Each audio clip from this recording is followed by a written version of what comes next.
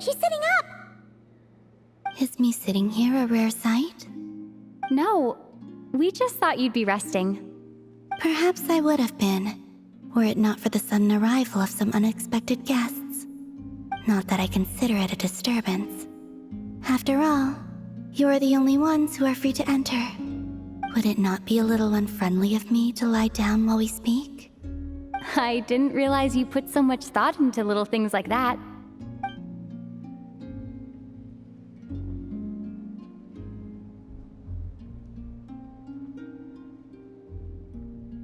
Only sometimes. There have been moments lately where I think about you and your companions. They are warm, mysterious, and cozy memories. Very few of my past memories are anything like that. They say that travelers return home bearing bags full of souvenirs. But my luggage was empty, and I believed it would stay that way. Return home? So, you're still planning on returning to the moon? Yes. This planet continues to reject me, reminding me that I do not belong here. If I remain in Teyvat, there will come a day that I disintegrate. And I don't mean reduced to dust or turned into food for the flowers. I mean, I will cease to exist entirely. Alright then. Well, we're sure gonna miss you. But it sounds like we'll have to say goodbye. How do you intend to return? The moon prayer night is soon to arrive. On that day, the moon will be closest to Teyvat. The Kuvaki in this land will reach its peak at that time. I merely need to grasp the tide, and with relatively little effort. Oh, Paimon gets it! It'll work like a slingshot! You make it sound like she's gonna get blasted up to the moon. If I did that, I suspect I would crash into the false sky. I will be using a much gentler approach. But I do like the analogy. It's fun. You see? She gets Paimon's sense of humor. In the blink of an eye, the time has come to part ways. It does feel that way, doesn't it? Time seems to fly fastest when you are enjoying it.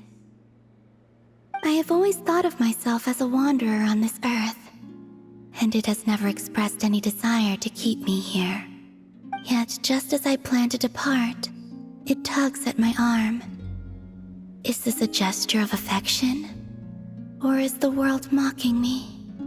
Oh. Were you hoping I can answer that? Yes. You are a traveler, so you must have a lot of experience in this area. Then, what I would say is, enjoy the moment. That's right! Don't overthink it! Happiness is happiness and joy is joy! The point is to enjoy it, not analyze it! I see. Then what I would say is, even though I am very tired right now, I am still happy. I can't tell from the tone of your voice. Oh, really? You don't think I sound happy? I'm just kidding. I could tell you were in a good mood today from the moment we saw you. Ah, a joke. Albeit not a funny one. Anyway, I assume you're here about you-know-what. Give me your hand. Actually, it's not that. There's something else we wanted to discuss with you. Oh, then, do you still want to give me your hand? Or not? Sure.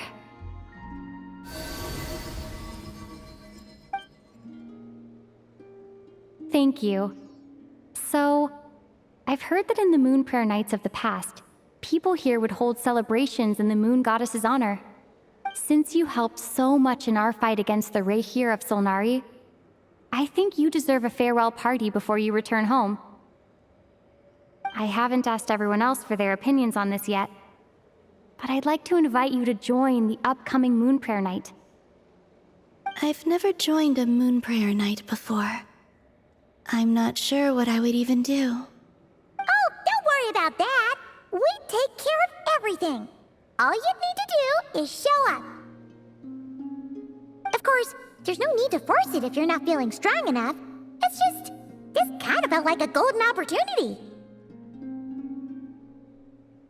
But they call me Kutar, and the Fatui have an arrest warrant out for me.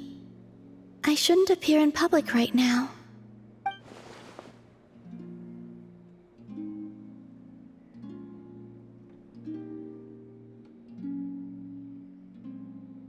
I'll make it work. You have my word. Yeah, we got your back. Well, she does. Paimon's actually not too sure what she's planning. All right, if you're sure. I will not refuse your invitation. I suppose it wouldn't hurt to pack a few more sights from this world into my suitcase before finally learning what my homeland looks like. Oh, if you see Lauma, please tell her that my answer to the question she asked me is neither yes nor no. Rather, it is, there is no need. That was kind of cryptic, but sure. Guess it's between the two of you. We'll pass along the message. Bye for now.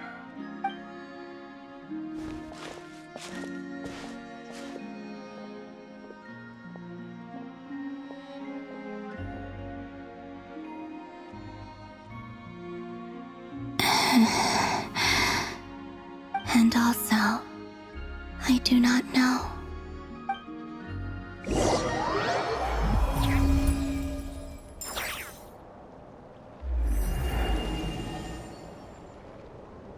Since she's agreed to join the festival, let's go see who else wants to take part. Lauma's gotta be the person most familiar with the Moon Prayer Night. We should start with her. Also, what exactly is your plan to keep her safe? Not sure yet. I'll figure something out. What? Are you serious? And Paimon even gave you her vote of confidence back there. When did you become so sneaky?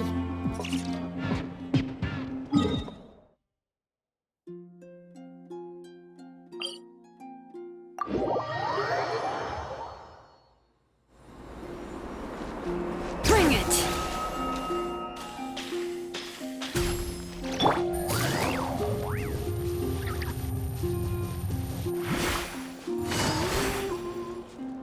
Hey, Lauma! It's us! Huh? Varka? What are you doing here? Beats me. I had a bit too much to drink last night, and when I woke up, I was on Hisi Island. Mr. Varka is helping to oversee Nasha Town's preparations for Moon Prayer Night. He is here to go over some details regarding the decorations and custom cloth designs.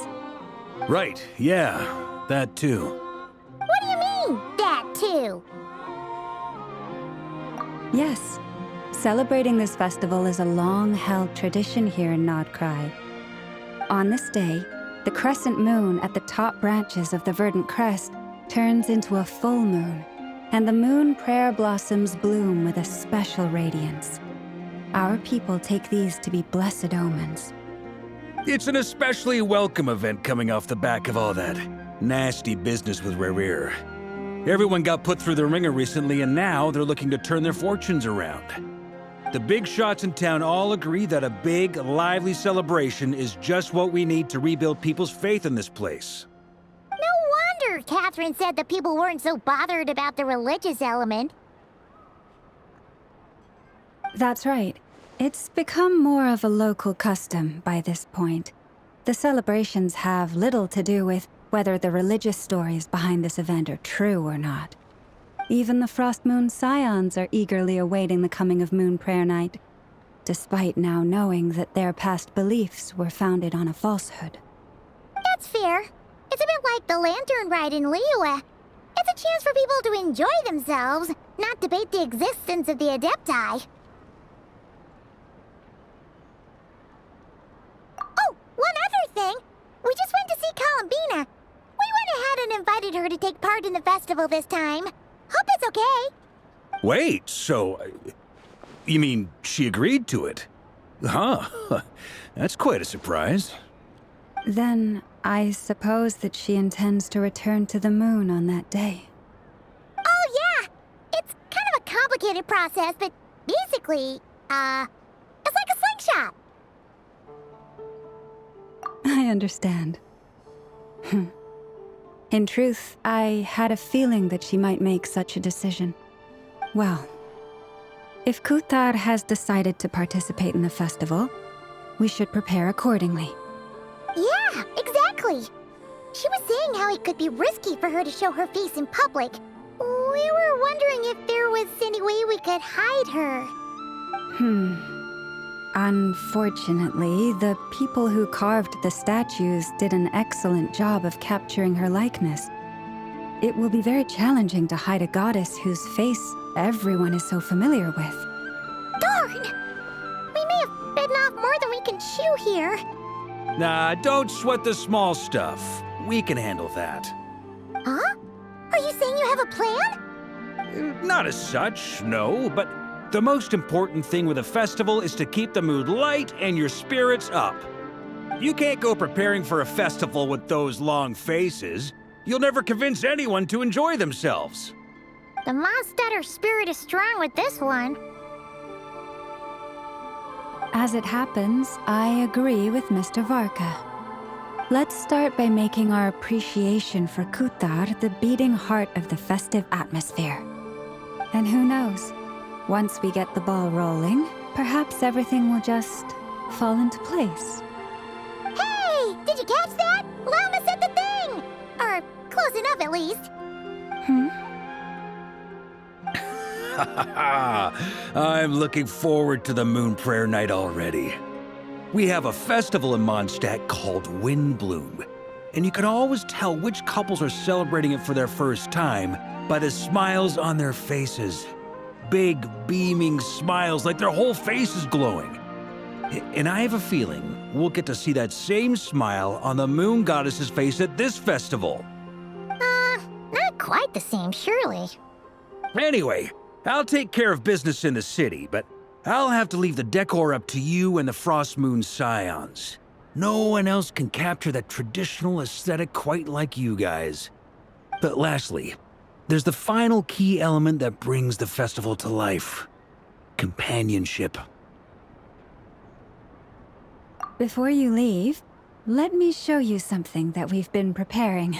Mr. Varka had asked to see it already, so you may as well tag along. Also, I have some further questions about Kuthar's decision.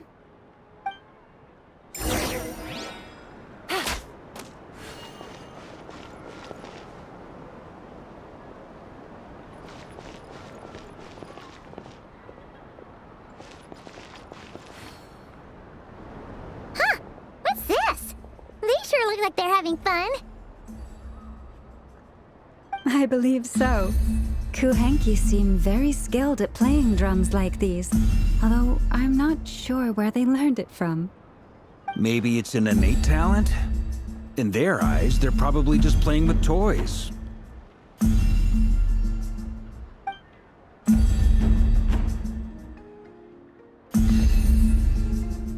Wanatar! You want to play too?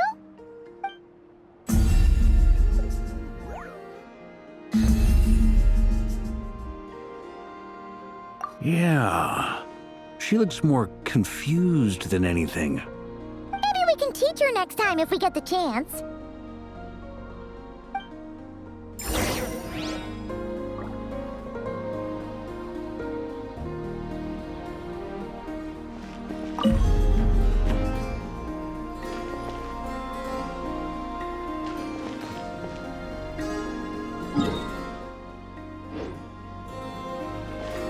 What are these veils. We hang them from buildings in the city during the festival. Everyone seems hard at work. They are preparing items for Moon Prayer Night. For instance, the sculpture being made over here, Mr. Varka and I were just finalizing the details of where it will be placed. Ah, there she is. I didn't know the finished article would be so large. Not to worry, though. All the necessary arrangements have been made.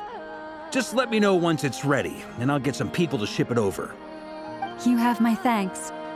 And over here, we are preparing a very traditional confection. Oh, look at all these colors! It looks great! Can Paimon try one? Of course. I have a feeling you'll like it a lot. You bet! Sweets and treats are Paimon's favorite! If you included those in the Feast of the Moon, I bet Paimon would have joined the Frost Moon Scions by now. There will also be verdant crests like this present in Nasha Town during the festival. The timing of Moon Prayer Night is not completely set in advance. We make a rough estimate, then observe the changes in the verdant crests and moon prayer blossoms to guide us. As such, the wait itself is a fun feature of this particular festival.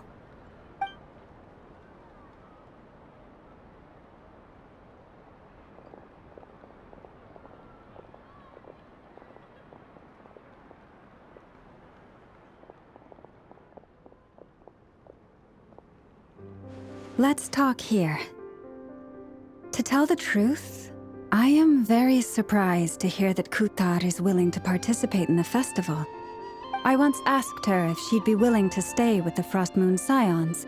I could introduce her to everyone, and we could be a family to one another.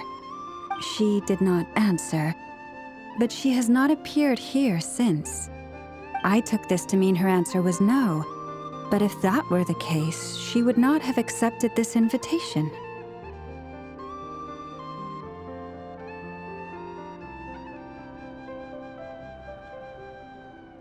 Ah.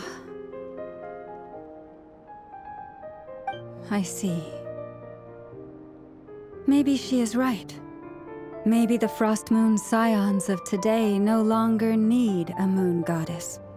But my wish was not for her to come here and be worshipped as a deity. I simply wanted to offer her a place to stay. I'm sure she believes that showing herself here might invite Fatui intervention, and as such, she does not wish to cause us trouble. But what really pains me about all this is that this is her birthplace. She ought to belong here, yet no one has been able to grant her shelter. I think I'm qualified to weigh in here. When someone's about to depart on a long trip, what they need is blessings, not burdens. We should wish her the best, not make the journey harder than it already is. Anyway, she's agreed to attend, hasn't she? All we need to do is simply respect her decision. I see your point. Yes, she will soon depart after all. Our job is to leave her with some happy memories. Besides, who's to say her journey to the moon is a one-way trip? It's not like she can't come back and visit if she wants, right? Paimon agrees wholeheartedly. Festivals are all about having fun, so let's keep it simple. All right, I'm gonna head back to Nasha Town soon. Want to come with? I'm guessing you have some other folks to visit there. Sure thing, let's go! Bye for now, Wilma! Thank you all. Goodbye.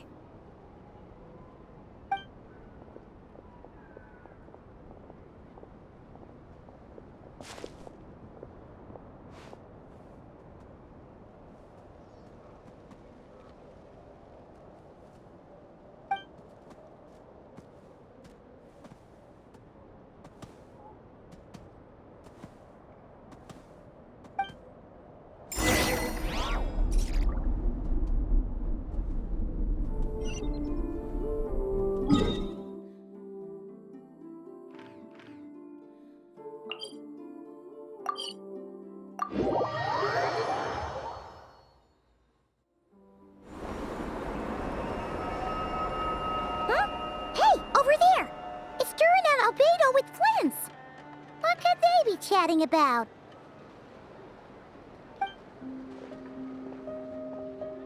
Your guess is as good as mine. Ah, Grand Master, and the Traveler and Paimon. Hello there. It's been a while. Perfect. We have some new volunteers for our investigation. Wait, let me guess. The righteous Lightkeepers are finally ready to hunt down the Abyssal Dragon? Yes, that too. Yeah, right. Oh, wait. Why does everyone keep saying that too? Well, to be precise, the facts match, but not the causality. Wait, so I guessed right? Half right. Don't act so impressed with yourself. Maybe I can explain. We ran into Mr. Flint's north of Nasha Town. At that time, we just noticed a few abyssal creatures out in the wild, but the strange thing was, I didn't detect any traces of abyssal energy on them at all.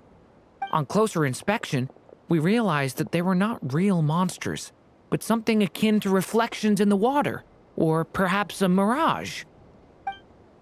Huh? What do you mean? Like, you could see them but not touch them? Exactly. It was very peculiar. They roared and tried to attack us, but we could not make any physical contact with them. I think I've heard of things like that happening in Nocturne before, but I don't know much about it. Yes, it's a known phenomenon. Mirage-like illusions tend to appear in Nocturne in the run-up to Moonprayer Night. From a distance, they appear quite real. I myself thought that Misters Durin and Albedo were locked in battle with abyssal monsters when I first arrived. But after sharing intel and investigating a little further, we can confirm that these illusions are harmless. There is no great cause for concern.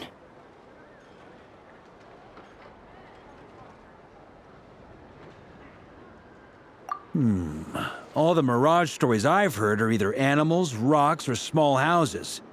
Abyssal monsters, though? That's a first. It's a first for me, too. So I'm planning to look into it further just to be on the safe side. I intend to inspect a few more locations. What about you two? Any plans? Alice contacted me a few days ago. She'd like me and Durin to assist her with an experiment. But we lost contact shortly after receiving the message. I'm sure that comes as no surprise to anyone familiar with her. We don't know when the wind will blow, yet when the wind blows, we will know. That, in a nutshell, describes how Alice operates. Yeah, that tracks. Okay. Well, I suggest we investigate this Mirage business in the meantime. It's piqued my curiosity, and I'm pretty sure I know someone who will already be 10 steps ahead of us. Well said. Right? Whatever's happening in Nocturne, she always seems to be the first one to know. Let's go see what she knows. We can invite her and her staff to the festival while we're at it.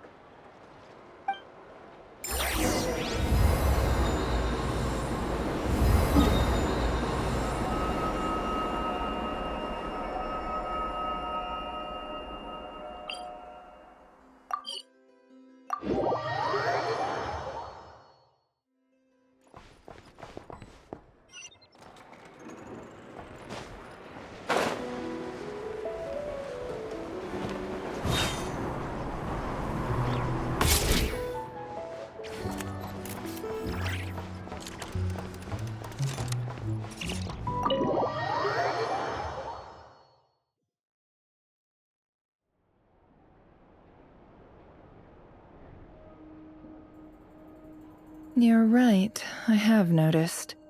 There's certainly something a little fishy about this situation.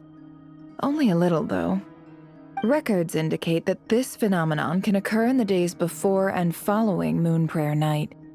That said, it has always been a rare sight in the past. The odds of encountering these phantoms are similar to looking up in the night sky happening to see a shooting star and managing to make a wish before it disappears. But this time, either everyone's getting lucky, or they're appearing far more frequently than usual. Yehoda's out gathering intel as we speak. In the meantime, let me check off some points of interest. First, the Abyss. The ones we saw seem to be abyssal monsters. Indeed. But we have identified one location where many more of them have made an appearance. And not just monsters, but human phantoms too. Given the scale and nature of the phantoms, it's almost as if someone's last memories are coming to life. Or perhaps the memories of multiple people. Oh. So you mean the phantom monsters are hunting down the phantom humans? Exactly. The phantoms can interact with each other, but we have no means of intervening. In addition, some of the human phantoms would seem to be from the very distant past. This is clear both from the clothing they wear and the stories they tell. They claim to be from Hyperborea, a name which I've heard from Lauma before. If this is true, it means they must be from 6,000 years ago. Did Paimon hear that right? 6,000 years? It sounds like this merits further exploration. That'd be a big help. I'll leave it with you, Albedo. My knowledge of ancient history is non-existent. I used to doze off every time the pre-Knights of Favonius era came up in class. It's quite a miracle that you were able to understand these phantoms' speech, given how long ago they lived. I suppose you're right. But I'll leave the archaeologists to ruminate over that conundrum. As an intelligence broker, my sole interest is in the value of the information I gather. Which, in this case, hopefully means earning myself some good favor with our dear Lady Moonchanter. So calculating. Whew, this intel broker logic always catches Paimon by surprise. Sounds to me like we could split the work up. I think the abyssal phenomenon is best left to Albedo, Flint's, and me. Agreed. It coincides with my duty as a lightkeeper. For my part, I'd like to understand the abyss better. Even a little knowledge would go a long way. This is certainly a rare opportunity to study the abyss. But even rarer, perhaps, is the chance to make contact with the ancients. The Curatorium will take the lead on investigating the Hyperboreans. We put in the work to learn what we know so far. It seems only fair that we get some quantity of exclusive intel. That just leaves our trusty team of 2 unassigned.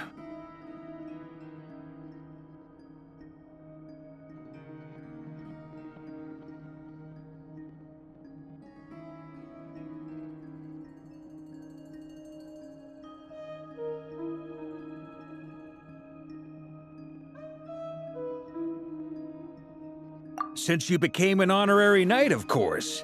This was part of my grand plan all along. Ha ha ha! Oh yeah, by the way, we managed to convince Columbina to come to the Moon Prayer Night celebrations. Would you and Yehoda like to join too? She agreed to that? Huh. Quite an achievement. Never underestimate the traveler, I guess. I'd be happy to join. No point shutting myself inside when the streets are all decked out. I doubt any clients will be visiting during the festival in any case. And Yehoda loves a party, so I'm sure she'll jump at the opportunity. No, no, no, no, no, no, no, no, no, Way to contradict me in front of... no! Wait, no, that's not what I have bad news, boss. So many people. All right, everyone inside, quick!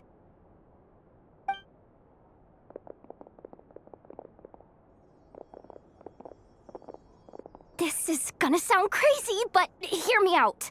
I saw one of those phantoms at Star Sand Shoal, and it was some sort of flying ship. Like a spaceship?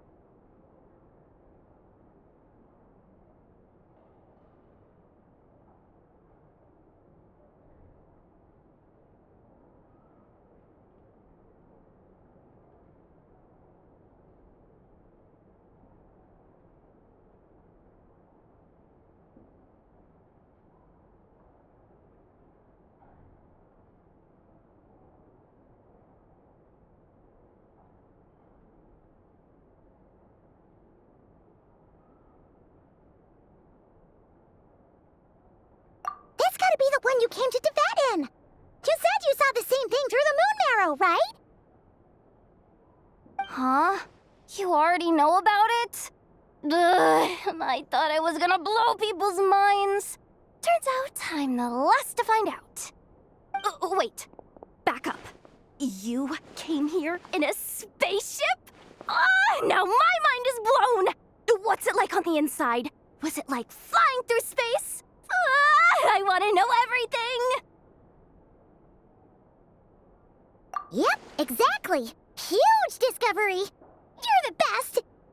Second best intel broker in the world. After your boss, of course. Wow. Really? Well, I don't know if I'm all that, but... I guess that decides where we're heading next. Come on, don't look at me like that. I know the spaceship doesn't have anything to do with me, but you don't want to leave me as the only one twiddling my thumbs, do you? Please? Fair enough. You can tag along. In that case, let's meet back here to discuss our findings once we're done. I wish everyone a productive investigation. You too.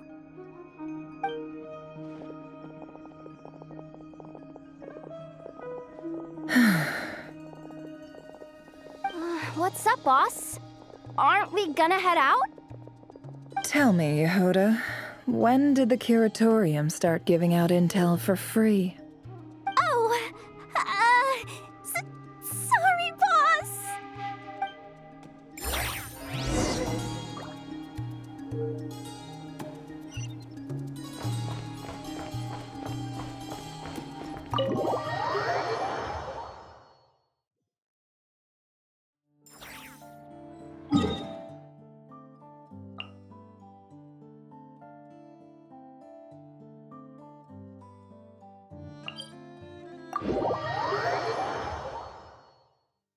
It's raining again? Full throttle!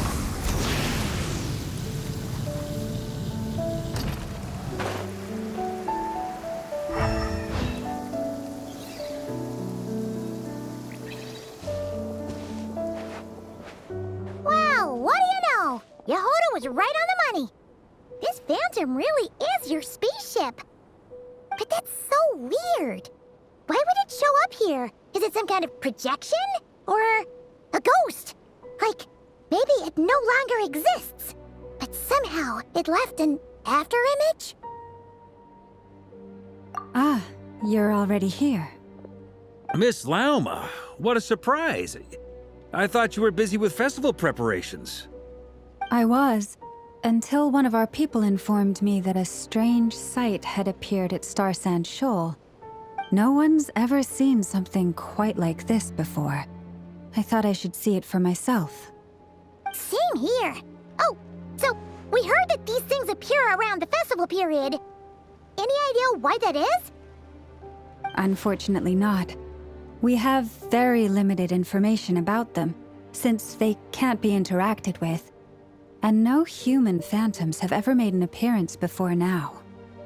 The most we've been able to deduce is that these sightings appear to be connected to the increase in Kuvaki energy around this time. Yeah, seems like that's all we can do. This is all so confusing. Allow me to lend you a hand.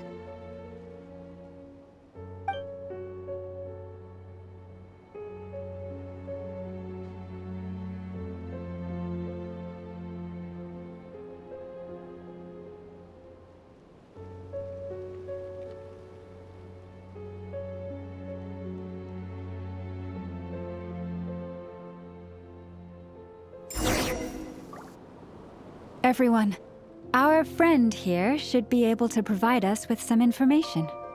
Is that a phantom rhymehorn deer? I've heard about how the Frost Moon Scions live in harmony with the animals and can even communicate with them. That's coming in handy now, for sure.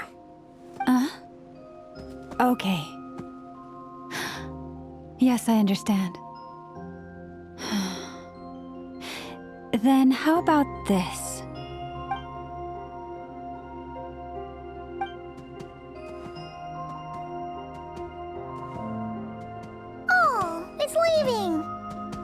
It appears to share our curiosity about this giant spaceship, so I asked it if it wouldn't mind investigating along with some friends. In return, I told it about some nearby spots where the wild fruit grows abundantly. We may live in a different era from these phantoms, but I trust that the terrain, climate, and ecology here are more resistant to the effects of time than some things are.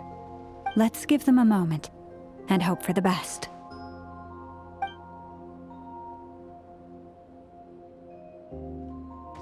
All back together? Must have been a lot of fruit. Indeed. Now let me ask them some questions.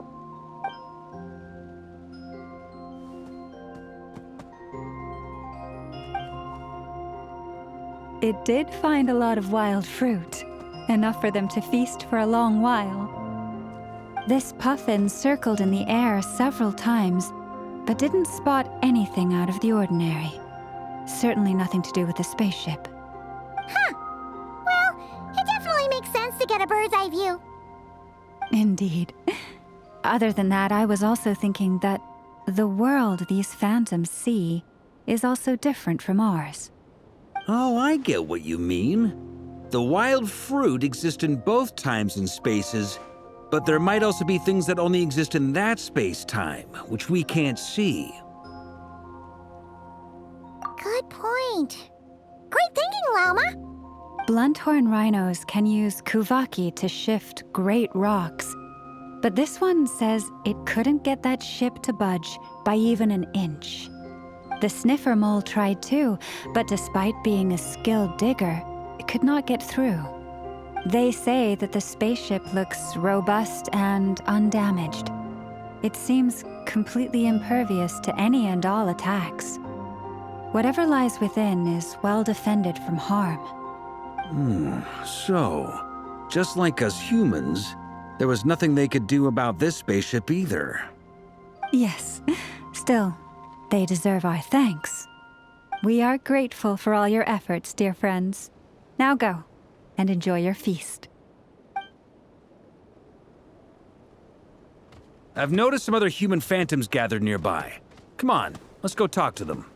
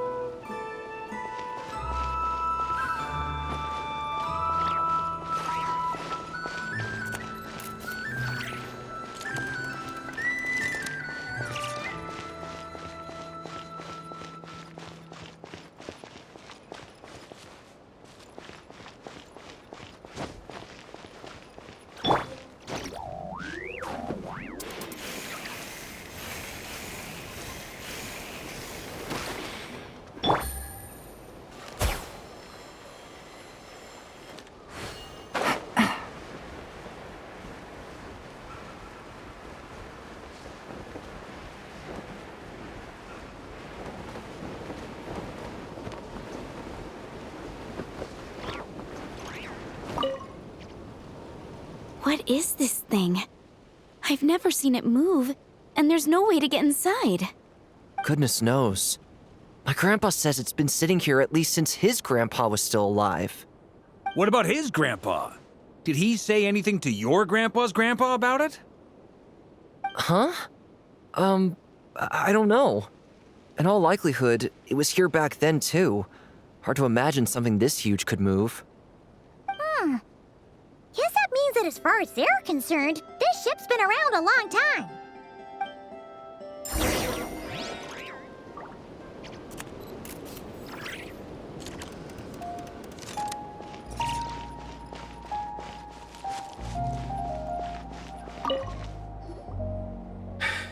Come on, brothers. If we can get even a small chunk off of this thing, it's gotta be worth a fortune. Today is the day we strike it rich. Huh?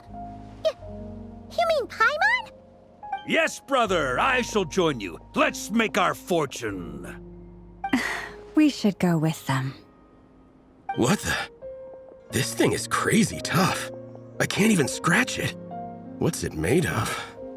Sorry, brother. Looks like we'll have to seek our fortunes elsewhere. Enjoying yourself?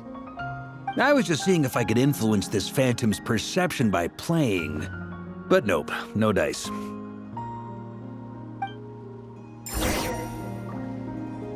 I'm sure we're all starting to build up an idea of what's going on here now that we've spoken to some of the people. These phantoms are reenacting real historical events in Nodcry. It's almost like we're in some kind of interactive stage play. We can talk to the actors, but the plot is fixed and we can't influence it. It makes sense. History is set in stone. The objective facts of the past cannot be changed. Paimon totally thought you were just goofing around earlier. But actually, you were doing some serious investigating. Of course I was. Anyway, at this point, I think we're forced to conclude that although the Phantom spaceship is right there in front of us, we aren't going to learn much about it from these people.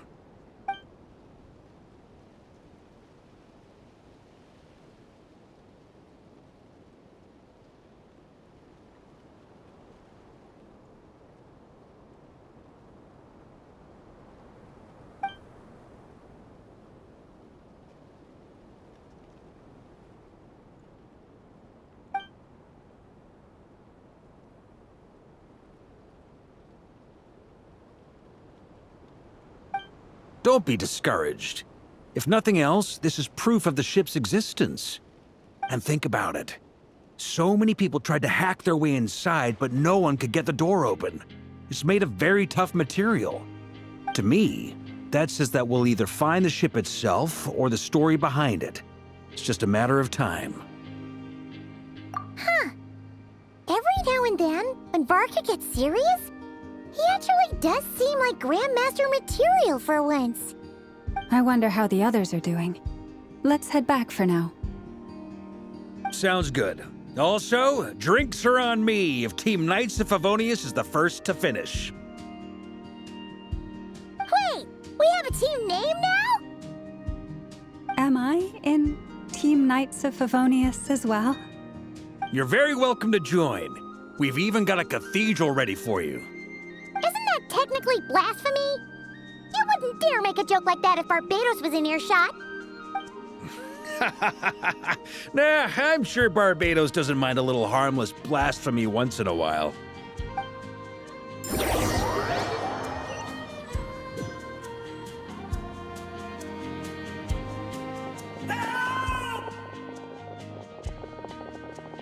Oh, no! Get away! Oh.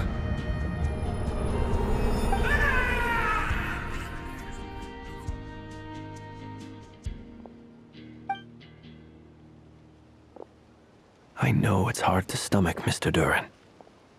But as I'm sure you've noticed, there is nothing we can do to intervene in that which unfolds before us. But we have to at least try. And try you have. But are you aware of how many unsuccessful attempts you've made now? I wasn't keeping count. I'm afraid this is the 39th failure so far. Or the 5th if we're only counting this particular victim. There are no indications that these phantoms may be altered in any way. You seem to have calmed down a little. I'll make us a fire. You should rest and have some water. Feeling any better now, Mr. Duran? May I ask a few questions? Be my guest. What exactly are we witnessing here? What happened to those people? My guess would be that we are seeing Nodcry during the Conrian Cataclysm. Would that be accurate? Conria. That is correct. As you know, once the abyss senses even the tiniest crack, it floods in and spreads like wildfire.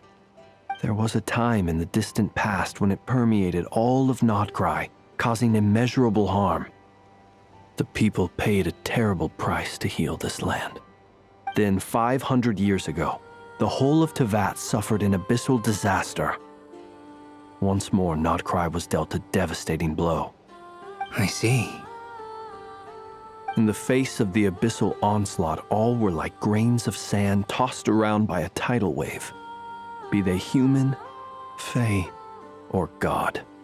The moment you witnessed is but one drop in a whole ocean of catastrophe. All right.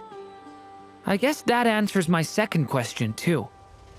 I wanted to know why there's nothing I could do to help them, and that's because what we are seeing is history. That would be my guess as well. As I understand it, history and fate are not all that dissimilar. The latter may be unseen to us, but both are immutable. Yes. Fate was determined long, long ago. I still have a couple of other questions for you, Mr. Flint's. You mentioned more than one abyssal disaster that has struck this land in the past. How can you be sure that what we're seeing is from the Conrian incident? And also, how are you able to stay so calm when you're talking about these events? From everything I know about you, you're not cold or ruthless, and you're not indifferent to the suffering of others. Alas, I am forced to show my age. I must be 600 or 700 years old by human measure. Wait, so you... One is not easily moved by history when one has witnessed the truth firsthand. I'm sorry. You needn't apologize. Your passion is a good thing to have. Treasure it, because someday you may find it in terribly short supply. Now, at the risk of offending you, I have a question in return. Your curiosity toward the abyss, is it born from hatred or because you sense its call? I only ask because I kept a fragment of Rarir's body in my lantern for a short time. Specifically, his heart. So I know what a burden it can be to carry the abyss with you. And I hear its power growling from somewhere within you. In my eyes, your mere existence is a miracle. My honest answer is... I don't know. I don't think I have the confidence to say for certain. What I will say is the abyss is not the only issue that haunts me. Even before I became who I am today, the question dogged me constantly. Should I even exist at all? My doubts remain unresolved. But when we fought Rarir, something became a little clearer to me. Sometimes it is the darkness within us that allows us to achieve the impossible. I certainly got the sense from your 39 attempts that you were trying to achieve the impossible. It sounds like you've resolved to see the truth for yourself. Absolutely. In that sense, he and I are quite similar. Then I wish you every success. I look forward to the day of your transcension. Well, if everyone's caught their breath, I suppose we should head back. Oh, and one last thing. I'd appreciate if you kept our discussion about history a secret.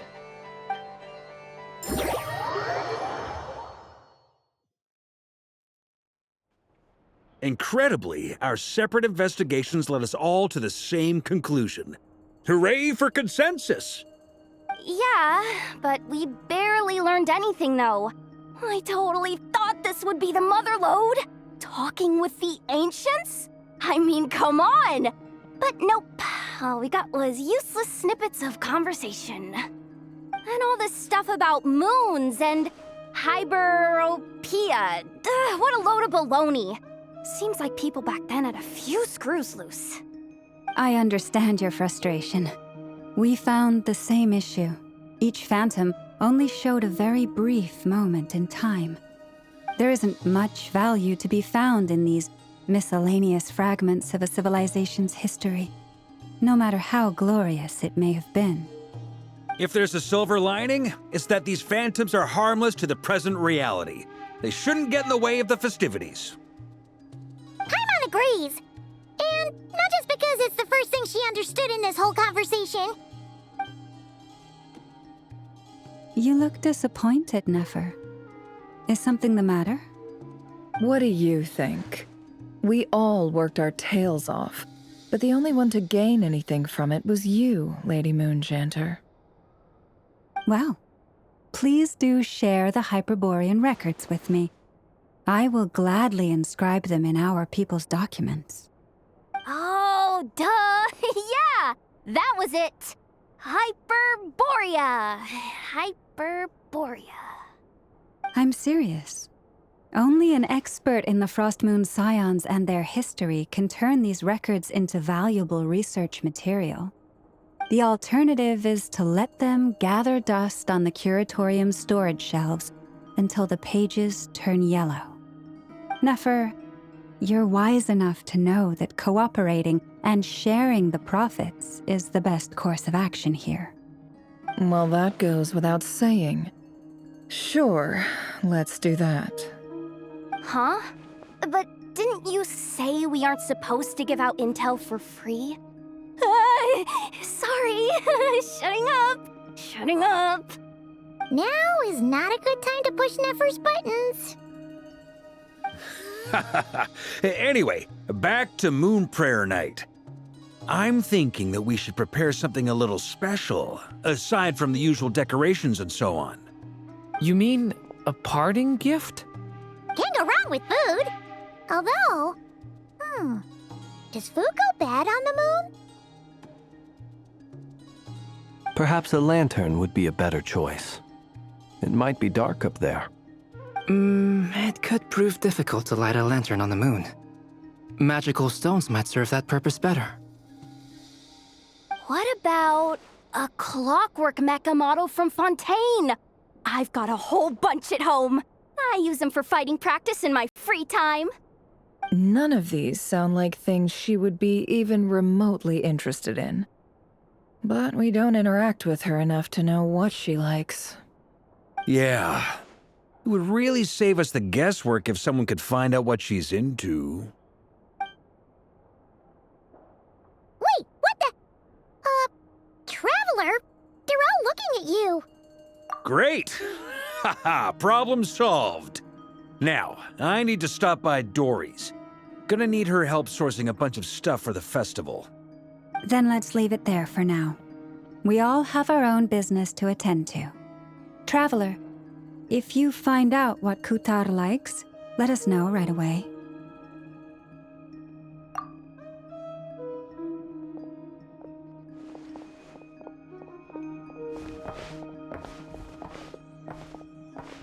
Is something the matter?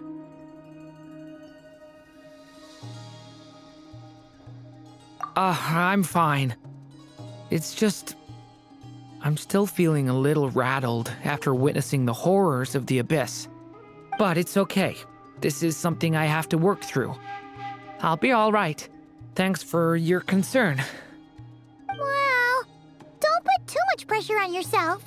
If you ever feel like something's wrong, physically or mentally, we're here to talk.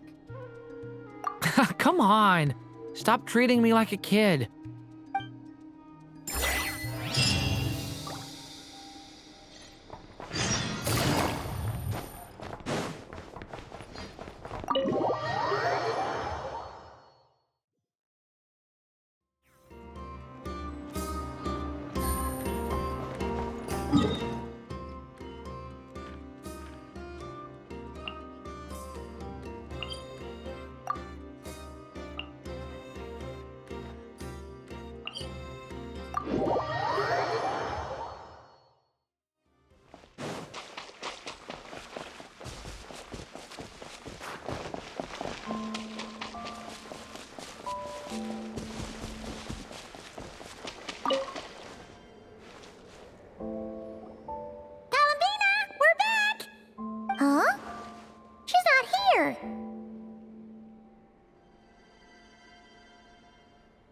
Weren't there a few Kuhenki here last time too?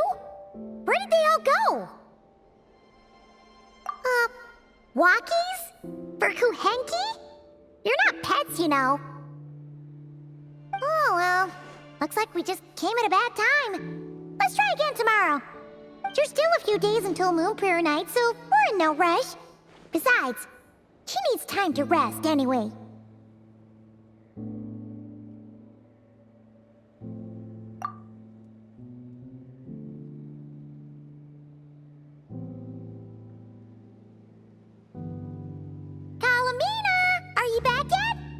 Oh, how strange. Looks like she still isn't here. Right? It's not like her to spend so much time outside, especially since she's worried about attracting unwanted attention. What about Luonatar? Luonatar, you there? Hey! Do you know where Kalambina went? Sorry, didn't understand. But if you know where she is, could you take us to her?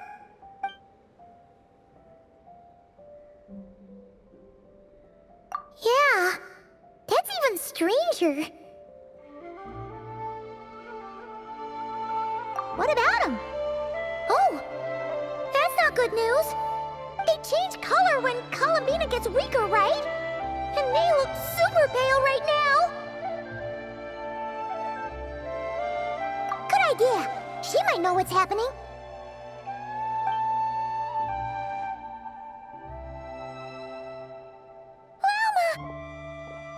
Ah, it's you. How is Kutar? Is she okay? No, she hasn't. I came here to check on her after I noticed the flowers had changed color. Based on past precedent, she must be very weak right now. Even getting up to walk would be a struggle. It seems unlikely that she wandered off outside.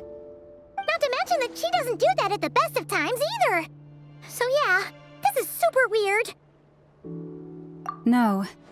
Very few people are in the know about Kutar's whereabouts. And if anyone suspicious had visited, they'd have left some sort of evidence. Come on, let's go to Nasha Town. If anyone has seen her, someone there will know about it. It's not Cry's information hub after all. Makes sense. Let's go!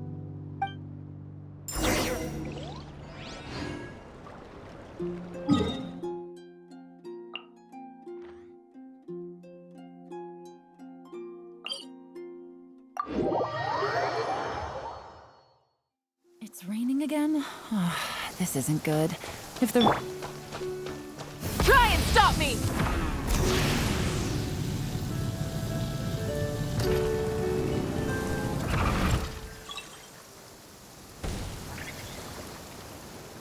Wait a moment.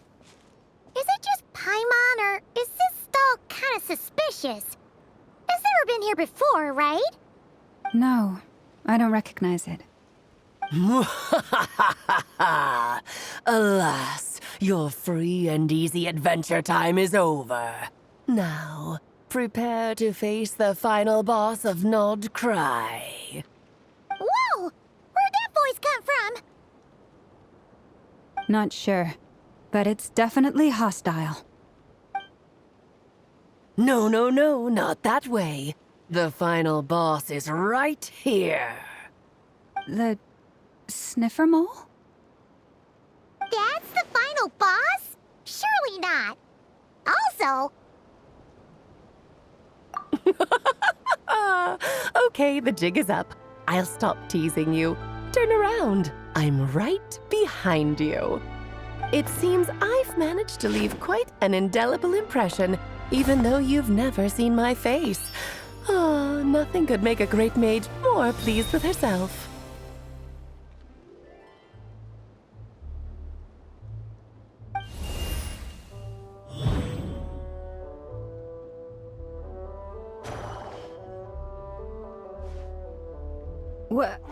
What is going on? I've heard that all the big shots in Teyvat have long, wordy titles that stun people speechless when they make their entrance. Unfortunately, none of them are affiliated with the Hexen Circle, and we ourselves keep a very low profile. The notorious name-dropping doesn't quite work for us. Still, I, for one, think I'm really quite amazing. So that didn't stop me from coming up with a title anyway. Alice! It's really you this time? Not a lantern or a dodo but Alice in the flesh?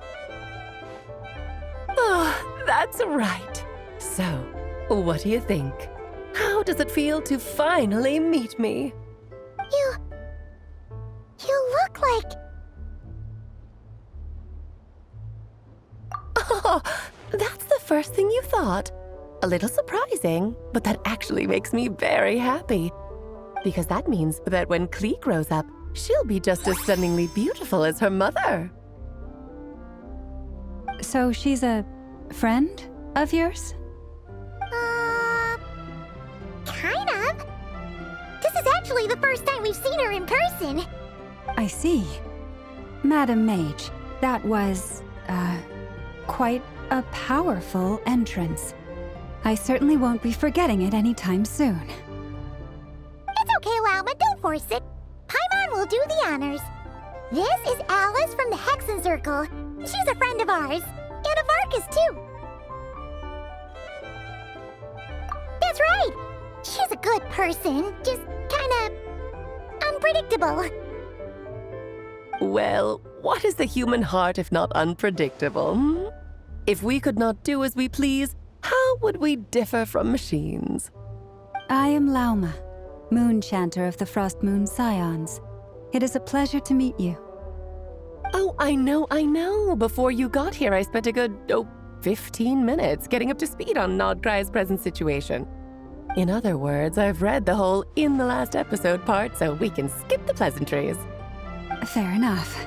Well, Miss Alice, I can already tell that you have quite a unique personality. You'll get used to it. Paimon sure is. So anyway, what are you doing in Notcry, Alice? Oh, I thought I told you already. This time, I'm the final boss. And what a formidable foe I shall be. Powerful, confident, decisive, and good luck finding my weak spot. You will never succeed. Oh, drat! My one weakness, and you found it in an instant. Fate has been dealt a devastating blow. Thus falls the great Dodo King. Why are you playing along with this nonsense? For funsies, of course. What's wrong, Paimon? Are you disappointed in me? Am I a gigantic letdown? No, it's just... you seem like a busy lady. And this is the one time you've shown up in person. Paimon figured it would be for something more high stakes than just goofing around. You're quite right. I'm here in Notcry because something big happened. Something big enough it caught the attention of the Hexen Circle. It concerns the 3 moons, Tevat's borders, and of course, the moon goddess you are currently searching for. Kind of. Why don't we discuss this over a pot of tea? My main reason for coming on this trip to Tevat was, of course, to have some fun. But I do technically have a job to do as well, namely, maintaining the stability of Tevat's borders. I'll skip over the complicated parts, but to sum it up, abyssal energies are all that lie beyond Tevat's border. We'd find ourselves in a real pickle if they ever made it through. And the phantoms you've been seeing are a sign that the border has been disturbed. No wonder they tend to show up around Moon Prayer Night. Is it because the real moon is now so close to us that its power can cross the border? In part, but only a negligible amount passes through. Just enough to influence the verdant crests and so on. And as you've noticed, there has been an unprecedented number of phantoms appearing this year. The influence of the moon beyond the border cannot explain this. No. There is another far greater factor at play. The trilunar syzygy.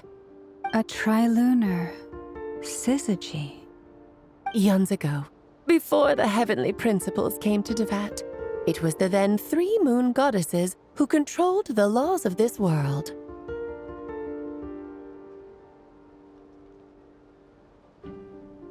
Oh, that's exactly it!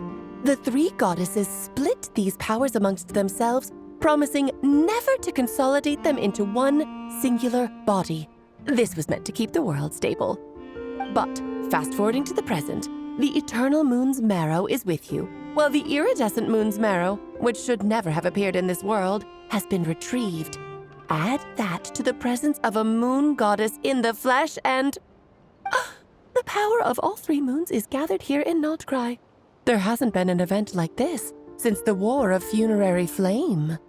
And it's having a noticeable effect on Tevat's borders.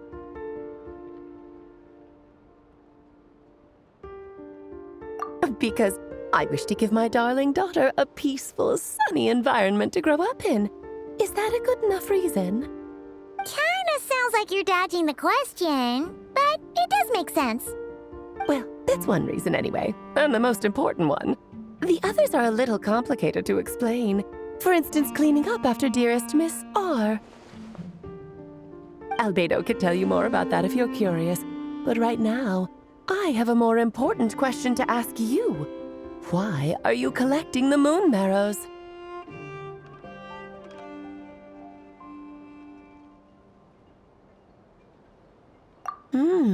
I see. Nicole told me about that legend once. Nicole? You mean Mage Anne? Oh, so you remember.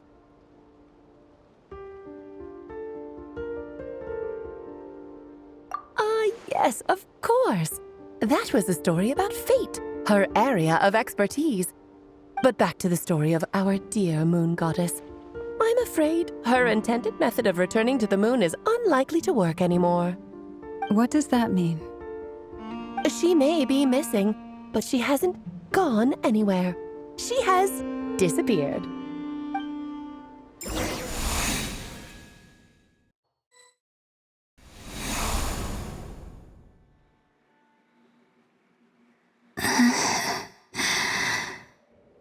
My body is so heavy. Wait, no. It's my mind that's heavy. My arms and legs are as light as a feather. What's happening to me? I feel drowsy, like I've been asleep for too long. Is it daytime or nighttime? Is the moon out? I think I'll go for a walk.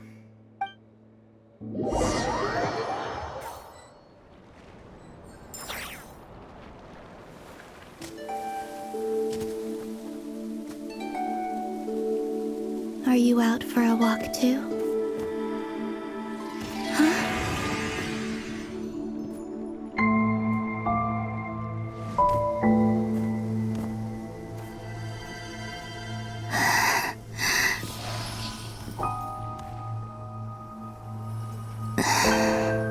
The day has come at last.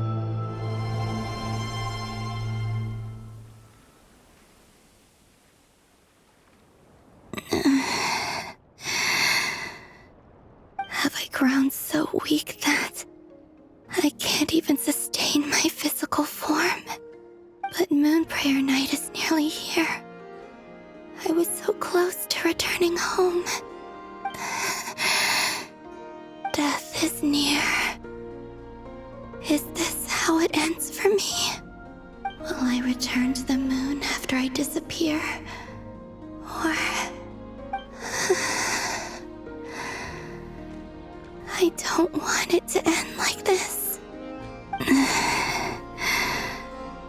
So far, at least, I still exist. Even if not physically, I can still feel. But as my power wanes, I'm sure that too will fade.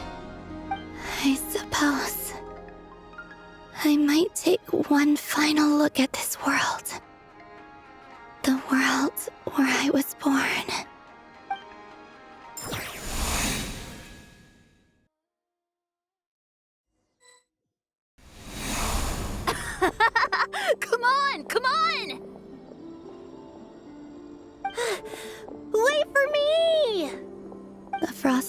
enclave. How much it has changed since I was born. These decorations, they're so heavy. It's times like this when you kind of wish men could be priestesses and acolytes. How fascinating. I've never had the chance to be privy to people's private lives in this way. In the past, people would get so solemn and serious the moment I showed my face, like they were frozen stiff. Karina, Lametti, it's time to eat. Coming! I want to watch them a little longer.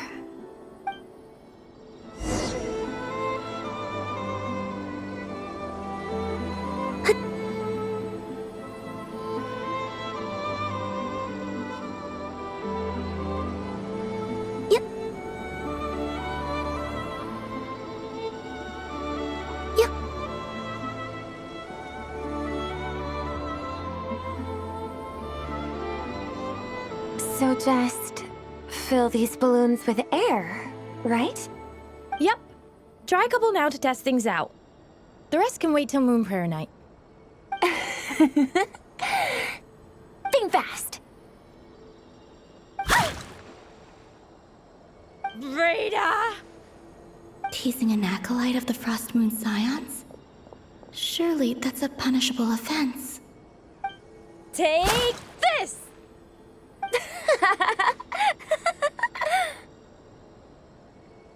Huh? All right, enough horsing around. Lady Lauma gave us a task. We should get back to it. The task is just to check that the balloons don't leak, right? Doesn't matter if we fill them with air or water. Yeah. Okay, you got me there. And you got me there.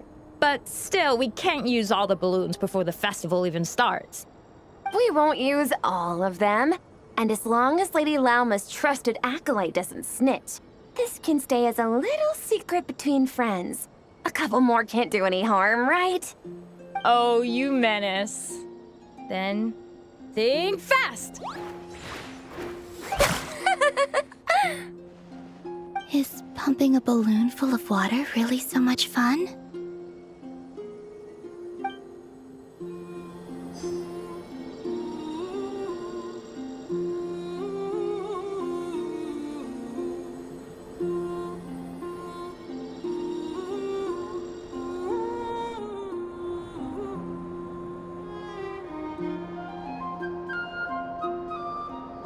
I'm sure you're both tired from playing all day. Come on, eat up. A plain, humble meal. That has always been the way of the Frost Moon Scions. Huh? How come Lametti got a midsummer berry dessert? Oh, I always get Lockaberry. I don't mind sharing. You can have a bite of mine if I get to have a bite of yours. They're sharing food? I've never shared food with anyone before. Even at the Harbinger tea parties, everyone just ate off their own plate. And when I couldn't finish my food offerings from the Frost Moon Scions, they'd leave the leftovers out under the moonlight for the animals to claim. Hey! That was 2 bites! Oh, then you can have another bite of mine. Oh, you too. Oh, don't fret now. Here, have some of Granny's too. So this is what it means to be family.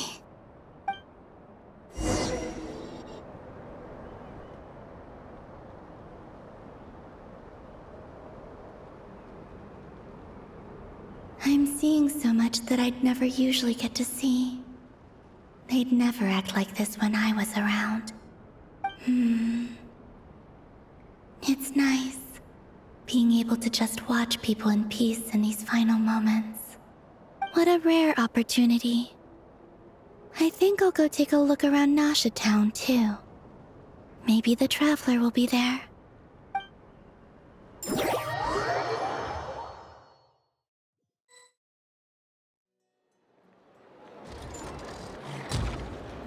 After the War of Funerary Flame, the moon goddesses were no longer recognized by Tevat.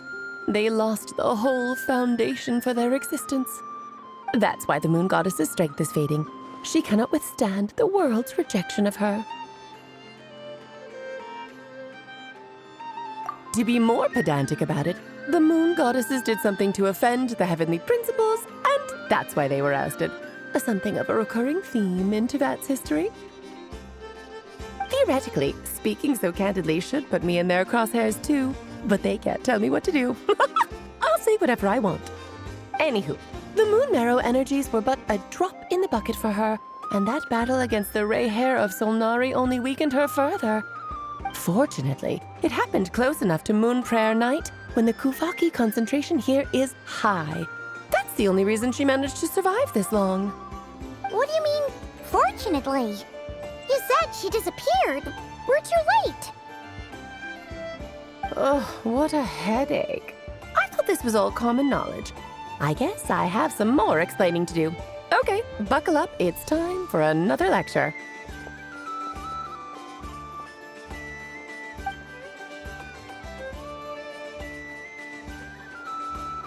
Now, I said earlier that the moon goddesses lost the foundation for their existence.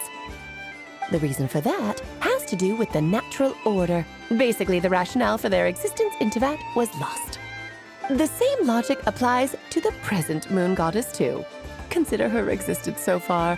Her comrades in the Fatui called her Damselette.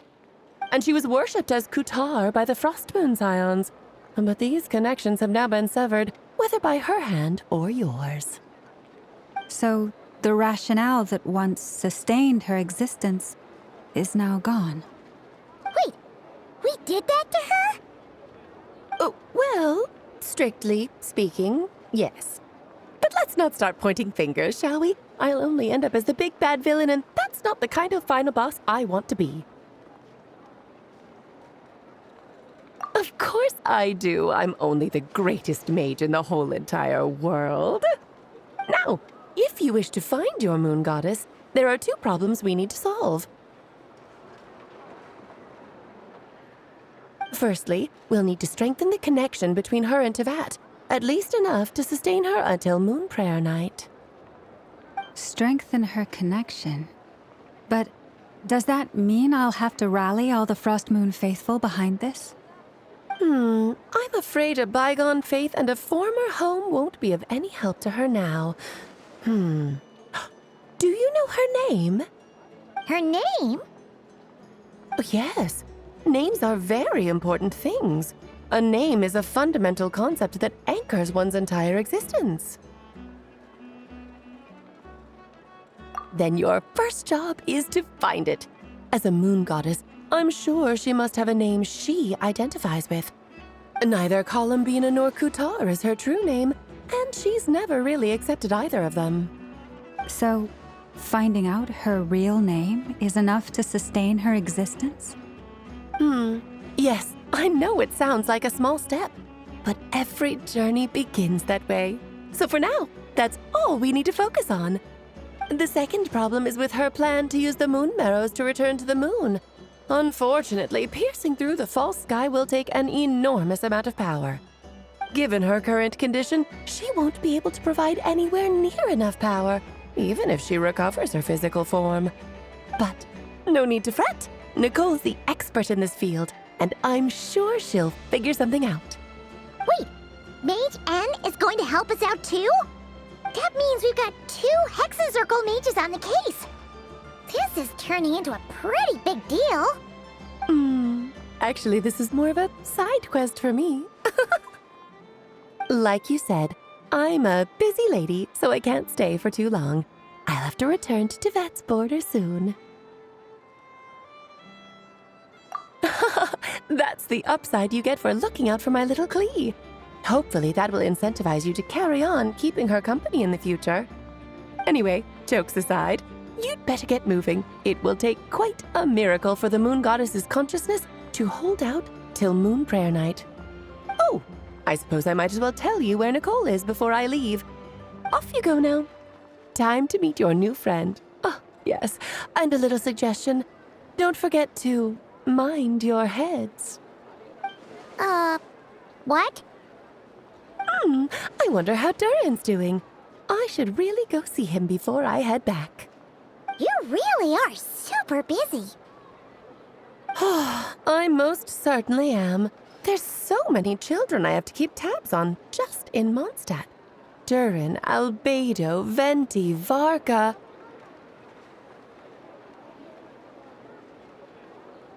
Klee didn't make the list, huh? Of course not. Klee is my pride and joy. I have no qualms about her, because she's the best child in the whole wide world. Yeah. Klee's a little angel. I'm glad you agree. Well, all the best. See you when I see you.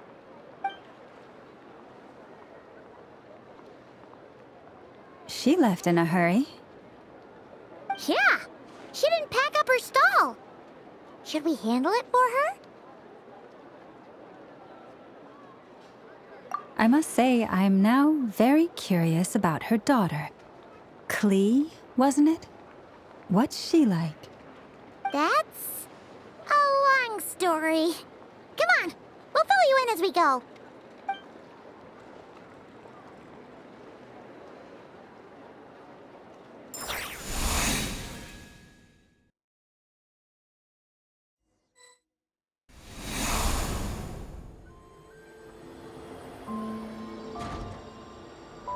What a lively place.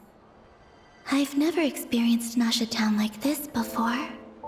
Hey, you old geezer! Your hammer's rusted through! Who are you calling old geezer? Are they quarreling? I'm looking right at him! You've really gone downhill since giving your daughter free rein in the workshop. Can you even swing a hammer anymore? It shouldn't take you days just to fix a single chair! You might as well use that hammer to massage my back for all the good it's doing. Don't run your mouth, or you'll get a back massage that'll put you in bed for the rest of your life. Look, the materials haven't arrived yet, all right? You know how busy it gets in the days before Moon Prayer Night. I'll bet you send all the materials to your little princess. Blood's always thicker than water, huh? All right, you've made your point, Uncle Koski. As soon as the materials arrive, fixing your chair will be the #1 priority. And Dad, if you've got time to chat, why don't you lend me a hand, See? Lolka knows what the score is. I guess they're friends. But the way they spoke to each other was so ugly. Then again, it wouldn't be the first time I've seen something like this. Columbina! Sing outside my door in the middle of the night one more time, and I'll unscrew your vocal cords. You hear me? Oh, Zandrone. So that was her way of trying to be friends with me. What a pity. I won't get the chance to say any ugly things in reply.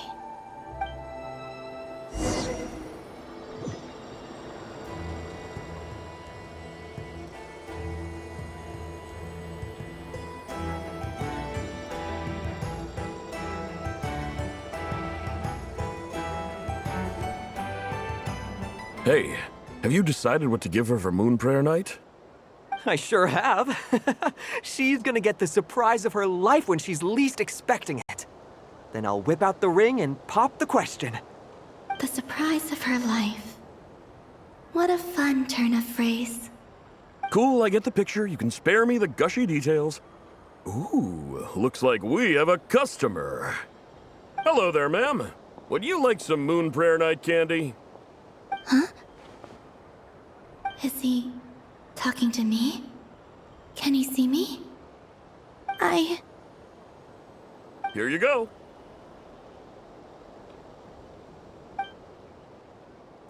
Oh.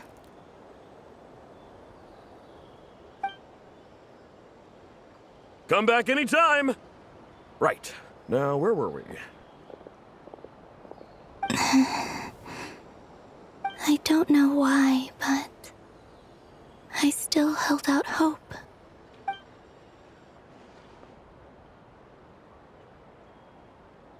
the most important thing right now is to find that mage. This name thing seems super important too, but where do we even start looking? I'd better go pay the Fatui a visit.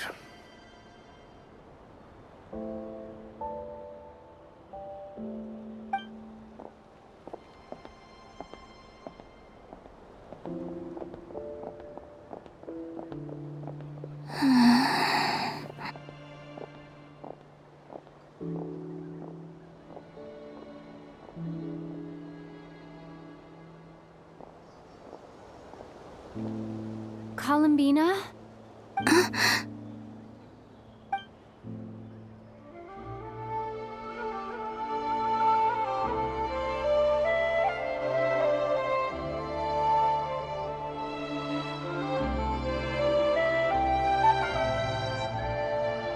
Traveler?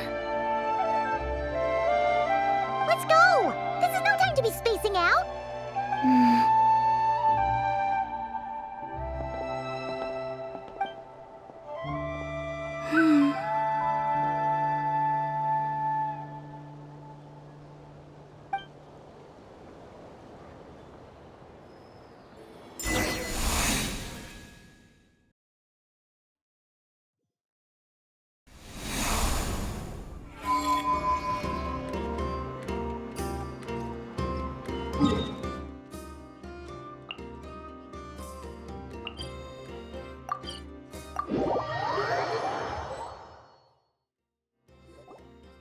Where are they going? They mentioned a mage and... a name? So, Mr. Varka, are you acquainted with this Nicole? Or should I call her Mage N? Not really. We've never met, though she has come up in conversation. From what I've gathered, Alice kinda took Nicole under her wing. Taught her how to speak in a more ladylike fashion, that kind of thing. Huh. Hard to imagine Alice as an etiquette coach. Yeah, Alice is a larger-than-life personality, I'll give you that. But then again, that's why she's able to draw such an eclectic mix of people into her inner circle. If I remember correctly, being an interesting person is actually one of her main entry requirements. So, if you ever wanted to join the Hexenzirkel, I'm sure you'd both be eligible to apply. Hey! Don't go around making promises on Alice's behalf! I wouldn't dare. I'm just trying to paint a picture of the Hexenzirkel for you. Okay, sure. Anyway, since none of us have ever met Nicole, how are we supposed to find her? We can't just go up to every woman in sight and ask, "Hey, are you Nicole?" Maybe something she's wearing will give it away? Like, a windbloom pinned to her chest or something. Wait a minute. Alice never said Nicole was from Mondstadt. Oh, true.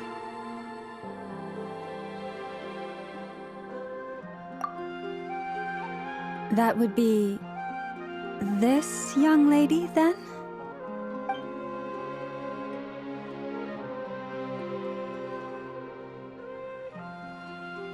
Hey there! Sorry to disturb you, but... are you Miss Nicole? Varka, Knight of Boreas of the Knights of Favonius. Alice might have mentioned me before. Ah! If we got the wrong person? Sorry. Well, this is awkward. When I shook my head, I meant, no, Alice hasn't mentioned you before. Huh? Where is this voice coming from? My apologies. For certain reasons, I am unable to speak. This is the only way I can communicate with you. It might take some getting used to, but I hope you can understand. Hey, it's fine. I'm more shocked by the fact that Alice never speaks about me. I mean... As for you two, we have crossed paths twice before, but it is nonetheless a pleasure to finally meet you. It's really you! You're quite welcome. This time, things are different. We have reached the unwritten pages of the story. You might say that we stand at the crossroads of fate.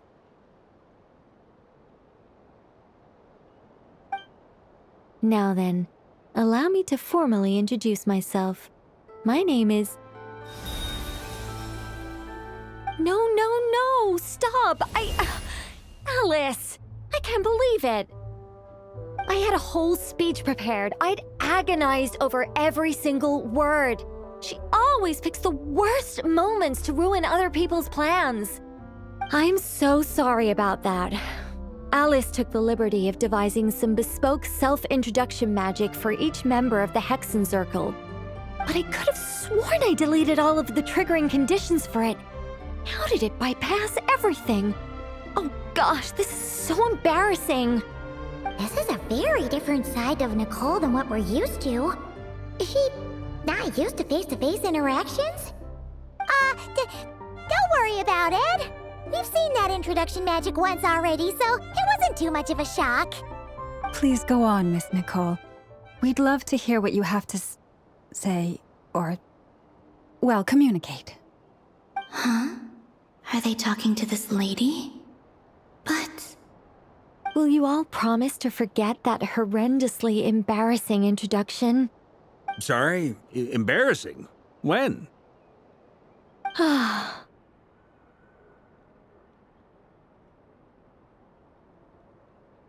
Yes, my name is Nicole, and I am one of a very few angels who have retained both their preferred form and their power. The Traveler and Paimon should be no strangers to this concept. There is another of our kind in Natlan. They call her the Lord of the Night. All right! Paimon remembers her! Yes. Well, I have retained more of my power than she.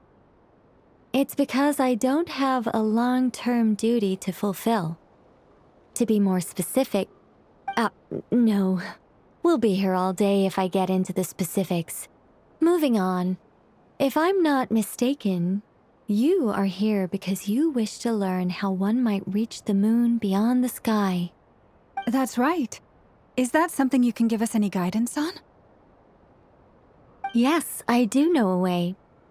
It began with the Hyperboreans, who lived after the War of Funerary Flame. Blank looks. Maybe I should start with the background of the war. Or maybe not. It shouldn't be an issue. I'll fill in the gaps for you when we have more time. Anyway, after that war ended, the three moons retreated to beyond the false sky. The Hyperboreans were humans I once aided. They accepted the civilization and creations bestowed upon them by the angels. But despite accepting many blessings of the angels, many among them still held on to their faith in the moons. They were reluctant to accept the new order. Even after the War of Funerary Flame, they sought to contact the moon goddesses beyond the sky and receive their guidance. But all three had passed away by that point.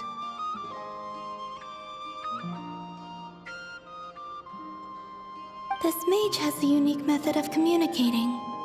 Is she talking about the moons? Yes, but they did not know. And so, still they prayed for the moon goddess's mercy. After building titanic structures that consumed vast amounts of Kuvaki, at last they glimpsed the moons and heard their voices. But of course, they were gravely disappointed. For it was then that they realized the three moon goddesses were dead. Oh, that's such a sad story. It is. Humanity was in a very sorry state at that time.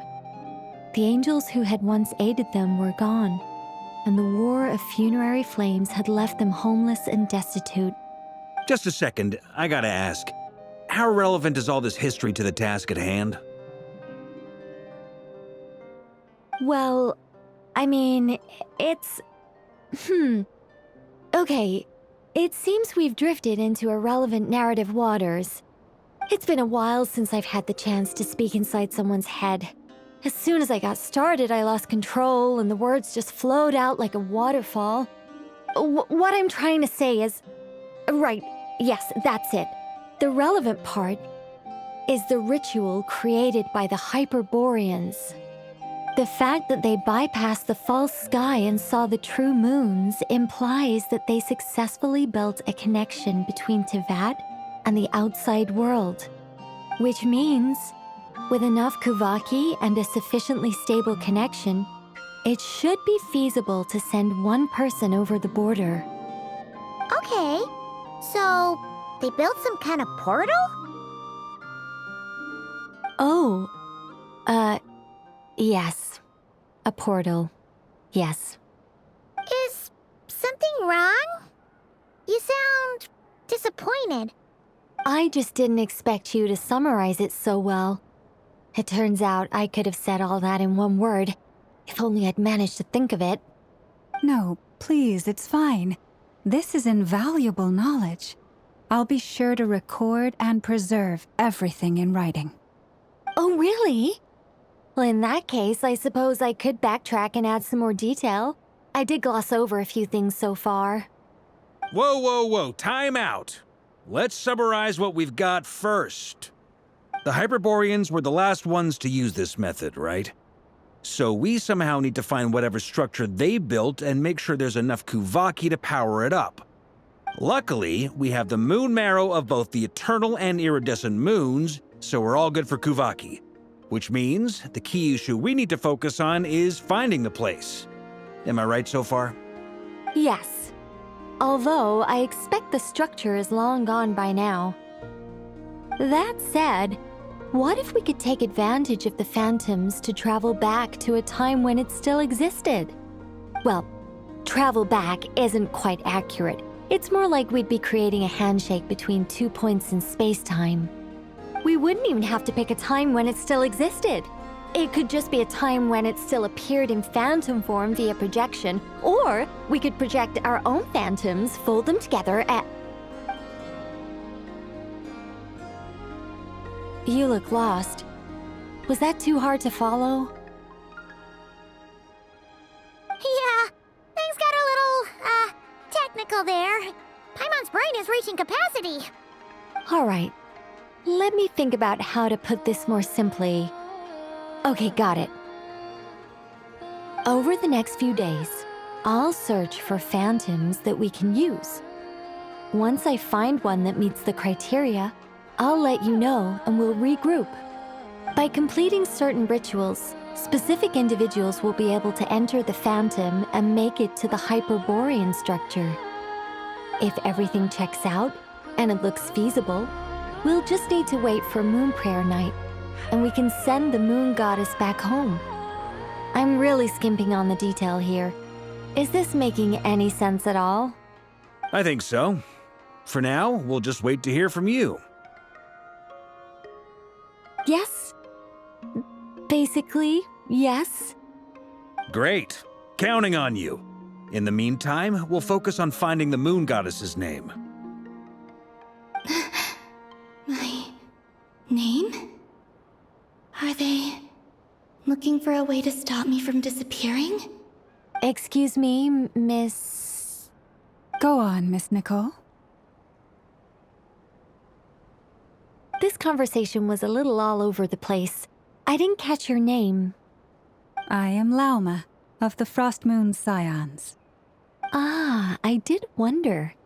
I noticed that you listened very intently when I spoke about Hyperborea and the moon's history. If you'd be interested, I'd love to visit you this evening and go through it again in greater detail. Also, if you were serious about making a record, it would be too risky to simply write down the raw details as is. I would suggest some tweaks. Maybe rewrite the stories as fairy tales or fables, perhaps even prayers. Anyway, we can cross that bridge when we come to it. So, see you later then? Oh, and no need to prepare anything. Just a cup of tea will do. See ya! She seems friendly. It's just... It's so nice to find someone who's actually willing to listen. I've been dying for a chance to finally go through all this systematically from start to finish. Any longer and I'd probably start forgetting it.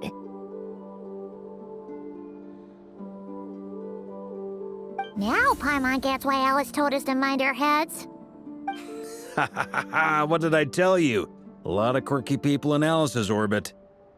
Now then, the next order of business is, where do we start looking for the moon goddess's name? Maybe the rest of what Nicole has to say might give us some clues. Once I've heard her out, I'll summarize the salient points and share them with you all. I'm also inclined to review our other documents. Yes, our faith was first established by our Hyperborean ancestors, but many of the more factually accurate records are from after Kutar's birth. Sounds like we're gonna follow Columbina's journey through Devat, huh? In that case, we'll start by heading to the Frostmoon Enclave. Sounds like a plan. Take this with you. I'll see about getting in touch with the Fatui. It'll probably just be Arlecchino and Sandroni again. They're the only ones who would want to help. Thank you, Mr. Varka. Don't mention it. Honestly, I'm more comfortable dealing with the Fatui than prying into the details of a young lady's childhood. Catch you later. I should follow them, just in case there's some way that I can help.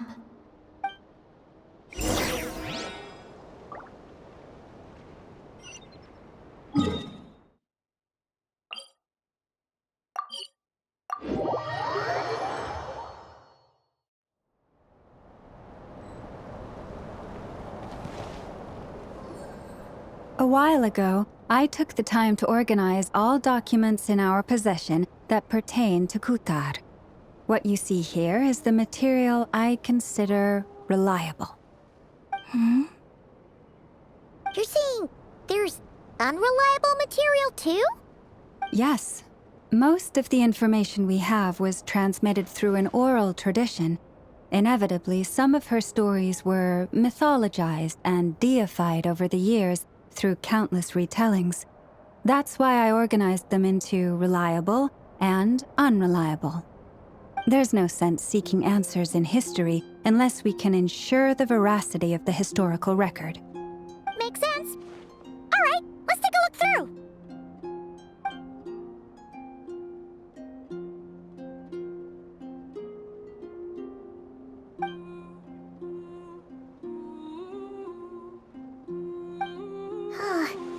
Almost all these records refer to Kutar instead of Columbina. Although neither of those is her real name. Paimon's not sure what point she's trying to make. What we can gather from these records is that the Frostmoon Scions worshipped her as a god, placing impossible expectations upon her. I cannot fault them for their earnest faith, but for all their devotion, worshipping her day in, day out changed nothing. I imagine that none of it resonated with Columbina. It wouldn't surprise me if, even back then, she had already begun to reject the name Kutar and everything it represented. Lama speaks the truth. When I heard them call upon Kutar with hope and expectation in their voices, they may as well have been calling upon somebody else.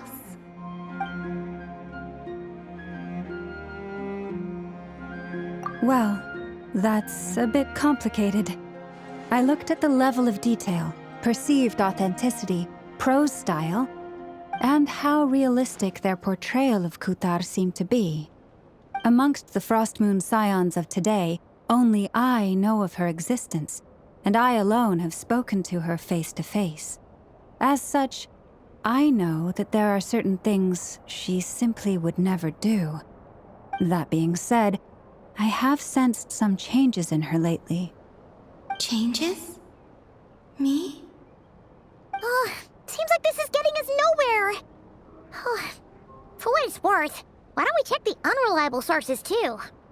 Sure. Give me a moment.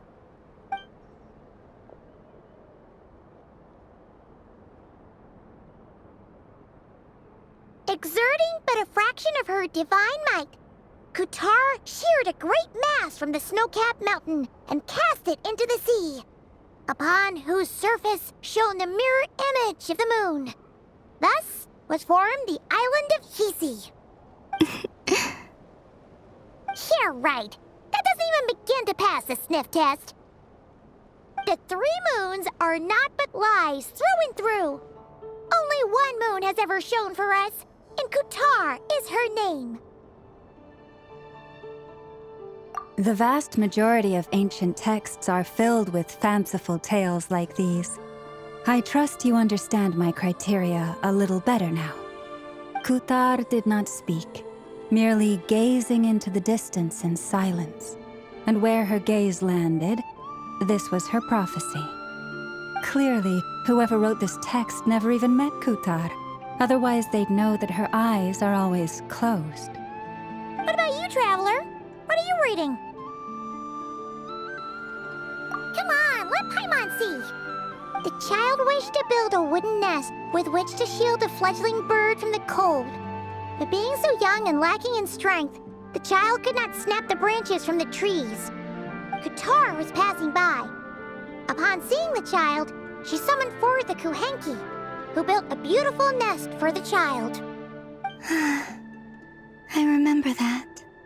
Not knowing the meaning of Kutar's divine intervention, the child dared not to respond, and thus ran home to call their parents. But Kutar was gone. The Moon Chanter declared the event a miracle and took the nest as a relic, placing it on high for all to see. The child was named as one favored by the goddess and was greatly respected amongst the people. Yet, no further miracles were bestowed, and this matter was forgotten in but a few years. Huh. Any thoughts after reading that? Yeah, Columbina probably just wanted to join the kid in making nests. Ah. I'd originally considered this a fabrication, because Kutar did not perform any similar actions in subsequent records. But now that I think about it, it does seem like something Columbina would do. It's just that... She didn't know how other people would interpret her actions. She was probably worried about making things difficult for people. And so, she gradually stopped joining in. Yes.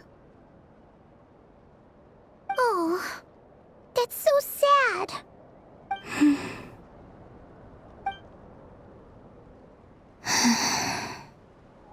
And now, I can make no such gestures of warmth, even if I want to.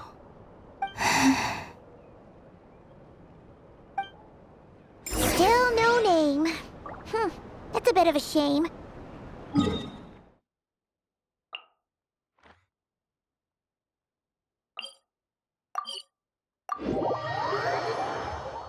But we did learn some interesting stories.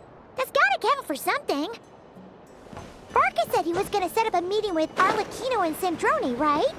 Let's go back to Nasha Town and see how he's doing.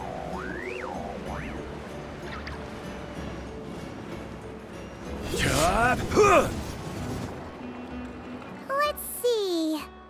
There's Barca. Oh, and it's Durin and Albedo too.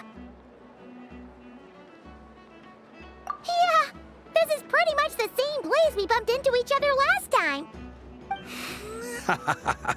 I convinced them to stick around a little longer. We were all waiting on people, so I figured having a little company would help pass the time. Ah, so you've been waiting for us? Does this mean that you've already arranged things with the Fatui? Sure does. Now you're back, we can go meet up with them together. How'd your investigation at the Frost Moon Enclave go? Well, we didn't find out Columbina's true name. But apart from that, it went pretty well. Aha, just as well that I didn't tag along then. I'm sure our moon goddess wouldn't want every man and his dog knowing all about her private life. Still, desperate times, desperate measures, I guess. Someone had to do it. So, Barca was waiting on us, but what about you two? Are you waiting for Alice? Oh no, we already met with her. We discussed that experiment I mentioned to you last time. Oh, and she also handed me this communication device. That's right. I understand she informed you about the relationship between the phantom phenomena and Tevat's borders, yes? She wants me to help her with some more experiments on that front. She said that she'll contact me through this device with more information. Ah, I see. Following instructions and making observations. Pretty common research method. Takes me right back to Albedo's lab. Wait, then who exactly are you meeting? Someone you know. Albedo's met him too. But I don't think Miss Lauma or the Grand Master have been introduced. Introductions are overrated, especially in cases like this. It's you! So? It's not like the Academia has prohibitions against going abroad. Also, I applied for leave. I've been writing to Hat Guy since obtaining a human form.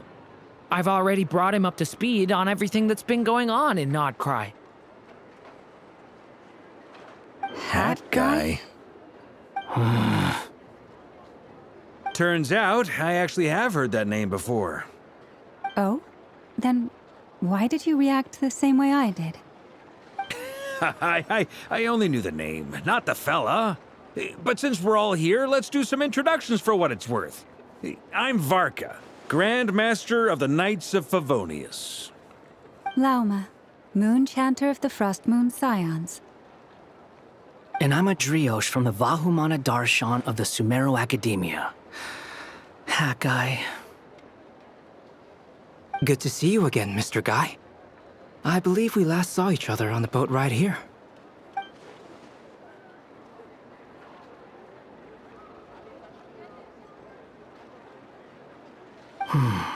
Mind you, the only reason I came here is because there's someone I want to look into.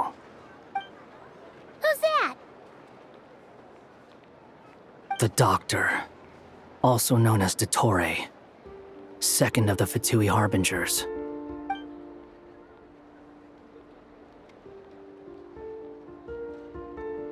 From the tone of your voice, it sounds like there's bad blood between you. I was reviewing our archives and noticed that a lot of information about him was missing. It left a bad taste in my mouth. That's all there is to it. Dottore, or Zondik, as he was then known, once studied at the Academia, but he got kicked out before he could graduate.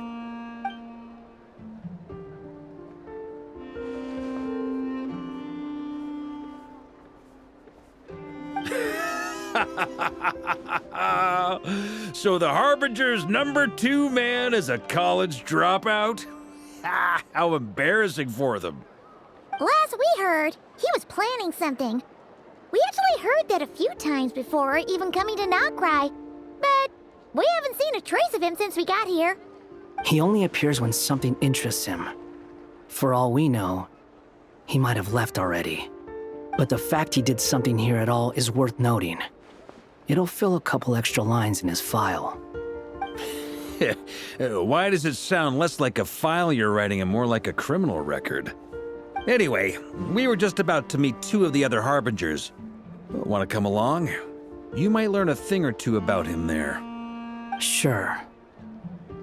Even though they're Harbingers, well, they're old acquaintances of ours, so, you know, when you talk to them, try to be... I got it. The Frost Moon Scions' relations with the Fatui remain tense. Forgive me if I do not attend. In that case, we'll continue assisting Miss Alice with her experiments. Good stuff. Everyone's having a fruitful time. All right, we better get going.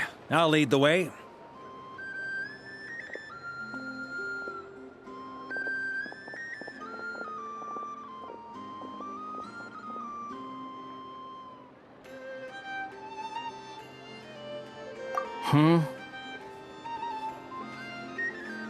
Well, yeah, that's obviously part of it. But I'm not the only one who has a score to settle with him. Neither you, nor Lesser Lord Kusanali, nor I want to see him meddling with things again. What's the hurry? Don't worry. Pigeons always know which way home is.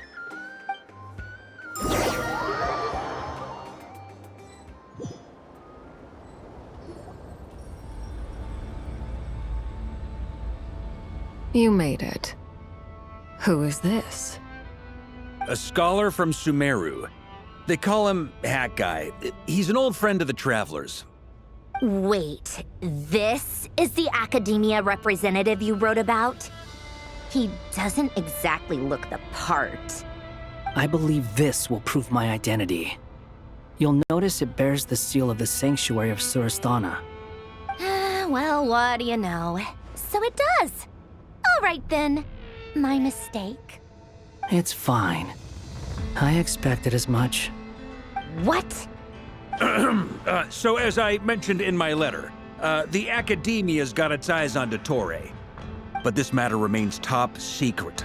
Apart from those assisting in the investigation, the fewer people who know, the better. If anyone asks, I'm here in Nocturne to pursue my personal academic interests. Gotta say, Marka, you did pretty well to keep all this under wraps for so long. Sounds like you got in touch with the Academia about this way back.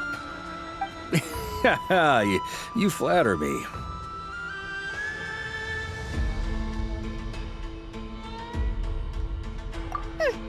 Where do I even start? Remember that time we fought Rerir at Star Sand Shoal? He sure let me have it then, didn't he? I'll bet Dottore had that all sketched out, with me as his convenient little pawn. He could not care less about us if he tried, but hey! The feeling's mutual. Does Dottore really strike you as the sort who values his relationships with his colleagues? Fair point. Definitely not. Which is why I always keep my guard up whenever he starts making suspicious moves. To that extent, our motivations align. On top of which, I consider you trustworthy people.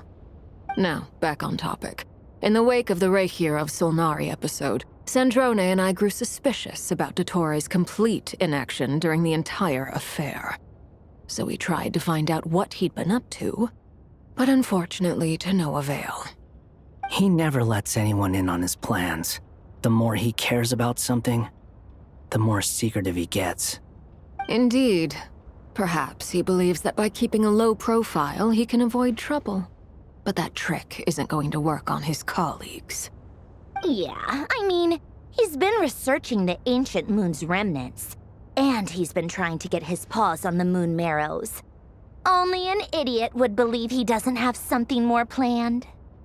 With this in mind, I returned to Snezhnaya and relayed my thoughts to Her Majesty the Tsaritsa, entreating her to have him recalled. That's pretty direct. Did the Tsaritsa agree? Yes. I made it abundantly clear that the Fatui's business in Nocturne is almost concluded, and we do not need 3 harbingers in this territory. Her Majesty concurred. Accordingly, Dottore has returned at her orders. I imagine he is continuing with experiments, which no one besides he would ever have any interest in. Common sense might mean nothing to him, but he's not stupid. He knows that no good can come from opposing the Tsaritsa. Smarts alone won't get him all the way. He needs the Rooster's resources and Regrator's Mora, both of which the Tsaritsa can strip from him by waggling a finger. But doesn't he have a track record of publicly following orders while going against them in private? He probably has it down to a fine art by now. Wouldn't put it past him. We worked together on a research project once. Only briefly, but it was enough to show me that we're fundamentally different people. He has no interest in doing things methodically, stage by stage. His thoughts jump all over the place, and the moment his curiosity is satisfied, or he gets the results he wants, he disappears. The only similarity we share is that, once we set our minds on doing something, we will see it done, whatever it takes. Oh, we definitely saw some of that in your battle with Rerir. You got so competitive. Ugh, do not remind me. Then I believe we all concur. Dottore will not simply give up. fantastic. Now this is turning into a whole day of unpleasant memories. Ugh. Are you talking about the moon marrow stuff? He also strikes me as the kind of person to disregard experimental regulations, ruin all the equipment, and go way over budget. Then leave the first person he can find to deal with the fallout. Exactly. This one time, he was running some high-temperature experiment and the substance exploded. But does he care? No. He orders his subordinates to open the device so he can observe the results, which causes the gas inside to leak out. That gas was poisonous. If I hadn't been there, who knows how many people might have died. And after all that, he left while I was still cleaning up after his mess. What a waste of time, he said. Waste of time? The nerve! He wasted my time! You've been bottling that up for a while, huh? Hat guy, I must say, you seem awfully familiar with internal Fatui affairs. Especially when it comes to Dottore. Thank you, Lady Harbingers, for providing such valuable information. I have no other questions for now, so I'll be on my way. Wait, what? You're just gonna leave? You're welcome to join if you want. Ugh. Just when Paimon thought he'd finally mellowed out. He makes quite the impression. I'll say.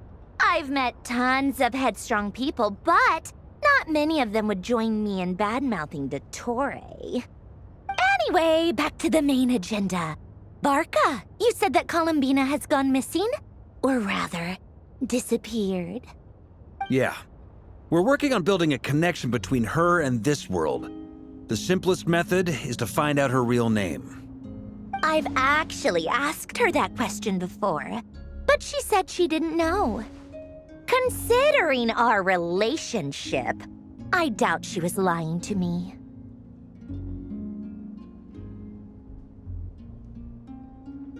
As far as I recall, she was never dispatched by Her Majesty to claim a gnosis or anything like that. The Tsaritsa's plans had long contained a place specifically for her. I always thought that was weird. What could she do that the rest of us couldn't? Knowing what we do now, it's probably something related to Kavaki, right? More than likely. When she first arrived, Columbina would often go to Her Majesty and ask when she could start the task assigned to her. But Her Majesty always gave the same reply. The time has not yet come. So she spent her days in Snezhnaya doing basically nothing. The Tsaritsa has summoned a beautiful blind maiden to be a harbinger, giving her the third seat by virtue only of her enchanting voice. It was a dumb and stupid rumor, but the reality of the situation made it hard to refute. And what happened after that? I imagine she stopped caring.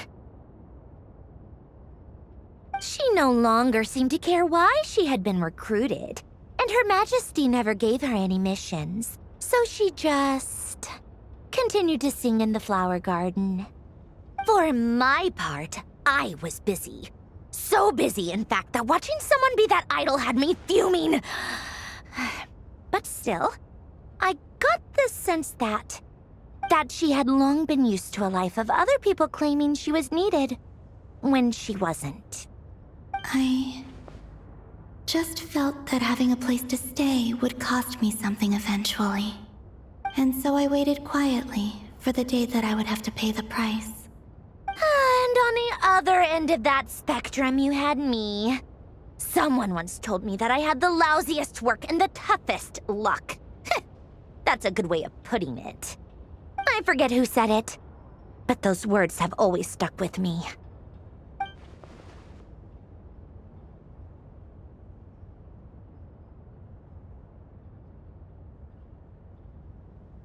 But you've done your job exceptionally well all this time. Because at heart, You are a conscientious person. What is it? Something come to mind?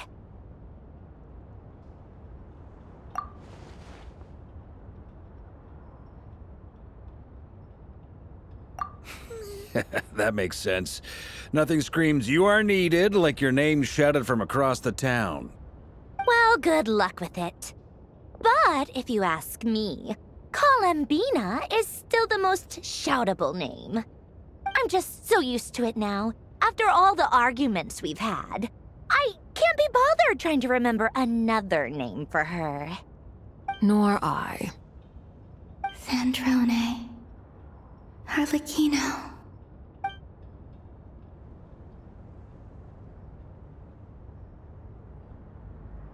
Huh! It's a Sealy! Does that mean Nicole has news for us? Ladies, I thank you for your hospitality. If the chance ever comes up, I definitely owe you both a drink sometime. I'm sure it will. You can make your own way out. Heck, you've been here enough times, you probably know your way around better than I do. Okay! Time to do what adventurers do best. Follow that Sealy!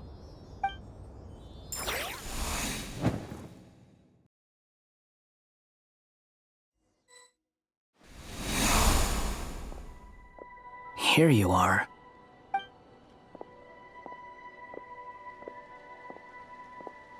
Oh, hat guy. How come you're back so soon? Did things go all right with the Fatui? Fine. Dotori's been summoned home by the Tsaritsa. Couldn't get much more than that. How about you? Any progress with the investigation? Unfortunately not. We've tried everything. Different phantoms, different locations, different points in history. But the results were the same each time. Abyssal monsters roaming the land. People crying out in despair, with no hope of being rescued.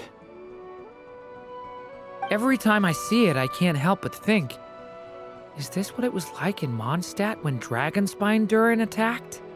And if I fail in the task I've been given, will I create yet another tragedy? That's just meaningless speculation. When we encountered similar phenomena previously, I tried to interfere with those illusions, using sounds and lights to guide them. However, we could not change their fates. At most, we were able to extend their existences. The events of the past are like fate that has been written into Irminsul. There isn't a living thing in Teyvat that can escape its past. But Miss Alice instructed us to try to find ways to change the outcome that these phantoms face. It's an impossible task. Can't you just refuse? Since she asked us to do this, I feel like it can't truly be impossible. Or if it is, well, mages can make the impossible possible. I could not have been born as Durin otherwise. But you also said that your past 39 attempts were fruitless. That's true. But you're still going. Yes. After this many futile attempts, surely you realize that you're not doing this because you still believe what some mage told you. It's because you want her hypothesis to come true. It's something you wish for deep inside. So, think for yourself about what you want to do. As long as you don't believe it's futile, it isn't. Yeah. Previous experience indicates that we cannot touch the phantoms, which limits the effectiveness of our interventions. If we want to clear this hurdle, we need to break this rule somehow. Same thought here. Following the same rules means repeating the same failures. Reducing ourselves to mere playthings of fate. So you mean we need to figure out a way to make contact with them despite knowing that we can't? Yes, and I suspect that's something only you are capable of. Everything in Teyvat is logged in Irminsul, but the withering that once occurred in Sumeru was a sign that the Great World Tree was being corrupted. This corruption allowed things that should not have existed in Tevat to appear. This is tantamount to rewriting reality to an extent. You're saying abyssal power might be able to affect those phantoms? No one's ever tried it before. If you're gonna try it, it'll take courage. And you have to be confident that you can control it. Is anyone there? Has anyone seen my daughter? She's missing. I have to find her. I hear someone inside. Spargana? Are you in there?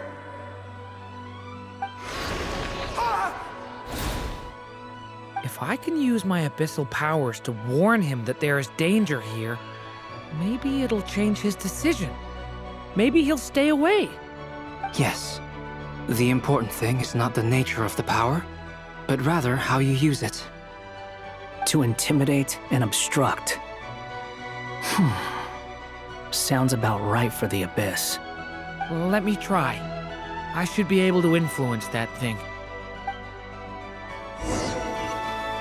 Have you seen a little girl? What? This isn't the time for that! Just run!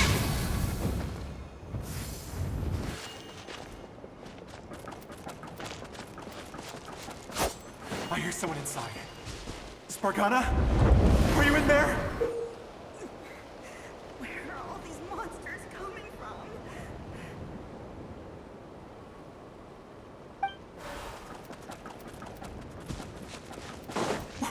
What is this? Looks dangerous. I should get out of here.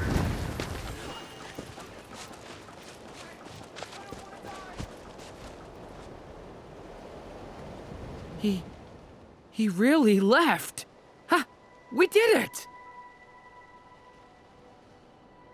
Don't celebrate too soon. Follow him. See what he does next. Monsters approaching from the front. You need to stop them and create an opportunity for him to hide.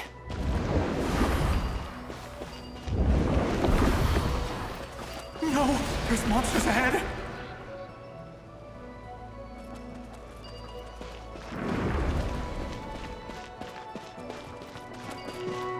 Wait, is that the barrier I saw earlier? Why is it appearing now? It's as if someone's controlling it.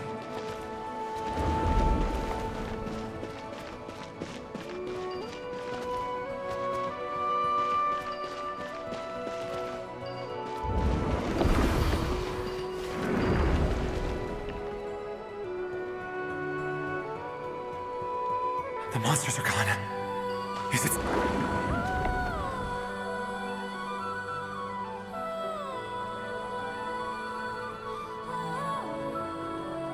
The barrier's gone too. How odd. Anyway, I guess I'll keep going. Quickly, let's keep up.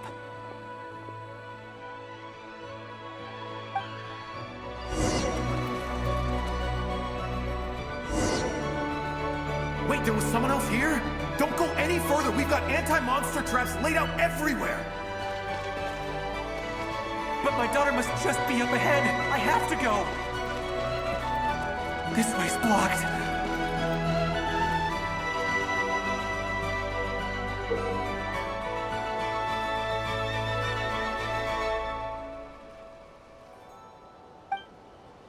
We might be able to use the explosives over there, but we need to take care not to hurt him.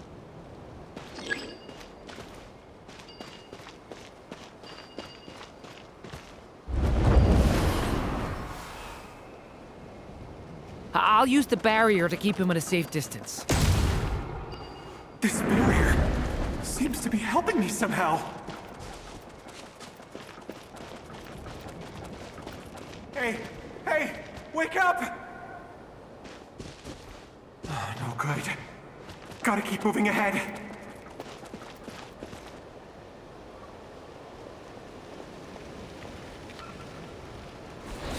So many monsters! There's still a chance, Durin. Use the traps.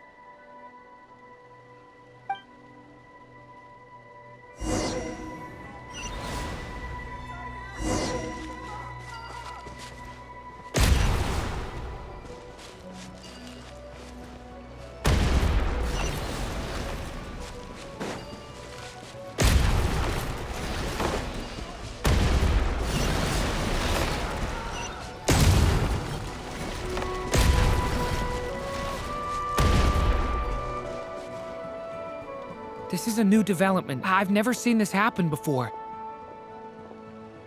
We might just be able to save this person.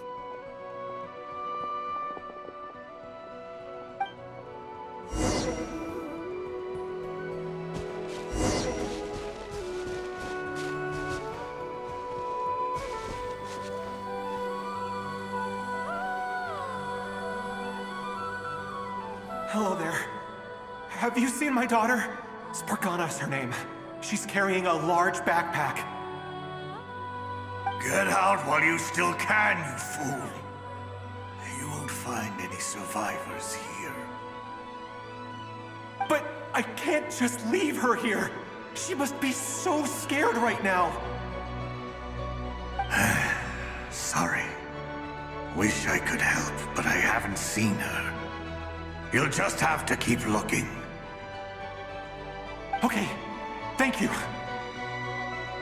If I do find her, I'll get her to shelter and come back for you. Don't bother. I've got nowhere left to go.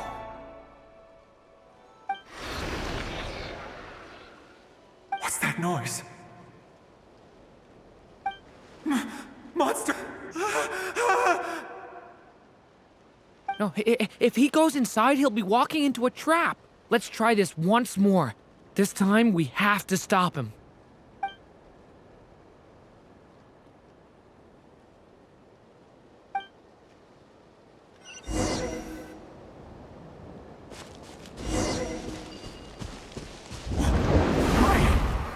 How will I know where Spargana's gone like this? You know what? I'll trust this strange barrier. It's gotten me this far after all.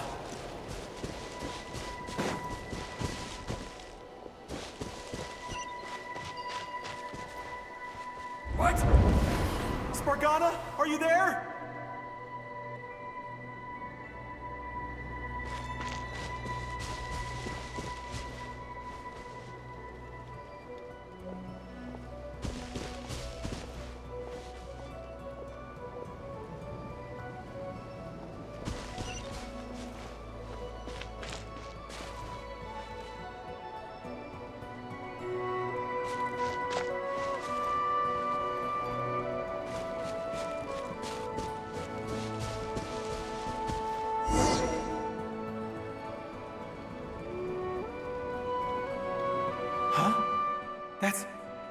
That looks like one of my daughter's books! Oh, thank you. Thank you! Yes, it's one of hers for sure. That's her name on it right there. She left her backpack here.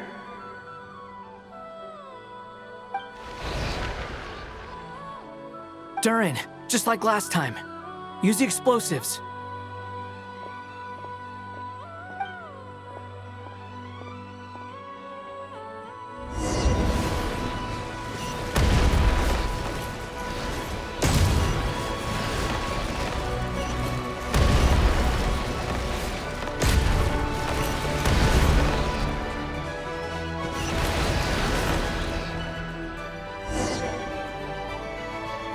It won't work.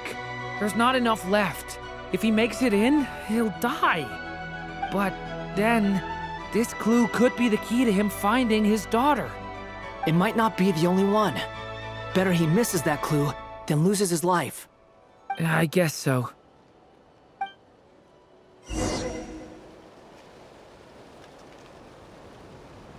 Stop him, Durin. We can't let him get any further in. That's my daughter's book! She's passed this way! Why? Why won't you let me go in? I've searched and searched and searched just for this! But how will I find her without any clues?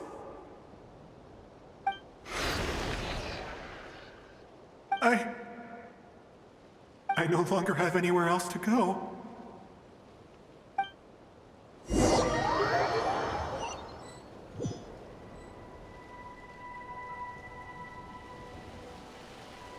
I'm sorry. I'm so sorry. He refuses to go anywhere else. Whether he opens this door or not, all that awaits him now is death. couldn't change his fate. Albedo? Hat Guy? Let's try one more time. I don't know how we're gonna do this, but I don't want to give up either.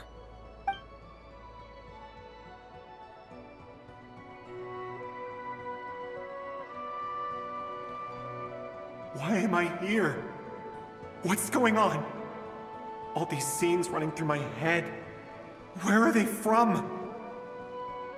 Huh? What's going on? His reactions have changed. How many times have I... What's happening to me? Huh? Wait. Who are you? You can see us now? I feel like I always could, but that I only just realized you were there. I'm sorry, I don't know how to describe what I'm feeling. But you were the ones guiding me using that marked barrier, right? I haven't done anything yet, but those monsters, those deaths, they feel like memories. Like things I really did experience. I won't find my daughter. In fact, I'll ultimately die trying to find her. Isn't that right?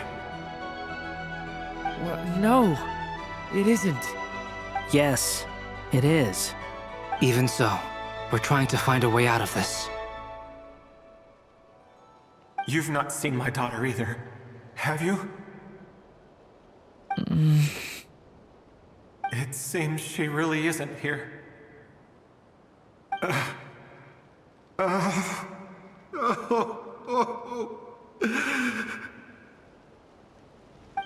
I'm sorry we couldn't help you.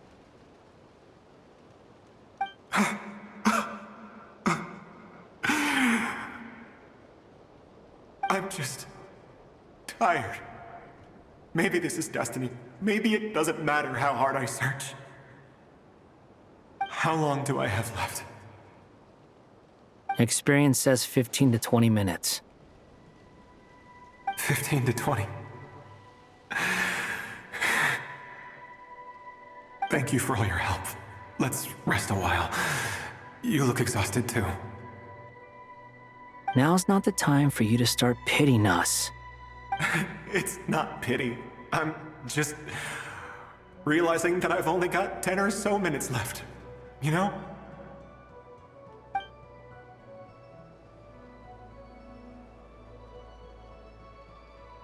You say you're from Mondstadt, yes? A place with windmills, where people enjoy limitless freedom? And you're from Sumeru, where they've built an academy into a giant tree? Yes. It seems you've never heard of either place. Those names are unknown to me, I'm afraid, yes. Have you heard of Hyperborea? I have, but I heard that it was destroyed in the distant past. I see. That was where my ancestors once lived. What about Delphi Pytho? Was it later rebuilt? I've never heard that name. Then what about Sal Vindagnir? I have seen that name on stone tablets on Dragonspine. But I'm afraid the only things left of that place are its ruins. I see. Sure enough, there was no way to turn this around, huh? I'm sorry. I was the one who asked to chat, but it seems like we're too many ages apart. There's barely any common ground to start from. It's all right. We did hear something new, at least. From how you speak of your lives, things must be going all right for you, I guess. They are. Mondstadt is a place of freedom and happiness. There's a lot of good people in the church and the Knights of Favonius, and even outsiders find that it's an easy place to feel at home. We have festivals a few times a year. Everyone gets together to drink, sing, and be merry. Sumeru is a lot more uptight. Not really the kind of place where you can relax. It's a nation fraught with problems wherever you look. But if all you want in life is to seek knowledge, I guess it's pretty much paradise. That's wonderful. In other words, after this all-devouring black tide passed, humanity did not merely avoid extinction, but rose to build prosperous civilizations anew. I mean, I can see you all right now. That must mean the future isn't a total mess, right? That's true. Well, time's almost up. Let's part ways, I think. Might be best if you don't waste too much time on me. The chances are slim, I know, but I'd like to spend these last few minutes looking for Spargana. If things work out, I'd love to tell her about what I've heard. May we meet again. Well, or not, most probably. In that case, may your wishes come true.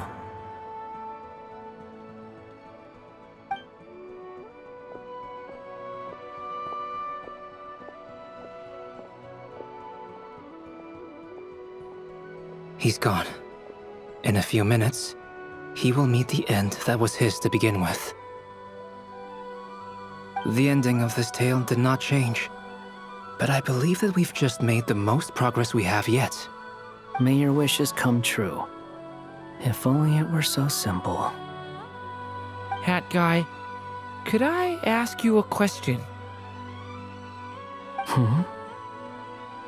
You've never talked about your past. It seems complicated, and it weighs heavily on you, too. Would you be willing to tell me about it? I mean, sometimes it's better to get things out in the open. Take that guy we try to help, for instance. At least he said goodbye with a smile, right? I know about Albedo's past. Our experiences are very similar, and he created me. As for you, you're my first friend, and you've witnessed every step I've taken. But by comparison, I know nothing about you. Either way, I mean, we're still best friends. But if I knew more about you, I might understand your thoughts a bit better. I've told you about myself. I'm a student at the academia. And what did you do before that?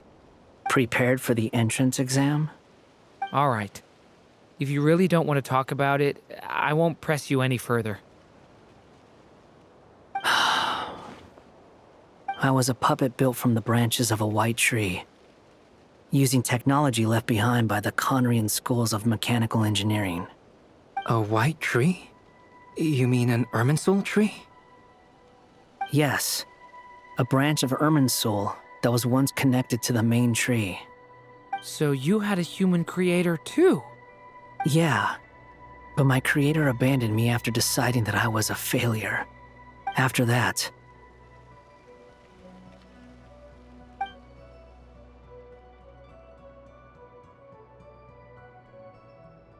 Durin.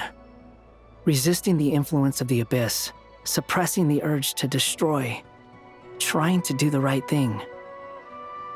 None of these things are easy, but no matter how hard they are, trying to rewrite past wrongs is far harder. You asked me if you would create a new tragedy if you failed. I told you there was no point speculating about that. But the real answer is, yes, you absolutely will. Hat guy. But at least you've got people here to help steer you away from the wrong path. So, just keep aiming towards the light. I will. I promise. All right, break time's over. Hello, Durin speaking. Hello, friends, it's me. What have you been up to, I'm detecting some unmistakable fluctuations here at the border. The amplitude isn't particularly high, but they're completely different signals from the ones before, and the scale is comparable to those I've detected previously. Alice, we were unable to save that person. However, he appears to have retained a portion of the memories gained through that cycle, and was able to hold a conversation with us. I see.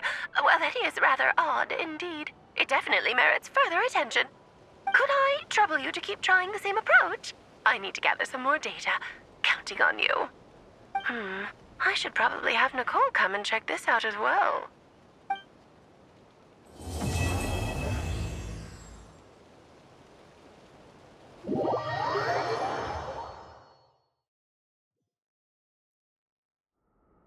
There you are. I was worried you might stop to collect treasure chests opened by the Seelie along the way. It would have taken you so much longer to get here. Another conversation I cannot hear. I am delighted to see that you understand what takes priority, and that your adventurer's instinct has not swayed your resolve. Really, I must applaud you for it. You should know. Paimon's head. Okay, I'll try and keep it short. My senses are telling me that this is where we shall find the entrance to the ruins. Oh, cool! Well, what are we waiting for? Let's open it up and see! Patience. This was a sanctuary of great importance to the Hyperboreans. A special process is required to open the gate. Oh! Like the place that housed the Eternal Moon's Marrow?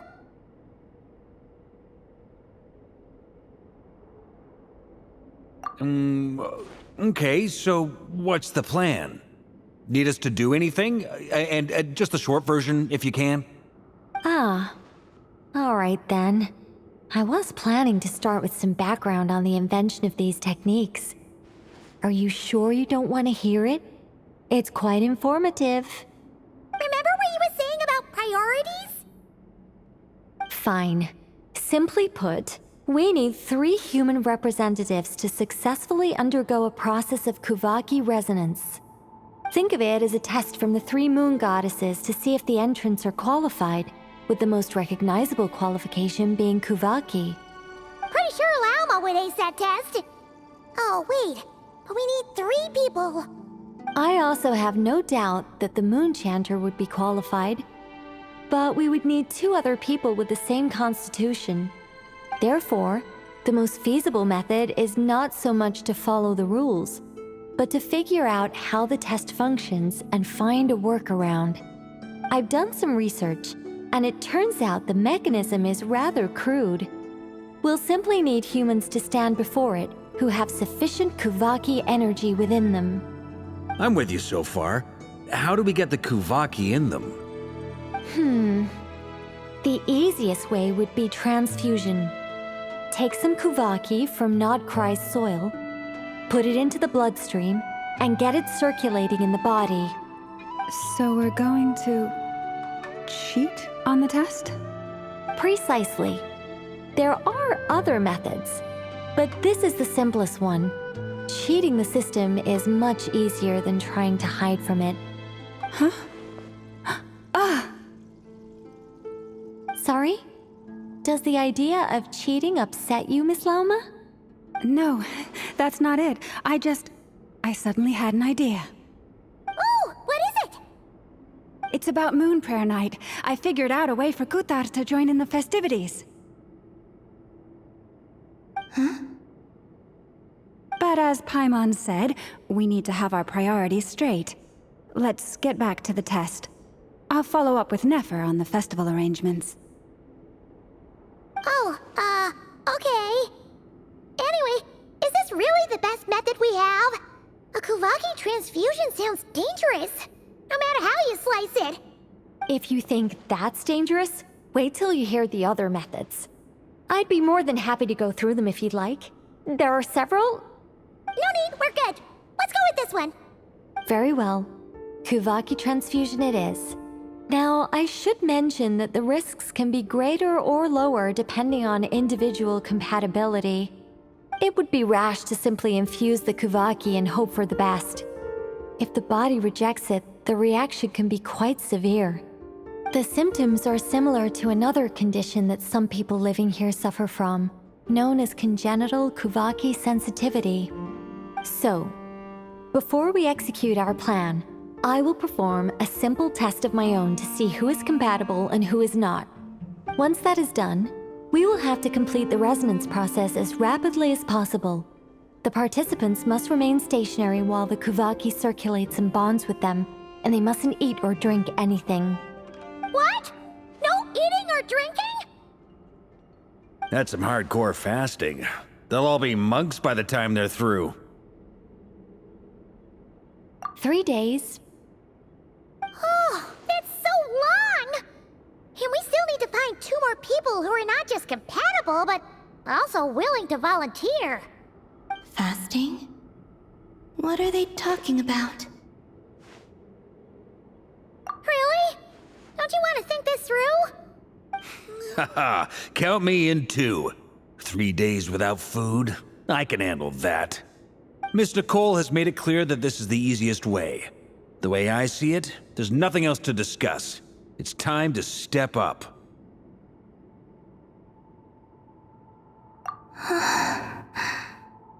Yeah, you're right. In that case, Paimon volunteers to be captain of logistics. She'll keep the fires lit and grab some spare clothes to keep you comfortable. Then we'll start with you first, Traveler. Please step forward.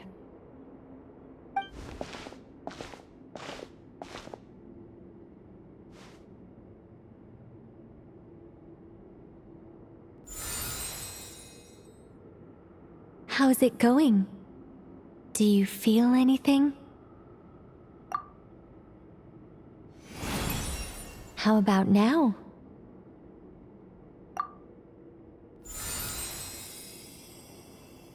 And now?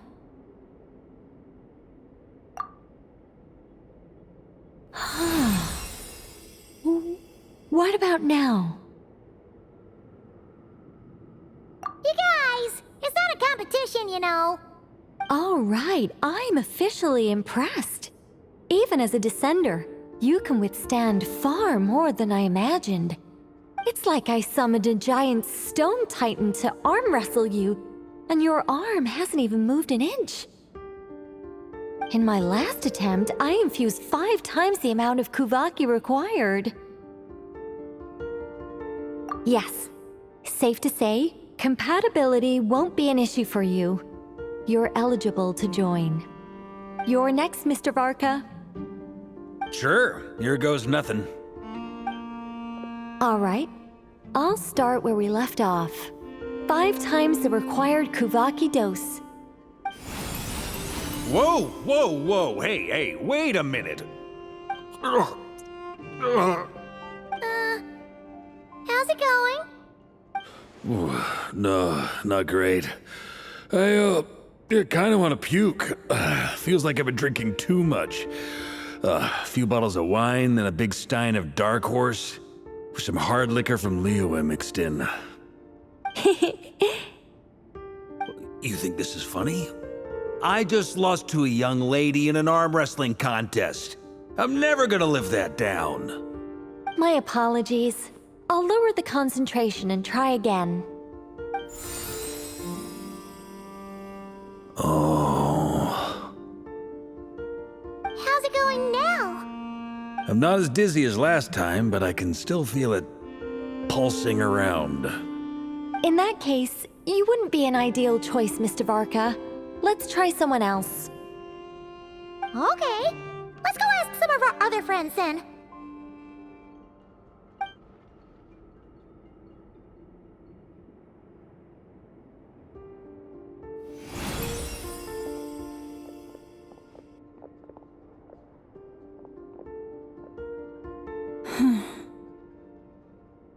No surprises here, Miss Moonchanter. You're perfectly compatible. You may join.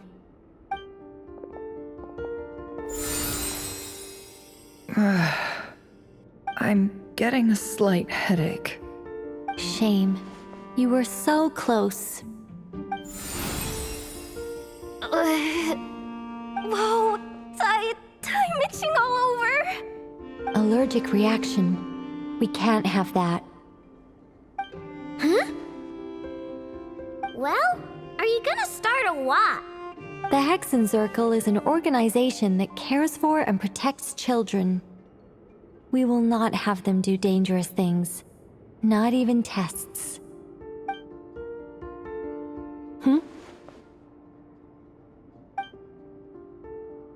Is something the matter? The candidates have to be human.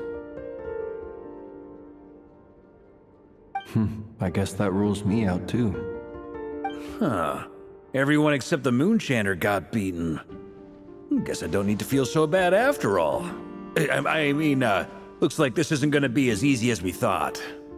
Perhaps I could ask for volunteers among the Frost Moon Scions. I'll see about talking to some trusted Lightkeeper colleagues. Itlua springs to mind. In fact, I think we had some former Frost Moon Scions join our ranks recently. Can you give me the scientific explanation for how the test works? I can probably make some kind of test bot. Then we can just zip through Nasha Town, going up to people and pressing a button to check their status. Wouldn't that be way easier? No. Wow! No elaboration for once. How about I contact the Knights of Favonia's garrison in the Wave Chaser plane? Shame that Lohan's already left. And that guy's even tougher than I am. Strange. The moon goddess is clearly revered by many people. So why is she on the brink of disappearing? She mentioned that the world has rejected her from the very beginning. And when we fought the Raihir of Solnari, it seemed like she exhausted her power for our sake. Also, Paimon's not sure revered is the right word for how people feel about her.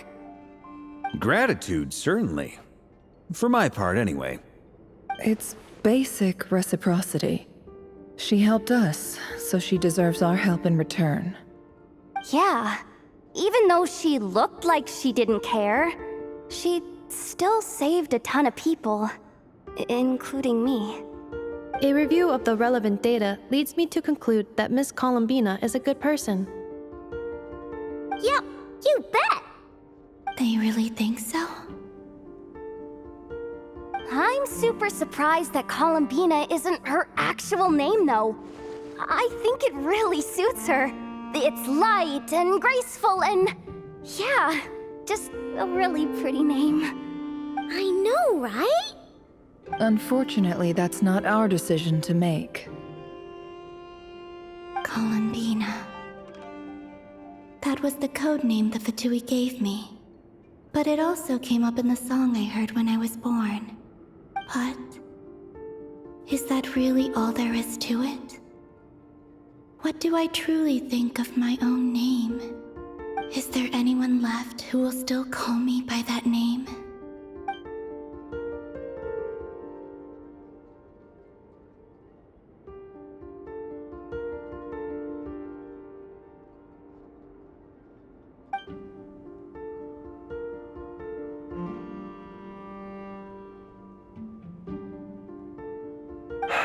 Moonprayer Night is getting closer by the day.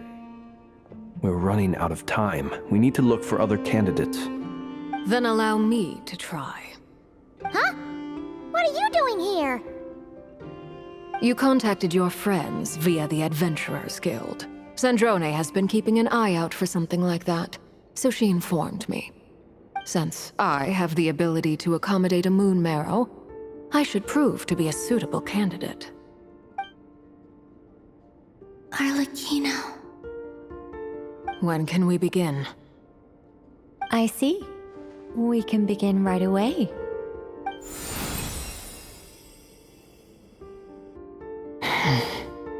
How was it? Did you feel any discomfort? Not at all. Then it seems we shan't need to look for additional candidates after all. Great! Cool. All right, like Paimon said, the rest of us can take turns making sure the three of them stay warm and comfy. Then, my job is to take care of the caretakers. I will ensure everyone receives food and accommodation. I'm ready as well.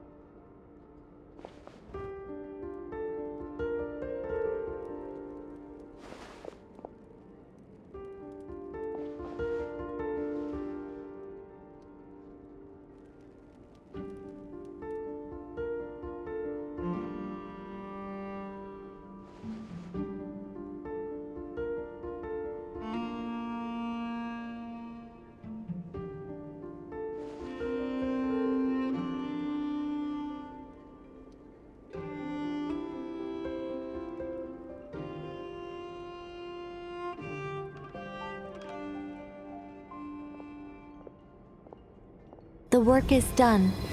The sacred scroll shut. The stars grow dim, the people silent. The white sun sets, the silver moon rises. O path to the temple, appear now before us.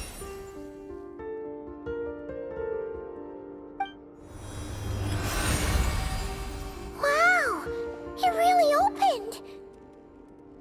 So that's what all this is about. They've been trying to open this gate. Come, let us enter. It might be best to eat something first. Take care to chew properly and swallow slowly. It will give your body time to readjust to the digestion process. They will head in soon. They will need to enter this gate.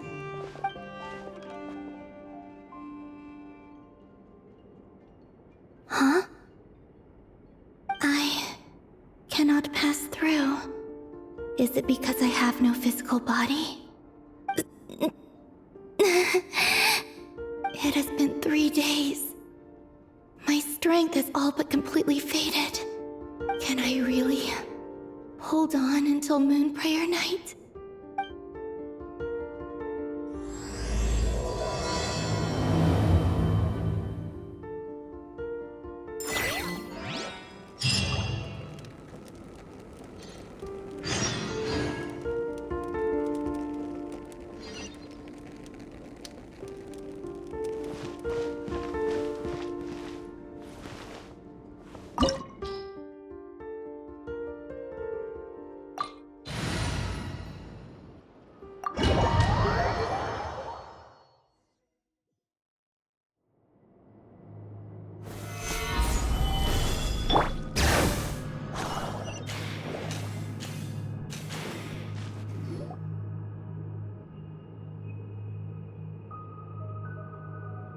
Are these people... Judging by their clothes, they appear to be phantom Hyperboreans from the distant past. That could mean they have some clues about the moon goddess's name, right?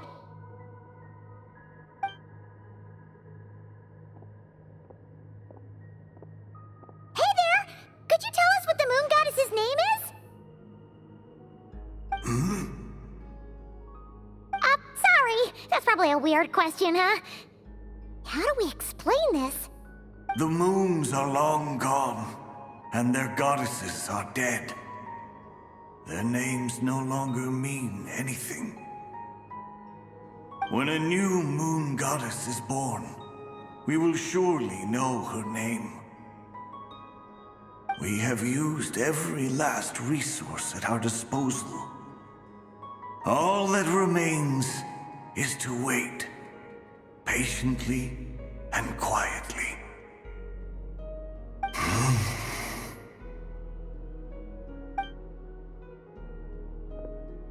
Were the people of the past all this devout?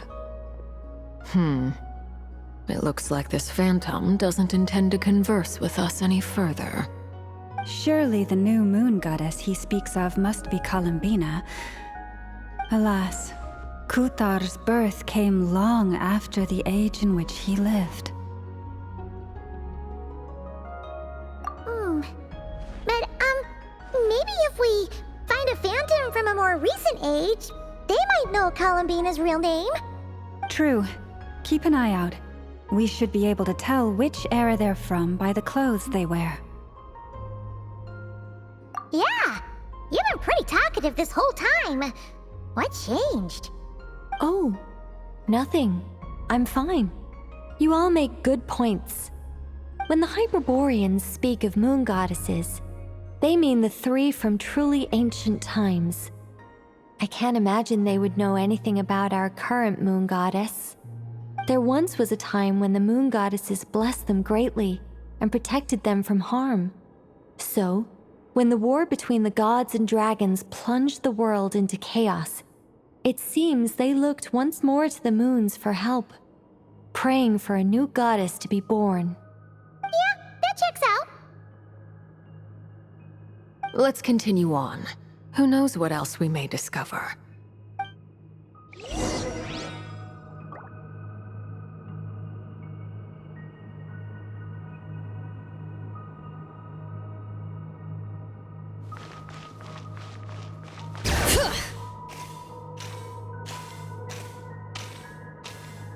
There's a door blocking this path!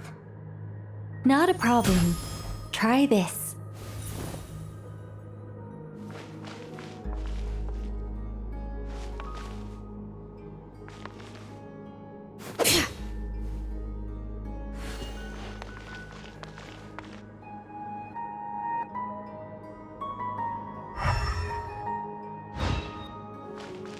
Letting great names echo!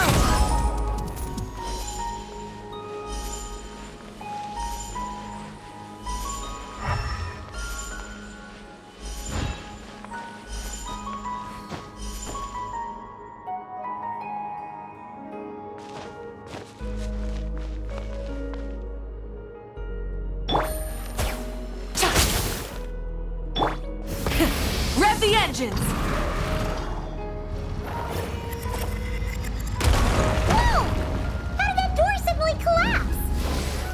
This device was maintaining the door's integrity. Remove the core, and the device stops working.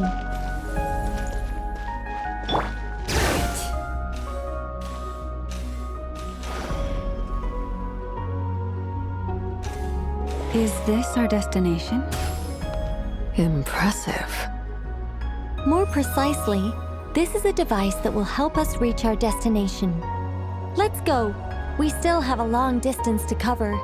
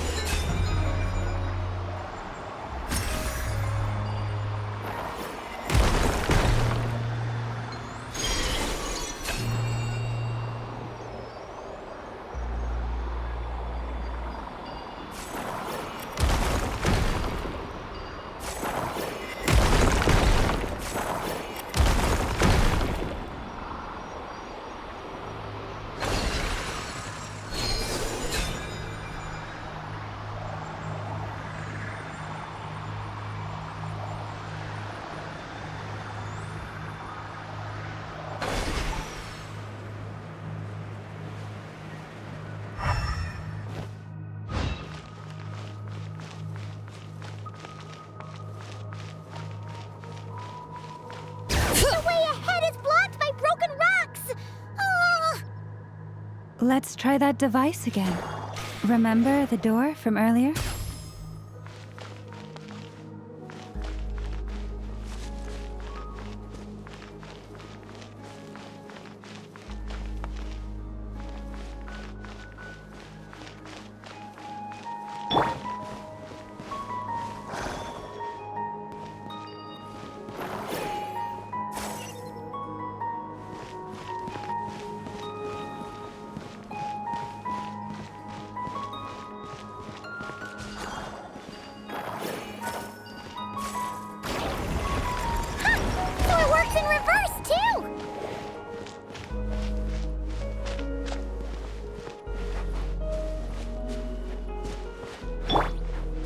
The humans we see are all phantoms, but the monsters are real. What a fascinating place. There'll be plenty of time to admire it later.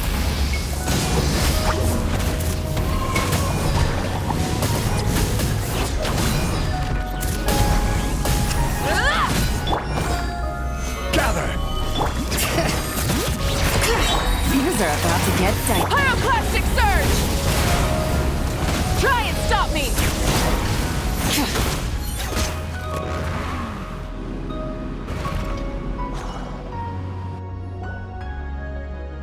Ooh, there's a whole bunch of artwork in here. Seems pretty old. Nicole, this is probably your area of expertise. What do all these paintings mean? Let me see. To understand these murals requires some knowledge of the history surrounding the War of Funerary Flame.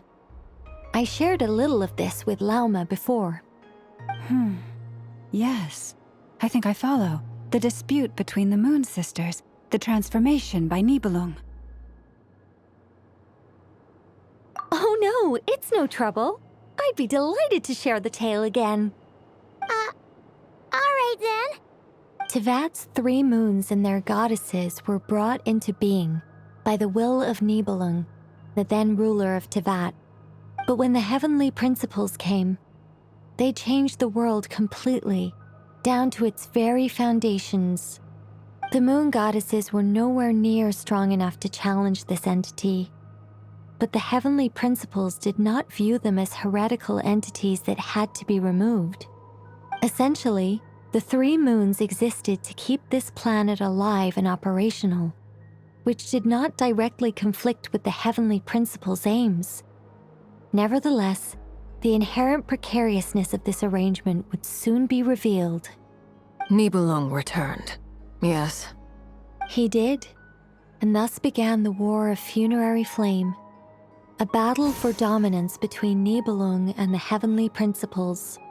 Discord would soon emerge between the 3 moon sisters. One would voice the opinion that they should follow Nibelung, for it was he who first hung the moons in the sky. Another would argue that taking sides in the conflict would only bring the world closer to ruin. There was no telling where it would lead, especially since their creator had returned, bearing the perilous power of the abyss. Nibelung would eventually discover their disloyalty. He had all 3 imprisoned before transforming the moons into weapons with which to fight against the heavenly principles. What? Weapons? Yes, the very moons that had once defended the planet became instruments of death and destruction, striking terror into the hearts of all living things. And although the heavenly principles and the 3 moon sisters had once been at peace, it now seemed that the moons posed an unacceptable threat to Tevat. It is possible that the heavenly principles did not know of the goddess's imprisonment. If so, the weaponization of the moons would surely have been viewed as an intentional breach of the peace agreement. Regardless of who knew what, when, the heavenly principles shattered 2 moons and flung the other beyond the skies. Whether the goddesses managed to escape Nibelung's captivity after his fall, nobody knows. But this much is certain. From that day on, the moons no longer belonged to Tevat. The rejection slowly drained their power until eventually they passed away. So that's the full story. You say the moons ceased belonging to Tevat from then on. Why then would Columbina be born here? That is perhaps due to the lingering connection between the Frost Moon, which was not shattered, and this world. You could see it as the 3 sisters' dying wish. They never desired war. All they ever wished for was to protect this land. I see. If the final fate of the 3 goddesses is as you say, then Columbina faces the same grave danger. Our investigation has yet to bear fruit. We must hurry. Yeah, you're right. Let's keep going.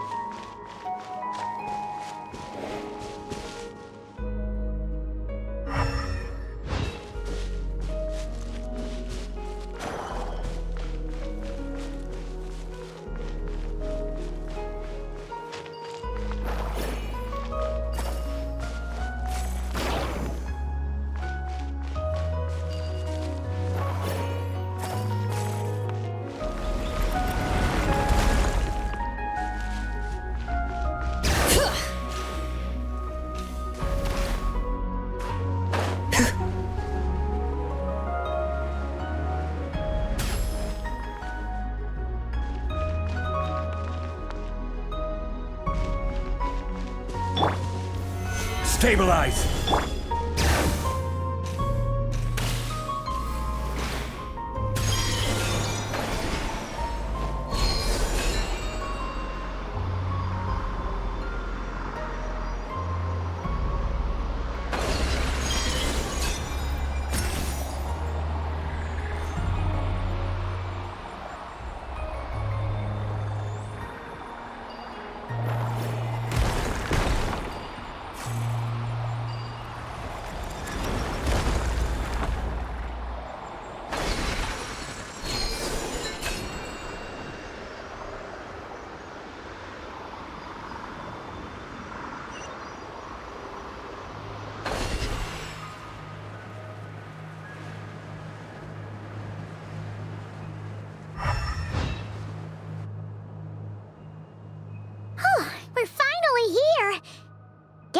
We'll need to activate this thing? Indeed. I was a little worried about that at first, but as we got closer, I sensed that the Kuvaki within it flows unimpeded. It should be functioning normally. The only issue is how to activate it. It's looking a little worse for wear. What about the cores from some of the other devices we've seen? Can we repair it using those?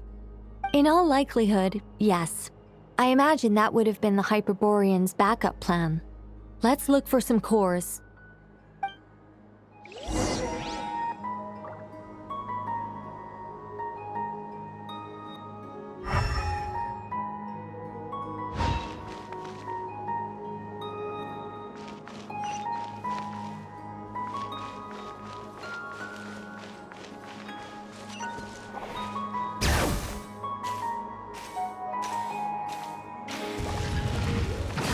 I will have order. Let the mountain's veins boil!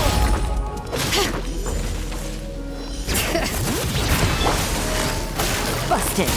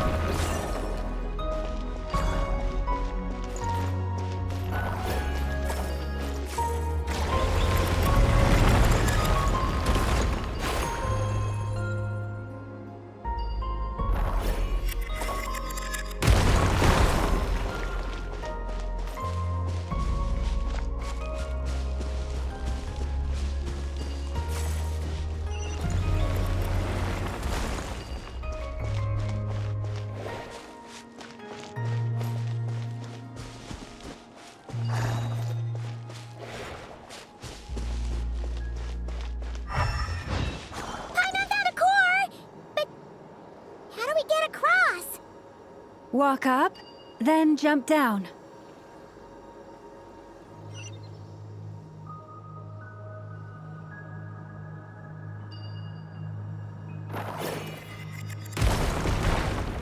Exploration and trials.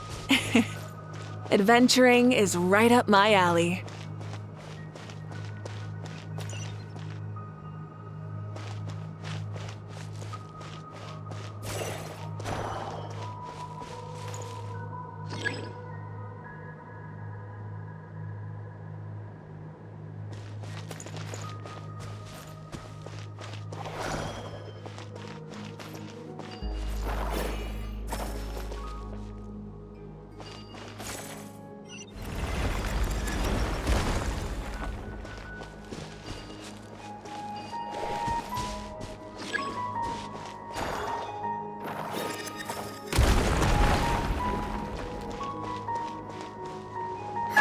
That should be enough cores.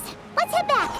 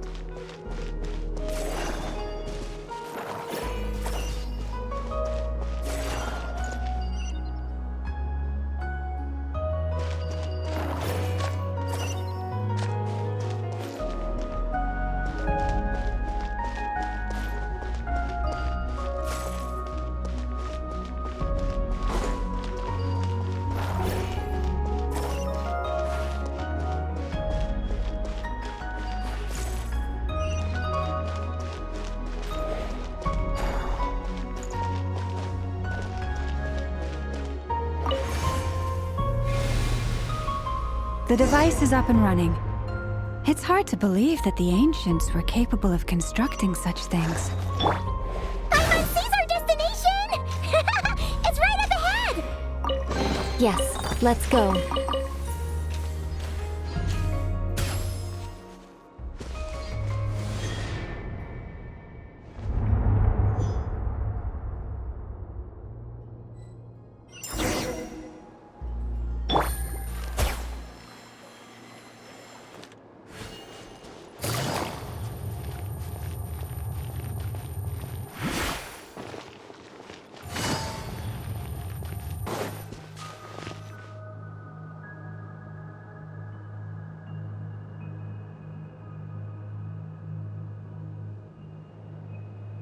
This is where the people of Hyperborea communicated with the moons. We need only place the moon marrow upon this platform on Moon Prayer Night, and we shall be able to open a portal to the moon and send our moon goddess back home. The assumption being, of course, that we can find her first. That's right. You want to know if it's safe there, don't you? And yet, she has no choice but to return. You know this. Oh, that's not the only issue here. This is the end of the line, right? We've explored everything we can. And despite looking at historical artwork and talking to people from Hyperborean times, we're still no closer to learning Columbina's name. If it's not too much trouble, could you tell me exactly what Alice said to you about finding her name? Oh, sure. What she said was... Then your first job is to find it. As a moon goddess, I'm sure she must have a name she identifies with. Neither Columbina nor Kutar is her true name, and she's never really accepted either of them. Is it not also possible that she has never had a true name? Not at any point in history? That would be a hard pill to swallow. But at this point, we may have to accept that that is the truth. No one knows how she came into being, and she certainly doesn't have parents in any sense that we're aware of. Perhaps she was never granted a name at all. Does that mean there's no way to get Columbina back? She's just gonna disappear and there's nothing we can do about it?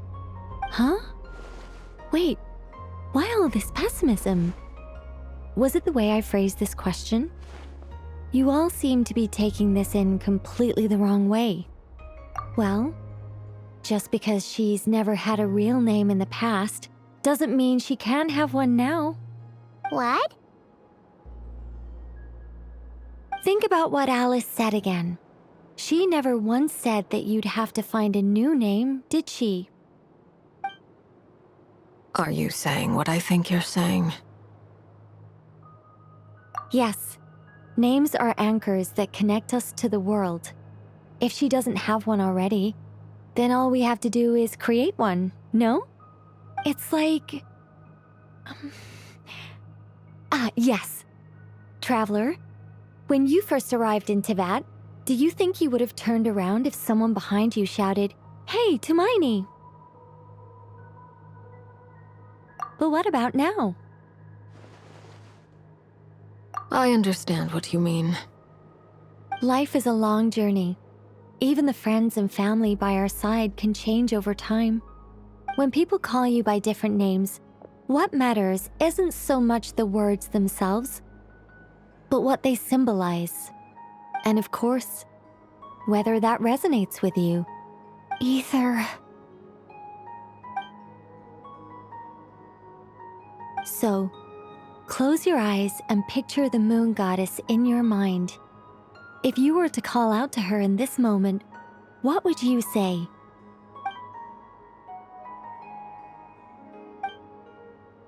Columbina. Columbina. Paimon would call her Columbina too. Well, she has long forsaken everything that Kutar represents. I think from now on I should call her Columbina too. Well, it sounds to me like you found your answer. Are you sure? Is it really that simple? We haven't found her this whole time, and not for lack of trying. For a journey like this, the process is every bit as important as the outcome. Had you not searched far and wide, rejecting every other answer you were offered? How could you have come to an answer you felt was finally correct? Oh, it all makes sense now. This has Alice's fingerprints all over it. Are you suggesting that Mage knew from the start that Columbina never had a real name to begin with? I can't say for sure.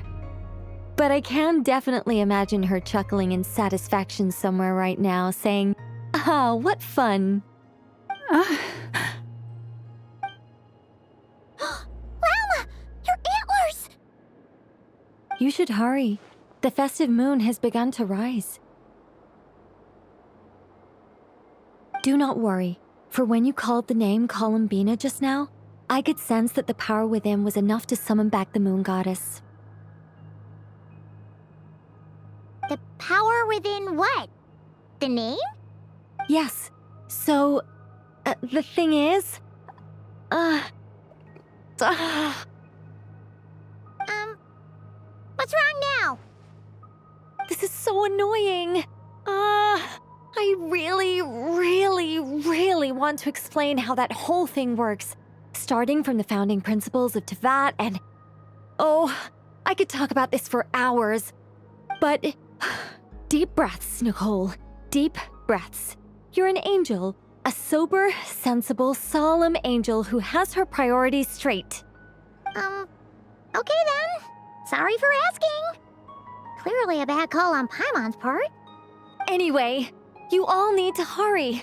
Last thing, remember how it felt when you called out that name. Then it is agreed. By the name Columbina, we shall find her. Then we'll throw her the best Moon Prayer Night party ever!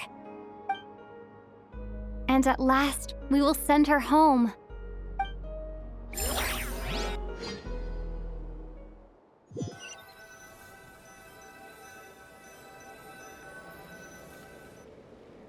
I can barely move anymore. My consciousness is fading away. Have they come back out? I'd love to see them one more time.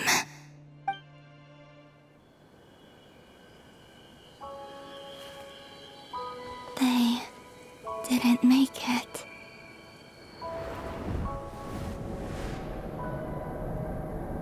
Could you tell me your name? My name is... Columbina!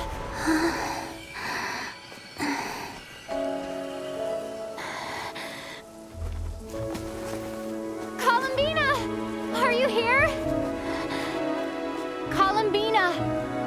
That's the name you gave when we first met. And it's what I've called you ever since. Columbina.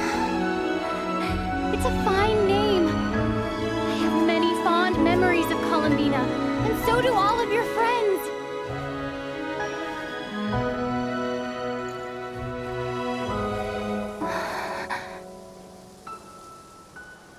If you like this name,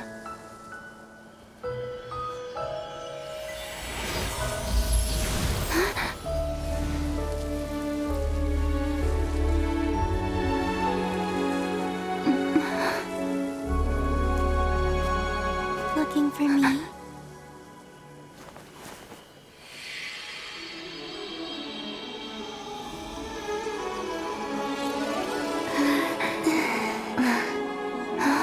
I like it. You can carry on using it. My name is Columbina Hyposelenia.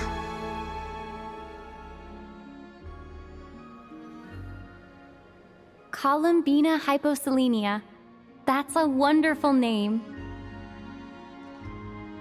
I never thought that Columbina would become my real name. But after I met you and my other friends, the things that this name stood for slowly began to change. It went from being a Fatui code name to something my friends call me.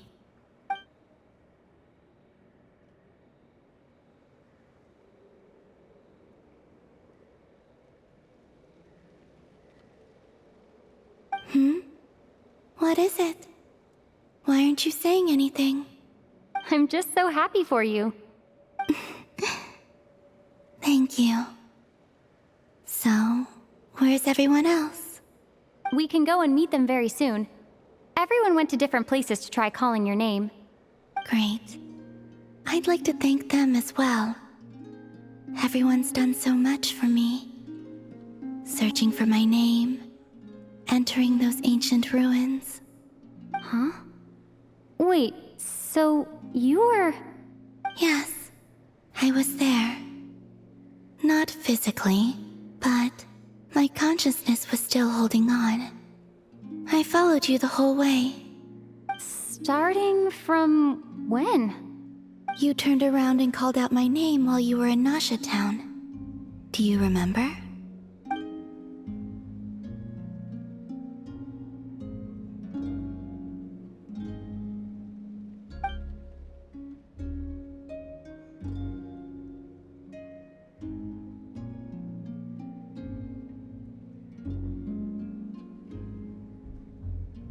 Let's go.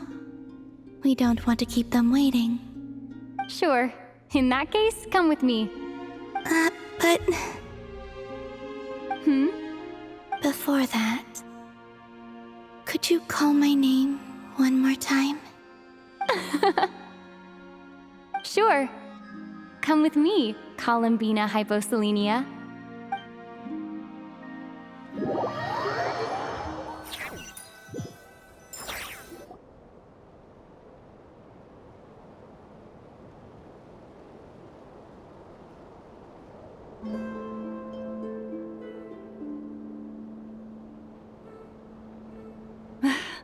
Columbina! Oh, this truly is wonderful. Llama, I can't breathe. Ha ha! Just in time for Moon Prayer Night. It's good to have you back, Miss Columbina. Yeah, we were worried sick. Thank you, my friends. With your help, I now have a name that belongs to me. Columbina Hyposelenia. Where's the second half from? You added it yourself? That's right. It means... Born beneath the moon. Yes. And by extension, it can also mean born beneath this world. A fine name.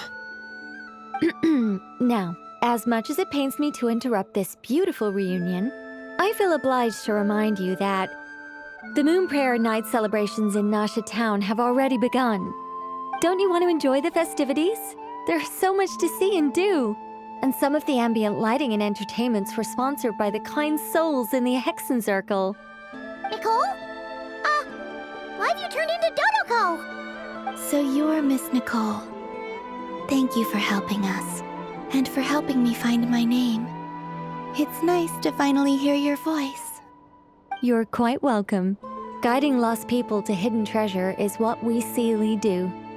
And if you ask me, spiritual treasures are far more precious than material ones. Chests are all well and good, but this was what it's all about. Ah, so satisfying. Anyway, I had to go help Alice. It seems like she ran into some trouble. That's why I couldn't be here in person. But don't worry, we're with you in spirit. We'll be celebrating right along with you.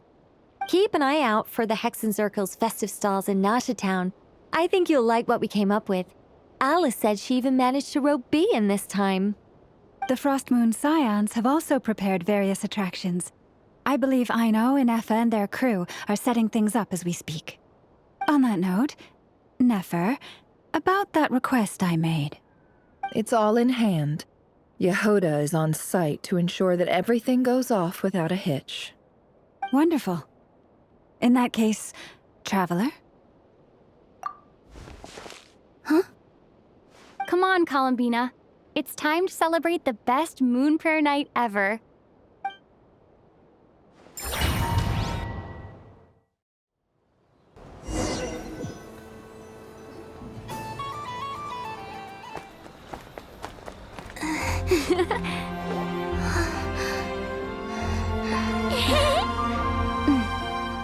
Hey, young lady. Would you like some Moon Prayer Night candy? Happy Moon Prayer Night. Oh, yeah. I almost forgot to say. Welcome home, Moon Goddess.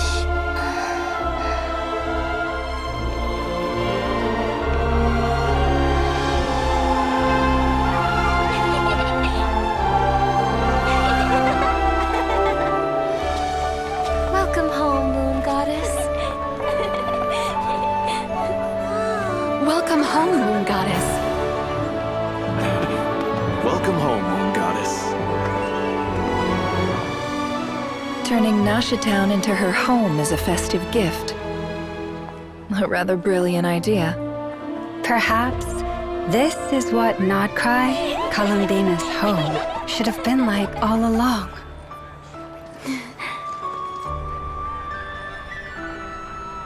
Thank you for the gift. I like it a lot.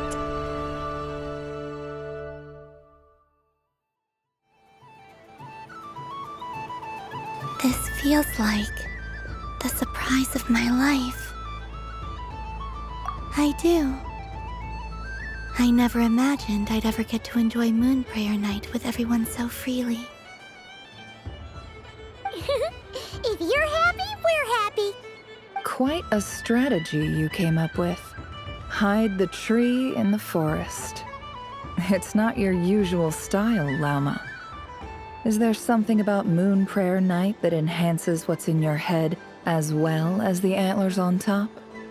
Apparently so. It even inspired a perennial penny pincher to use their resources for a greater cause. It truly is a magical festival.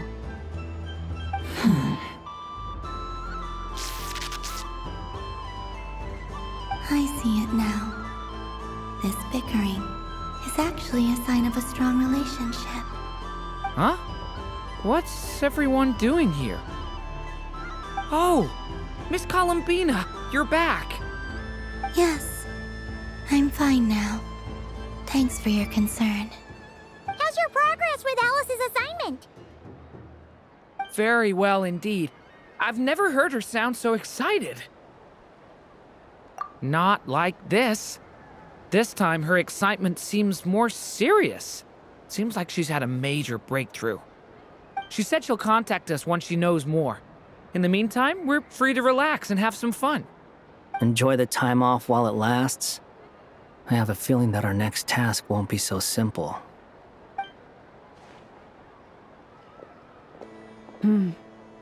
I should go. I still have a few things to attend to at the Frost Moon Scion stall. And I think I'll take a look around. With any luck, this once-in-a-year festival will come with once-in-a-year opportunities. Hold up a second. Where's Varka? I believe he made a beeline for the flagship the moment he entered Nashitown. Ah, that's Mondstadters for you. They know what they want when festivals roll around. Goodbye for now, Columbina. I hope you have a wonderful night. I will.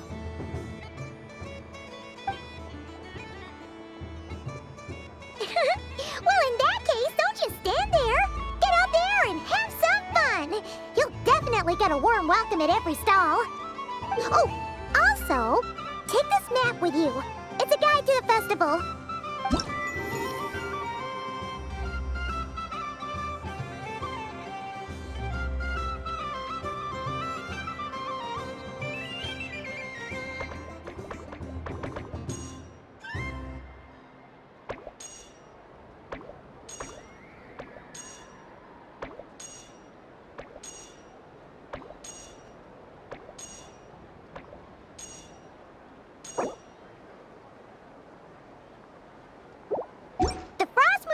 Stall is over here. Lauma's invited a whole bunch of cute animals to celebrate too. Over there is the Hexacircle section. Alice seemed more excited than anyone about this festival, so she insisted on making it a grand affair. Oh, and then there's the Nashitown local specialties, including... Actually, forget that. Better if you go check them out for yourself. Thank you. It looks like a lot of fun. You're not coming with me? We'll be around. But don't you want to browse by yourself for a bit first?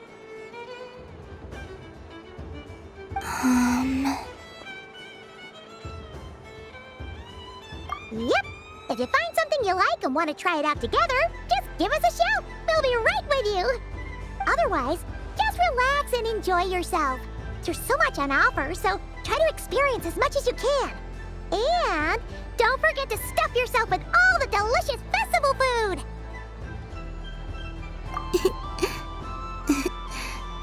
All right then. Off I go. Where should I go first?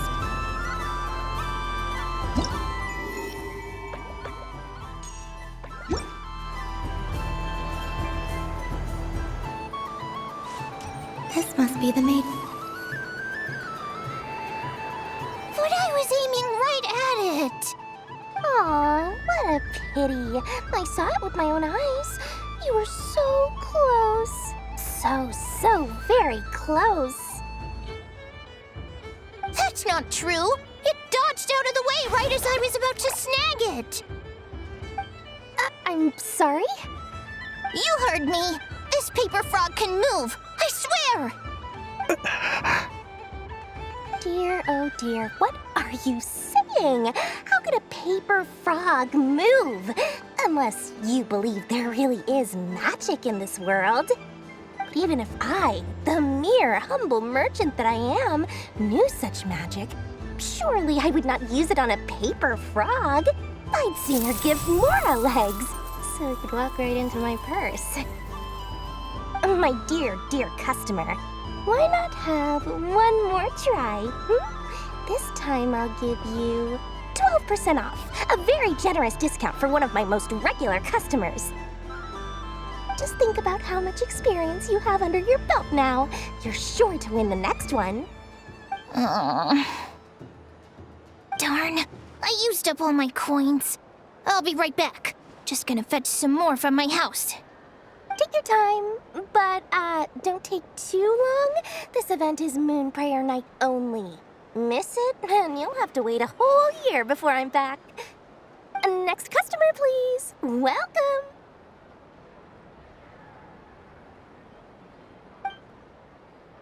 Hello. Whoa! What's this big one doing over here?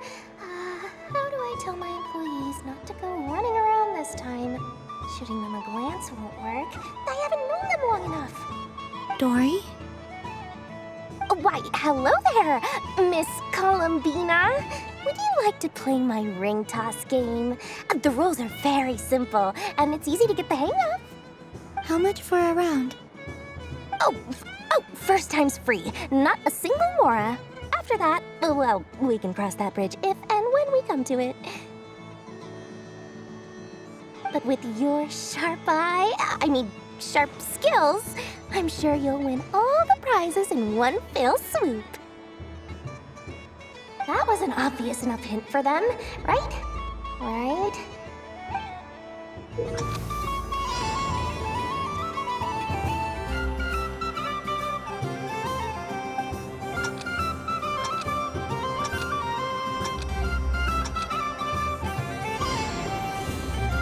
Here comes the ring!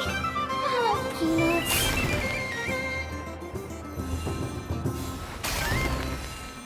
Change tracks! Roselle, should we move or not? Just a tiny bit. All right, then I'll... Oh, sugar plums, not the clock hands. How do I move the legs again?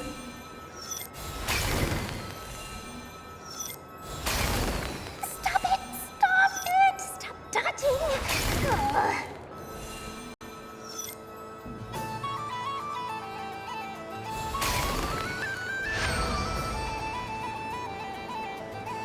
Let's see now. Let's see. Wow, very good. That's the highest score we've had all night. And here's your prize. Now, how about another round? As for the cost... Happy Moon Prayer Night, Miss Columbina. Happy Moon Prayer Night, Durin and Hat Guy. Are you here to play the game? Yes.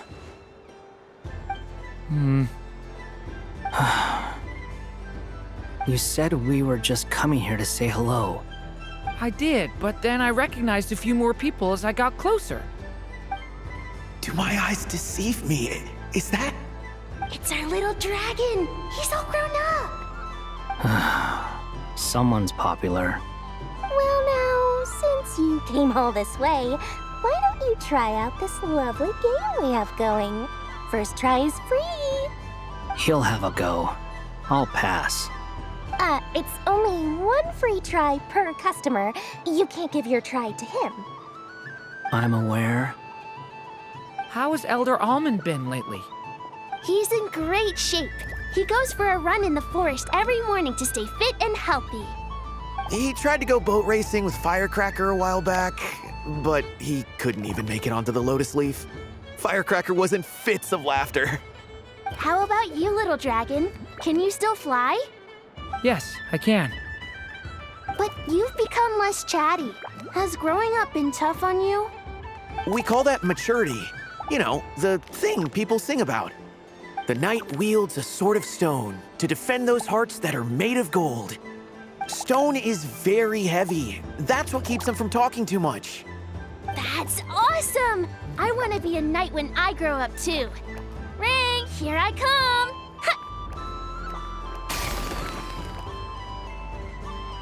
Oh, the hat-wearing man. I never thought I'd see you again. You seem more determined than when I saw you last on the train. If you say so. Oh, I do say so. The people you once helped see it clearly. It's because you are once again on the right track. May the engine in our hearts propel us to the station of our dreams. I can move! I can move now, Roselle! What are you doing, running into the rings like that? You got them all so quickly! I have never seen anything like this in all my travels! Is this guy actually an old friend of theirs? But how? They're origami animals and clockwork people from a fairy tale. Getting to know them would be quite an arduous task, unless they share a hometown? I have to get to the bottom of this. Next time I see the Great Mage Alice, I shall demand answers. Thank you, Dory. I had a lot of fun. So, now for your prize. Where did I put it? Give me a moment to dig it out. Oh, sweet grand prize. How I wish I didn't have to let you go. Good thing I've already turned a profit from the customers earlier in the night. Otherwise, I'd have wasted all my hard work. Okay, I'm back. What? I leave for 2 seconds and someone's already claimed the grand prize? Oh, well, these things happen, you know? Perhaps you'd be interested in one of the other prizes instead. We've got all kinds of wonderful goodies here. Is this the thing you wanted? Here, you can have it. Huh? But... Don't worry about it. It will be happier with you. Oh, thanks so much, miss. Moon Goddess. Oh, goodness gracious, Columbina. Give me strength. How am I supposed to make any more money from this child at this rate? Daddy, look! That's the game I was telling you about! Forget it. She is the Moon Goddess after all. I'll think of some other way to swing this. Maybe I can try to hook this new kid. Huh? Oh, someone already won the grand prize. You can take mine if you want. What? Why?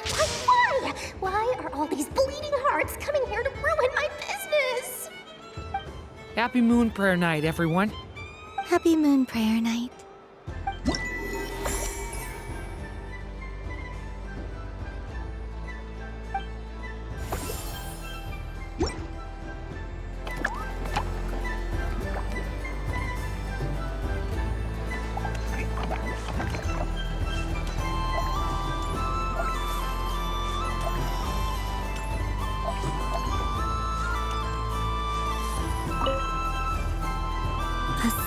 And furry creature that bounces and jumps. Welcome home, Moon Goddess. This one talks too. Allow me to introduce myself. I am a Dodoco from a distant archipelago, the most mischievous of all my Dodo brothers and Dodo sisters. When the going got tough, I powered through, and when I met obstacles, I boomed them away. That sounds like a lot of fun. Doesn't it just? Oh, but then the trouble started. Recently, I found a lovely beach, the same beautiful jelly color as my hometown, and so I dove in to have a look, only to find it overgrown with seagrass and nasty little spiky fish everywhere, looking to turn me into a Dodoco kebab. I made it back to shore by the skin of my teeth, but my tail was sorely hurt. Couldn't you just boom them away? Oh, I wanted to, believe me. But I've heard that you, Moon Goddess, can understand animal speech.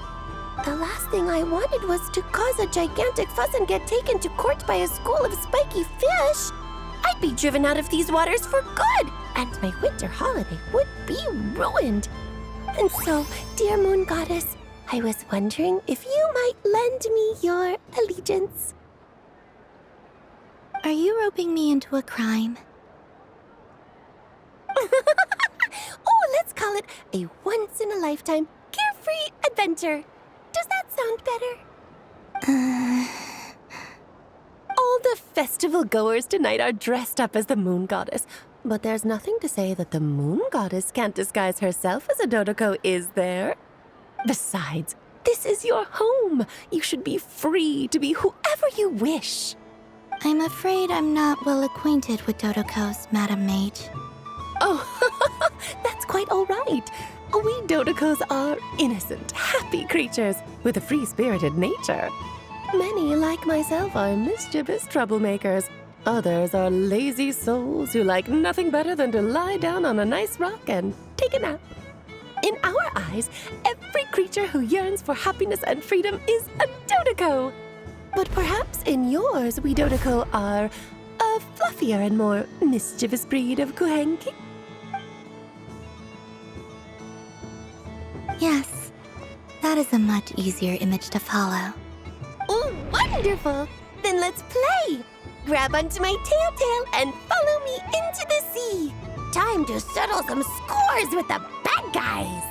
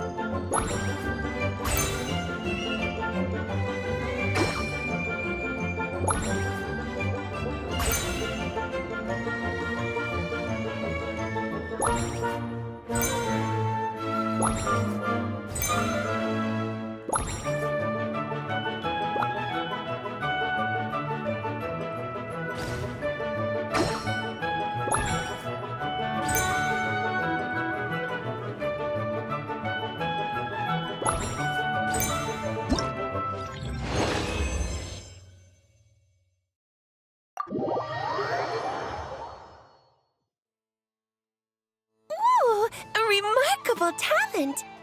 So, what do you make of it? The use of Jumpy Dumpties doesn't come as naturally to me as Kuvaki, but their unpredictability makes it fun. I think they call this novelty.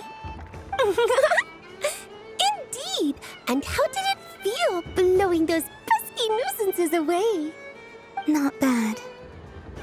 Any guilt? What do you mean? Oh, wonderful! Lovely answers to all 3 questions. You've passed the safety test. Now I can give this special bomb to you as a souvenir. Remember, if you find any meanies living on the moon, you can use this to boom them into oblivion. I will.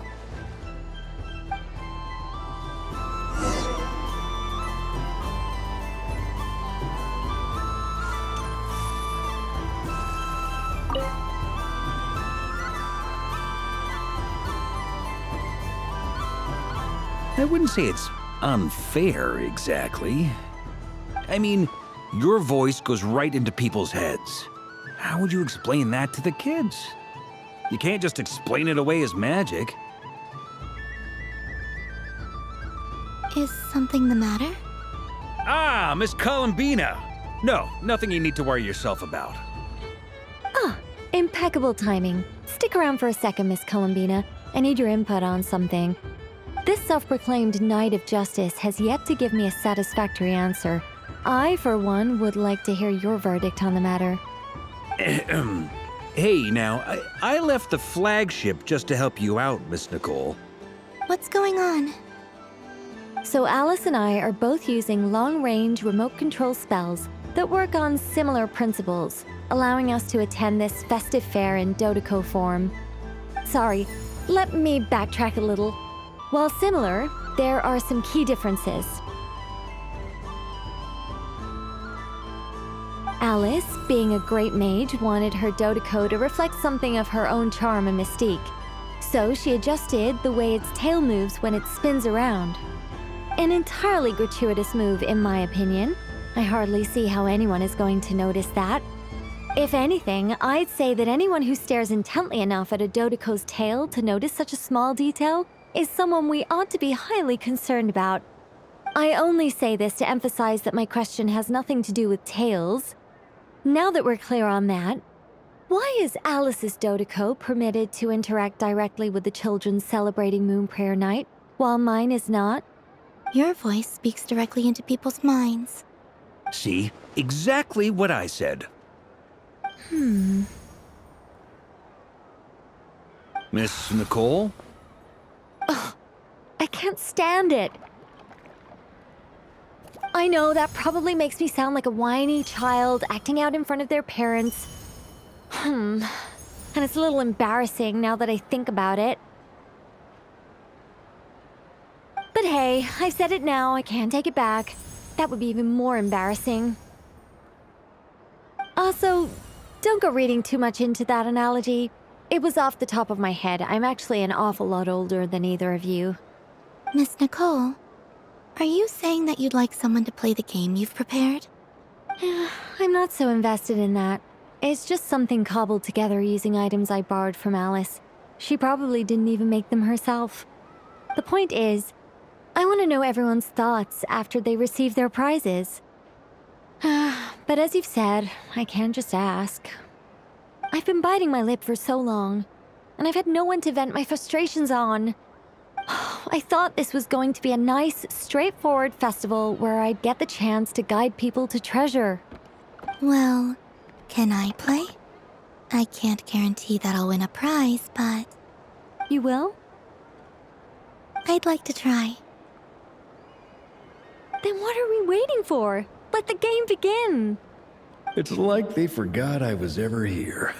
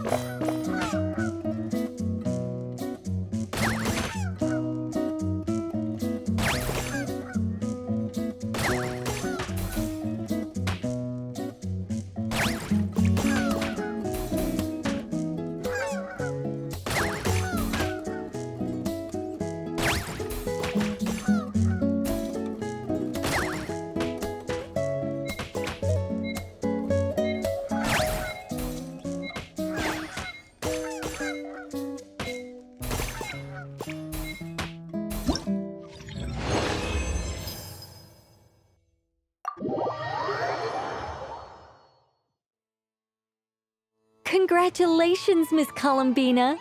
With your great wisdom, you have overcome every obstacle in your path and conquered the great challenge posed to you by fate. Fate? Well, something to that effect. If you'd prefer something more poetic, it could be the icy winds or the dawn. Anything you like, really. You could even go with the challenge posed to you by Dodeko, if that's what you're into. Anyway, you can take or leave my suggestions. Moving on. All my hopes are now resting on this. Can I open it now? Stop teasing me. Please, I'm begging you. No more talk. Just open it. Wow. What a lovely sculpture. Classic and cute at the same time. Thank you, Miss Nicole. I'll always treasure it. Ah, there we go. Music to my ears. You have my sincerest gratitude, Miss Columbina. Thank you for sharing your precious time with me and fulfilling my wish. Don't mention it. You've all done much to help me. And still, I'm the one receiving all these gifts.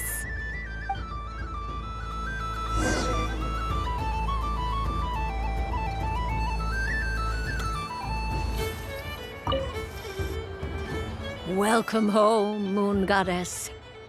Oh, you're the genuine article. Alice was right. This Moon Prayer Night was worth watching after all. Another one that talks. Greetings. Pleased to make your acquaintance. I am the Hexenzirkel member they call B. Barbeloth Trismegistus. Columbina Hyposelenia. Pleased to meet you too. Hyposelenia. A fine name indeed.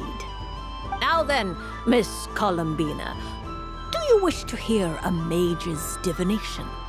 Divination? The Frost Moon Scions used to ask me what would happen in the future. Is this like that? From the perspective of the one seeking answers, perhaps. As you look to your journey ahead, if you seek to understand the unknown, resolve your doubts, and soothe the confusion in your heart, divination could be for you. The unknowns on my journey. Of course, if one wishes to peer into fate, then hydromancy is the more precise option. But that is a complex affair, and to relegate that majestic art to the status of a festive amusement would seem somewhat uncouth. Besides, it is sometimes better to not know fate with great certainty. Hence, I shall use the suitably festive Luna Arcana to tell your fortune instead. It is more popular with the youth in any case. Lunar Arcana. Indeed. Unlike hydromancy, this will only display possibilities and trends. People like to think of themselves as creatures of agency and free will. Peering too far and too clearly into the future is detrimental to both body and soul. I'd like to give it a try. Of course you may. Come then, take a seat, Miss Columbina. Before we begin, are there any specific questions you would like to ask? Let's stick to general possibilities and trends, like you suggested. Ah, very well. Then I shall use the basic Lunar Arcana deck. Now, try to relax. Cast your mind upon the things you have experienced and the things you are soon to experience. I will shuffle the deck. Would you like to cut the cards yourself? You do it. No problem. Now then, to make things easier for the seeker, that is to say, you, I shall decipher the cards from your perspective.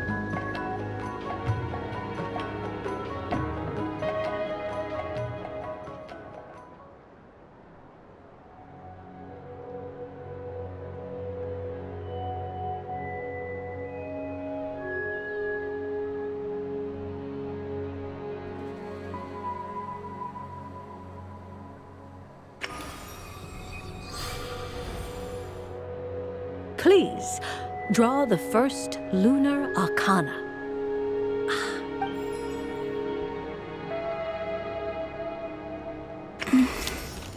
Now, draw your second card. This. And now the third arcana. This is the present, your interpretation of the current moment. Finally, the last card. This shall speak of the future, which... Oh. Kuvaki Pulse? Fascinating. I've never encountered this before in my role as a diviner. Something has exerted an influence upon this card, causing it to leave its designated position. What do you make of this, Miss Columbina? Perhaps this is the guiding hand of fate in action. Of course, if you wish, you can choose to deny the validity of this card and draw the future for yourself. No, it's fine. Let's go with this one. A bold decision. I must say I'm looking forward to the results. Well then, let us flip the lunar arcana in sequence and see what emerges. Sure.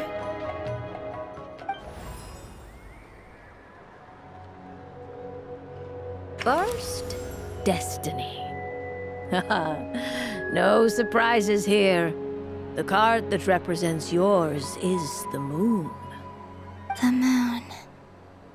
Indeed. The moon can represent the truth at some times, but deception at others. False peace, destructive calamity, and the world-changing power that lies within. When the moon is placed on the destiny tile, it indicates that your destiny is not what it may appear on the surface. Instead, it may yet have a hidden side. It symbolizes a journey through the fog, fraught with uncertainty and deception, where one must face inner challenges head-on. I don't understand. Patience, my dear. This is but the first card, which serves as a basis for the interpretations that follow. Our divination will only grow clearer from here on out. Now then, flip the second card, the one that speaks for the past.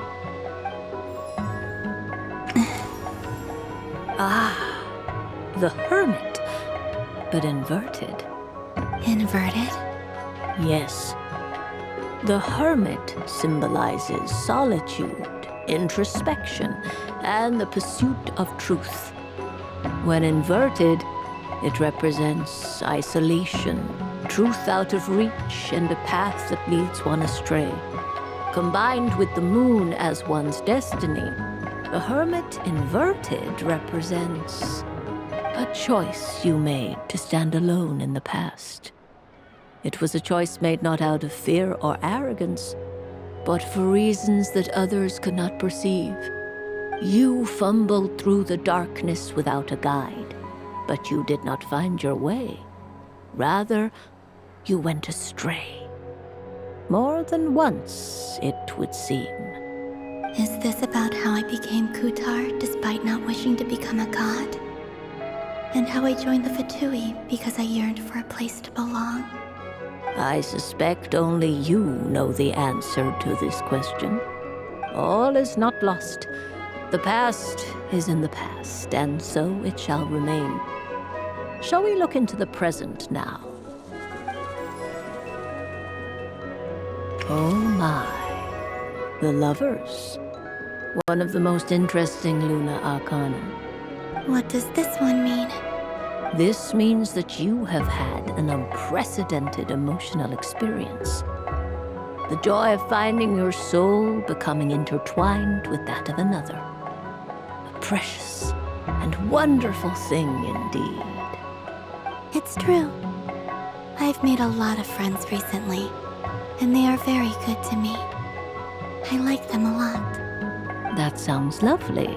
I am most delighted for you. The lovers can also represent important decisions, perhaps related to a parting of ways. Now, if I were to guess... Yes. I return to the moon. I understand. Parting with friends is never easy, Columbina. But rest assured, this is not the end of your journey. There is always another story waiting to be told. The future always lies ahead. The future. Well now, it's finally time to flip this most mysterious of cards. Why did it appear? And what does it wish to tell you? I'm ready. Very well. Flip this card and see what lies on the other side. Oh. Miss Barbeloth? What is it? This card is death. That doesn't sound very good. It depends on how we interpret it. It is true that it can represent an agonizing death, a complete and utter end, but at the same time, it can also represent rebirth. Do not forget that your destiny card is the moon. That lends your future many different potential meanings. If death spells the end, is it unavoidable? As I have said, divination can only display general trends. It is a rough guide, but it does not show predetermined outcomes.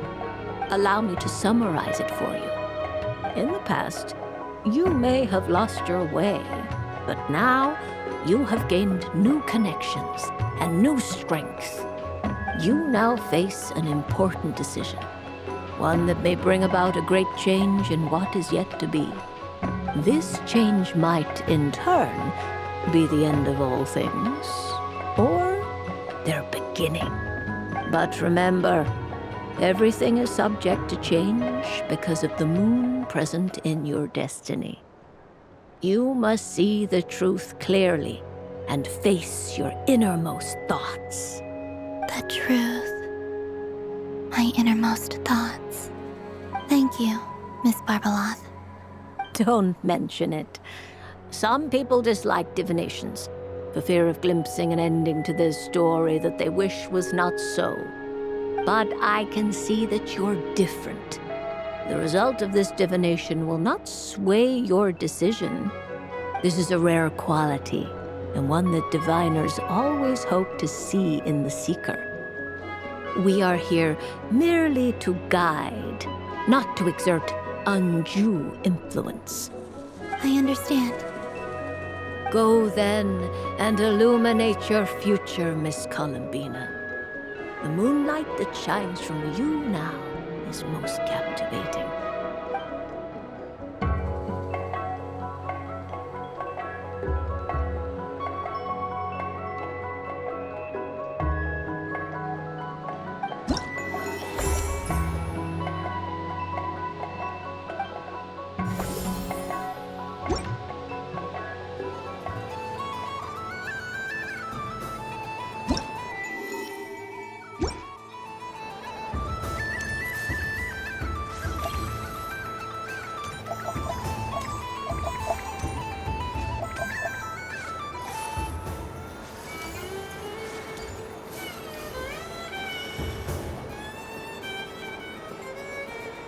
Dodoco's Whirligig! Come check out Dodoco's Whirligig! Ah, welcome home, Moon Goddess. Might I ask what this is? Ah, it's a very special amusement sponsored by the great mage herself. Ride on a soft and furry Dodoco and embark on an unforgettable adventure. I say that, but I'm just following a script here. Who is this mage, anyway? And what the heck is a Dodoco? I'd like to ride. No problem. But, are you by yourself? Is that not okay? Oh, No, it's fine. It's just that each Dodoko can accommodate 2 passengers. Would you like to bring a friend along? My friends. That should do it. Now, we just need to get everyone else to draw something on it too. But we gotta keep it a secret from Columbina. Traveler.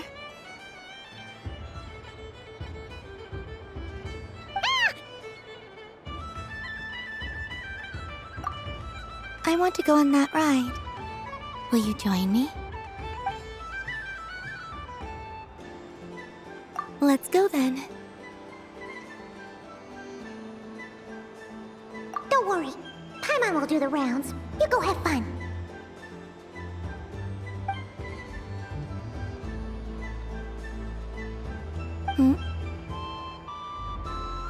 All right. I think we have to wait in line over there. Please take your seats. For safety reasons, you mustn't try to leave the ride before it comes to a complete stop. All right, you're all set. I wish you both a wonderful journey.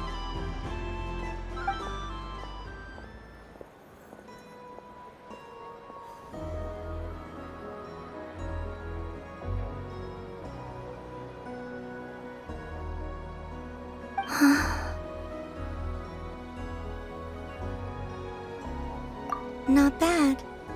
It reminds me of riding a moon lane. Sometimes, the Kuhenki circle around me like this, playing their beautiful melodies. Yeah, I'm going to miss them.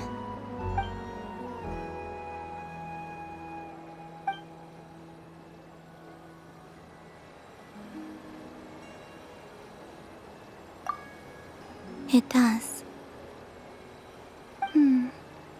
I've felt scared in the past, too. But this is a little different. You know something? I got to see a lot of fascinating things during my disappearance. I saw how the Frost Moon Scions act around their families. So different than how they used to act in my presence. And I also saw how they interact with their friends. It made me curious at first. Why do people act so sincere when they're worshipping gods, but save their truest, warmest feelings for each other? Slowly, I came to realize that it's because they trust one another. They know, deep down, that they'll be accepted for who they are. All of it. The good and the bad. I know. I knew it the moment you started calling out my name. What I fear now is the end. I fear losing all this the very night I have gained it.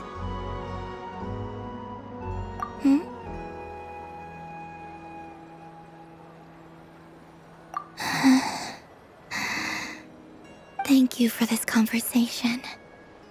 Thank you for listening to me. Don't worry.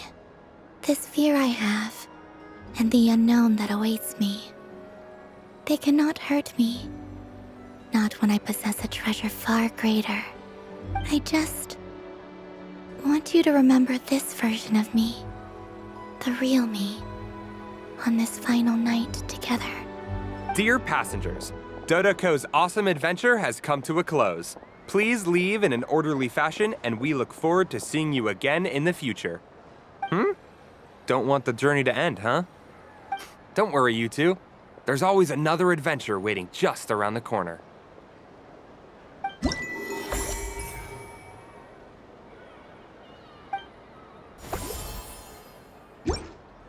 So this is the Frost Moon Scions area. It feels very familiar. But everyone looks much happier than usual.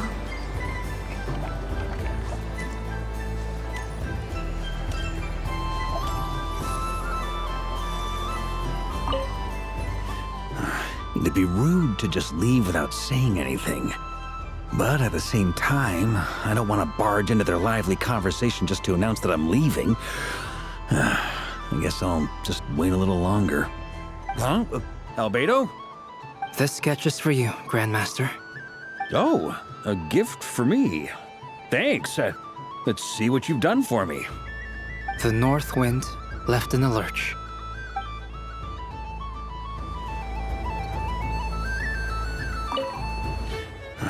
To be rude, huh? Albedo? This sketch is for you, Grandmaster. Oh, a gift? The north wind.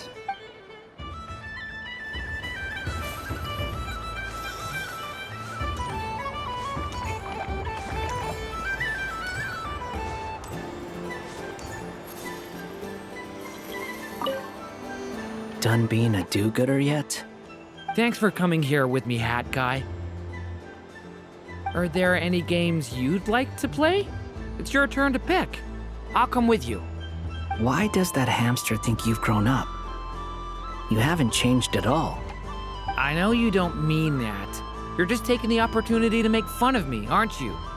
Even if you won't admit that taking some time to compose yourself is important, I can see that you're doing it in practice. Otherwise, you'd have taken off your hat and flown away by now.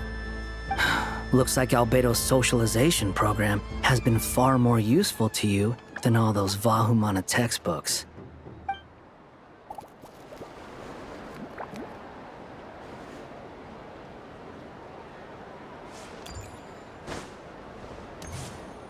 There are so many attractions here.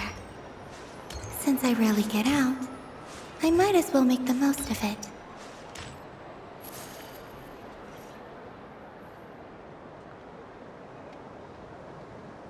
Well, well, look who it is. I heard someone went and disappeared on us the moment we let her out of our sight. They looked all over for you. Frankly, I didn't think you'd be back for Moon Prayer Night. Were you worried about me, Sandrone? You would like that, wouldn't you? Do you even hear what you're saying? It seems to me like you disguised yourself with festive headgear, just so that you could come see me on Moon Prayer Night and make sure I'm okay. You didn't even bring Polonia with you. You? Ugh, I thought you couldn't see. I cannot. But I sense the confusion of those around us rippling through the Kuvaki currents. Based on what I know about you, let me guess what you're wearing. Is it cat ears? Shut up!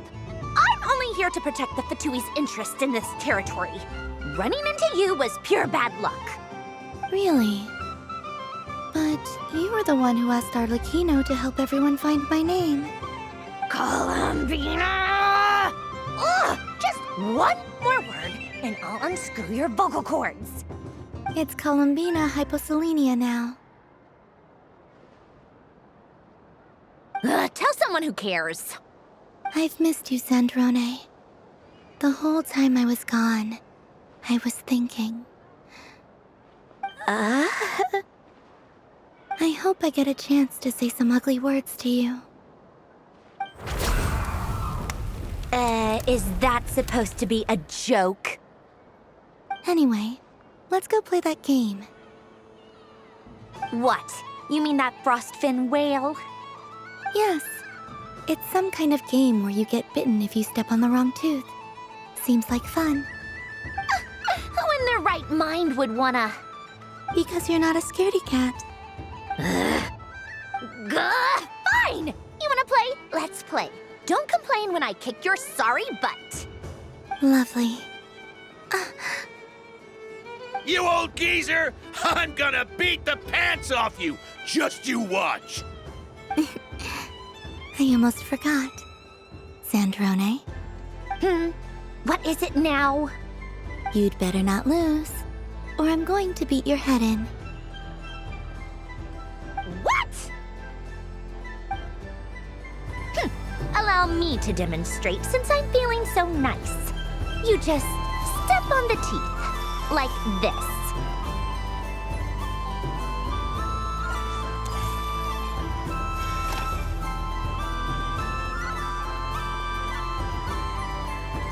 Which should I pick?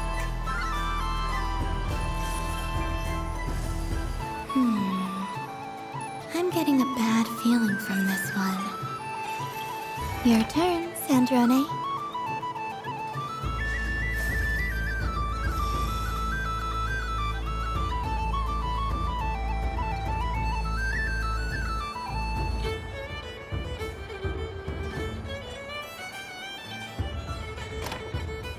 don't come crying to me if you get bitten.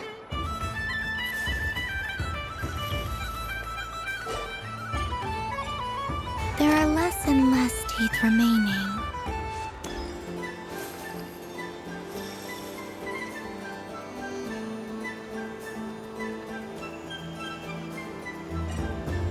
Huh? What's that noise?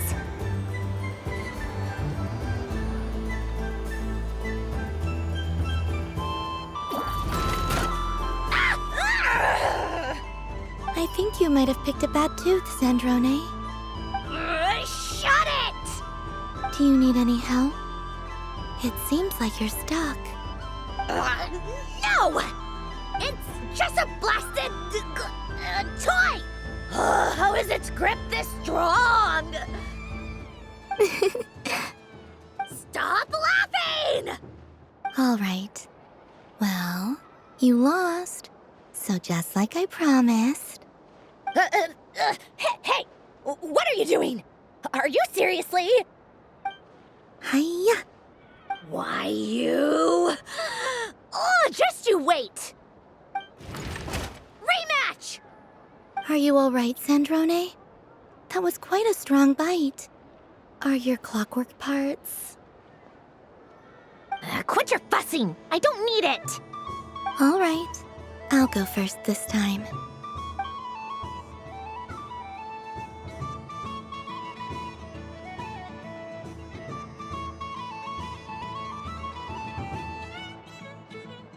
I see it now. She can sense which teeth are rigged. So I just need to avoid the same ones that she does.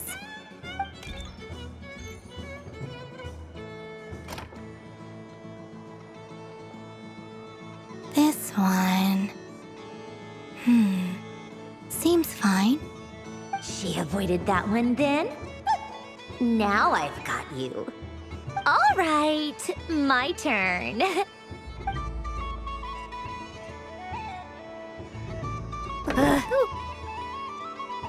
What? Looks like you lost again, Sandrone. Wait! There's more than one bad tooth! Bonk.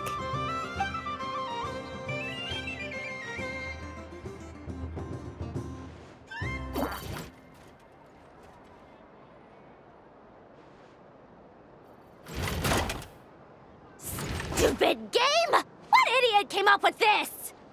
Are you all right, Sandrone? You said some nasty things just now. Oh, I'm peachy. Should I let you bonk me on the head as well? Ah, forget it! Come on, bonk away. It can be your consolation prize for losing so badly. I told you, forget it! Gah, you've always been so annoying. Singing right outside my door, inviting yourself to my tea parties, going AWOL. And now you're off to the moon or something. Of all my days with the Fatui, the times I spent with you, Arlecchino, and Rosaline, they were my favorite. I will not forget them. Just as I shall not forget this moment. We'll always be friends, no matter where we are, right? Who'd want to be your...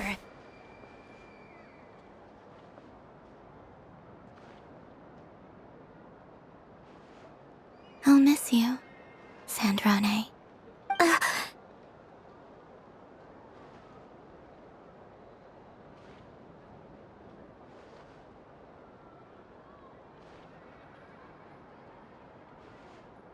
Goodbye, Sandrone.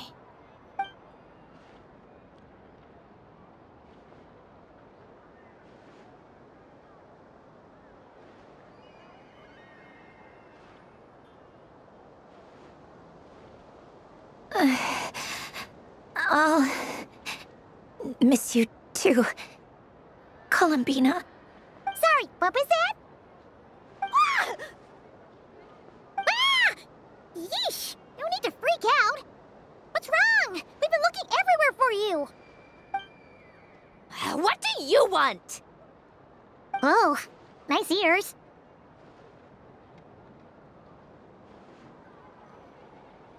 What do you want? This! Huh? It's your turn to draw something. You're one of her friends too, aren't you?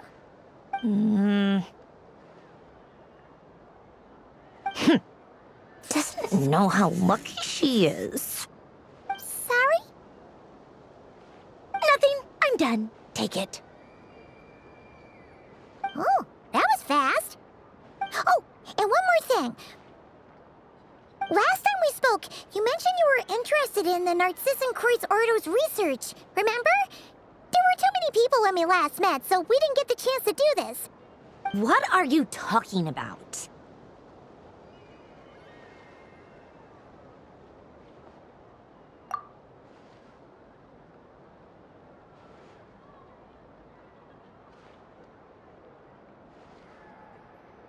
This is...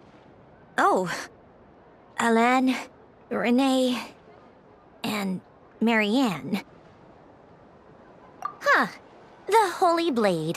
A savior's plaything. It's not about whether I approve or not.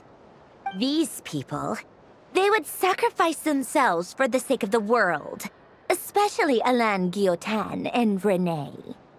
That is something I would never choose to do. Still, I didn't know they had any pictures left from that time. If I'd have thought to bring a camera, I'd have... What? Yeah, of you being bitten by the frostfin whale and Columbina bonking you on the head. Tear it up! Now!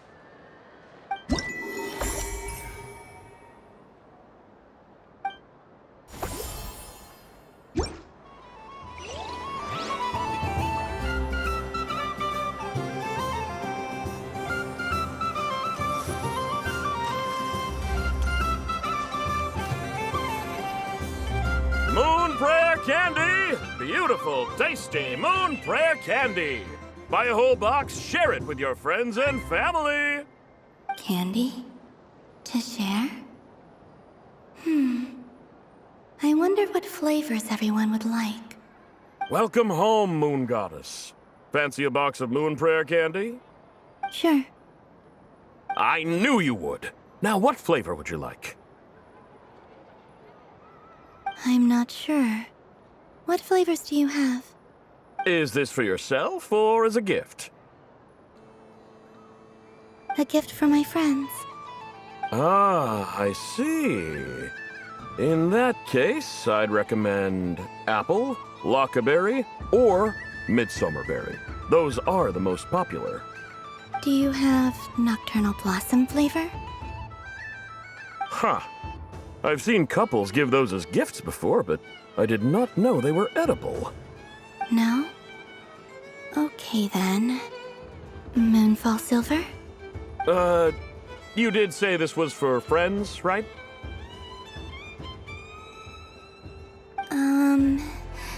Maybe smetana then. Hey, now that's a creative idea! I've never tried it before, but if you're happy to wait, I can see about whipping up a batch on the spot. While we're at it, you got any other ideas?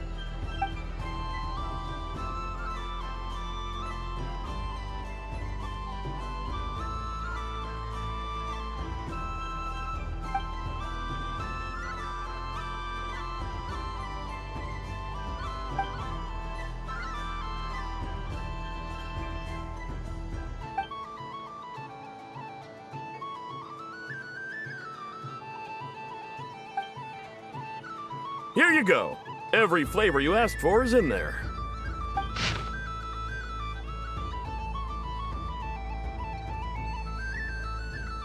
Thank you. I should be the one thanking you! You brought me a whole bunch of new business. It's like a genuine blessing from the Moon Goddess. I hope you and your friends have a lovely night.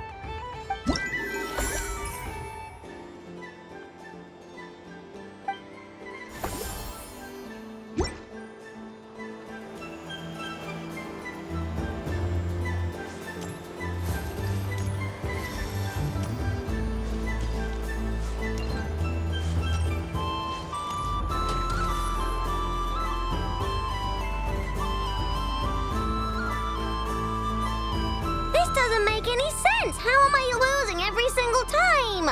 Wait, Inefa, you're cheating, aren't you? Yeah, that must be it. I am not cheating, Aino. Uh-oh, sounds like Inefa's turning into a big baloney bot. I think it's time for some serious maintenance. Moon Goddess, help me. Miss Columbina, Aino is attempting to cheat. What the? I'm not the cheater.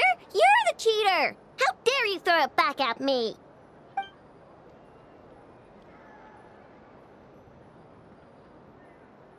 All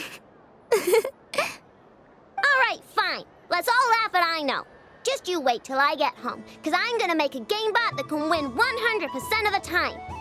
Let's see you laugh when I come back and beat your butts. You'll all have your heads covered in stickers when I'm through with you. We came to check everything was okay after all that yelling, but,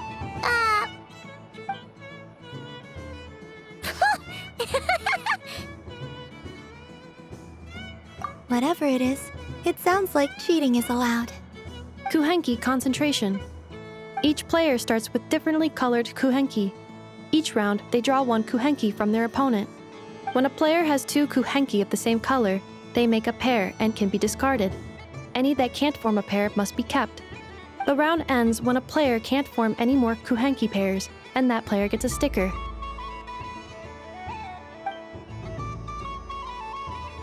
ooh, can 4 people play as well? That is fine, so long as the turn order is fixed beforehand. Alrighty then. In that case, the 2 of us will join as one team. Okay, but if you lose, you're both getting stickered. I don't want to hear any excuses. Sure. And if we win? If you win, only one of you gets to sticker someone else. I have taken to calling this. I know logic. Hey, lay off me, all right? Okay, so we're starting the game from scratch again, which means all my stickers so far don't count. Looks like Luonatar is the Kuhenki of honor for this game. Anyway, let's go clockwise, starting from Inefa.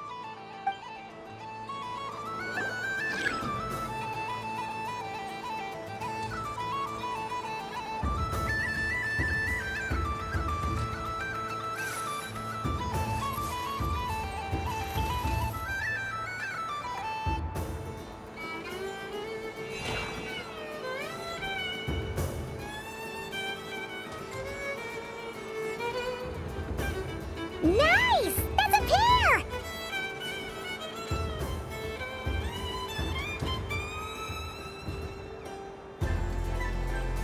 Go, go, fly!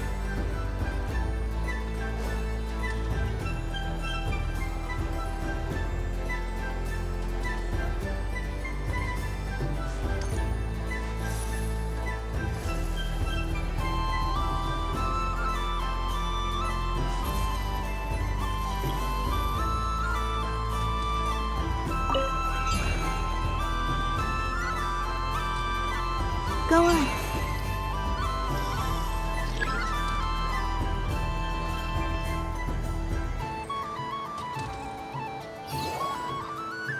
I have a pair.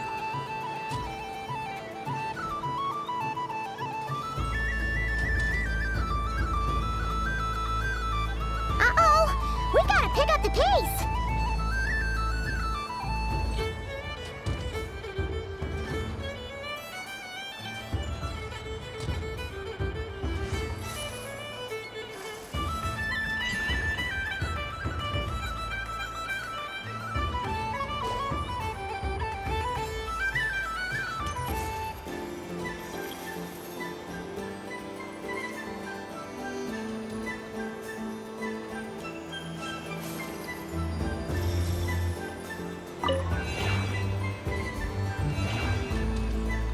I win.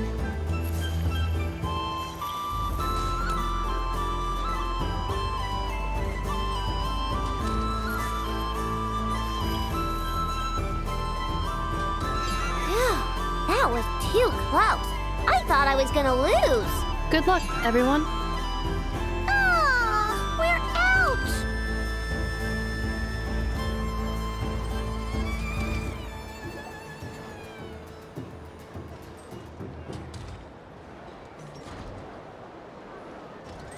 pick a good one.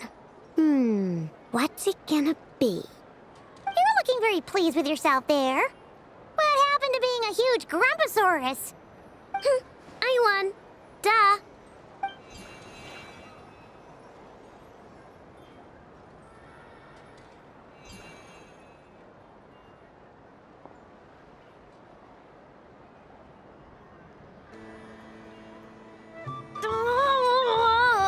Me again?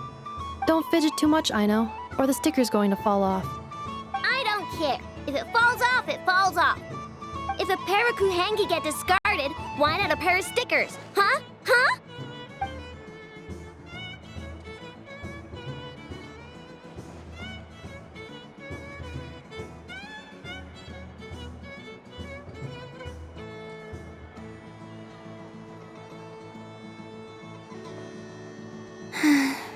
I've lost.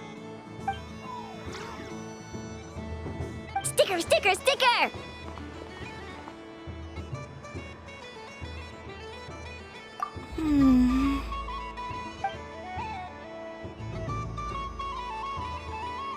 Cute! You think so? Shame. I can't see it for myself.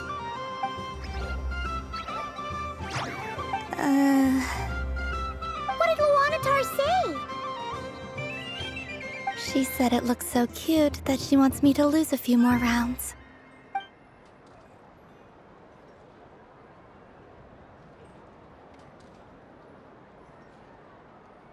Who put these stickers on Paimon's eyebrows? Ugh, she can barely see. All right, now, I think we got enough evidence to prove that there's a serious problem here. Yes, I agree as well. The culprit is... Ineffa! Culprit? What did I do? Quit acting dumb, Ineffa! You're not wriggling your way out of this one. I've been watching you. Not only did you remember whose side Luanatar started at, but every time someone drew a Kuhenki, you were logging it and calculating every last possibility. Which Kuhenki pairs were gone, who had what color Kuhenki in their hand, even our facial expressions. You were keeping track of it the entire time. Exactly! What Aino said! Putting aside the fact that running calculations is not against the game rules, do you have any evidence to support your allegations? But that's not against the rules either. So she admits it. She certainly does. All right, everyone grab a sticker. It's time to get Ineffa back. But... Take that!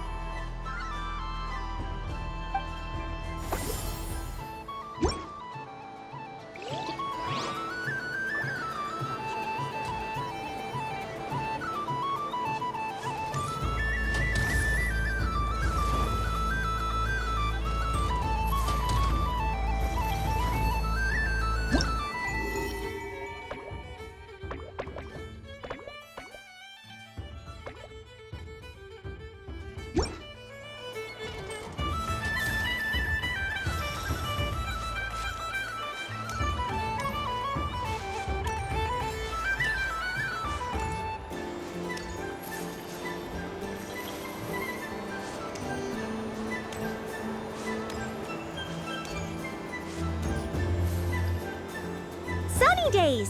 I prefer sunny days.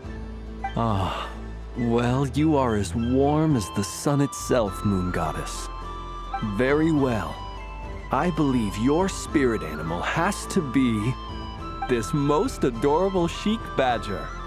Wow! Thank you, Mr. Talking Magic Lamp. Have a very happy festival, Moon Goddess. Lance? That's you, isn't it? Shh. It's our little secret, my dear traveler in Paimon. Okay, sure, but why are you here selling sugar sculptures. Everyone celebrates in their own way. After gazing into the abyss and spending time around gravestones all year, what better way to relax than to see sunny smiles on the faces of the living? Besides that, I like to think of myself as a fair judge of character. I dare say matching personalities to confection suits me rather well. That's not what Paimon was talking about. Aren't you afraid that your true identity might be exposed? Should I be? There is all manner of magic in the air this moon prayer night, thanks to the work of the great mages. I see Miss Columbina is hiding in plain sight. Why should I not do the same? Why miss this rare opportunity to enjoy a special evening in my true form? Fair enough. You got a point there. People who don't know you will probably think you're just a talking lantern. Well, now that we see eye to eye, what brings you here? Not a search for your spirit animal, I presume? Ah, well, actually... Here, see for yourself. Oh, this is... How wonderful. A beautiful idea. Yeah, we just met Barca, and he said that having everyone draw their own section was kind of boring. So, he did your bit for you. Varka. Ever the maverick. I see his artistic skills are truly one of a kind. In that case, I shall paint something on Mr. Albedo's behalf in a short while. What? Why not now? Ahem. Welcome home, Moon Goddess. Phew, that was close. Hello, Flins. She recognized you right away! What keen eyes you have, Miss Columbina. Especially considering they are shut. I did not see you. Rather, I sensed you. I can sense the fluctuations in Kuvaki all around me. One would expect no less of the Moon Goddess. Might I interest you in some candy? Yes, please. Excellent. I shall make some for you right away. Something the matter, Miss Columbina? What about my spirit animal?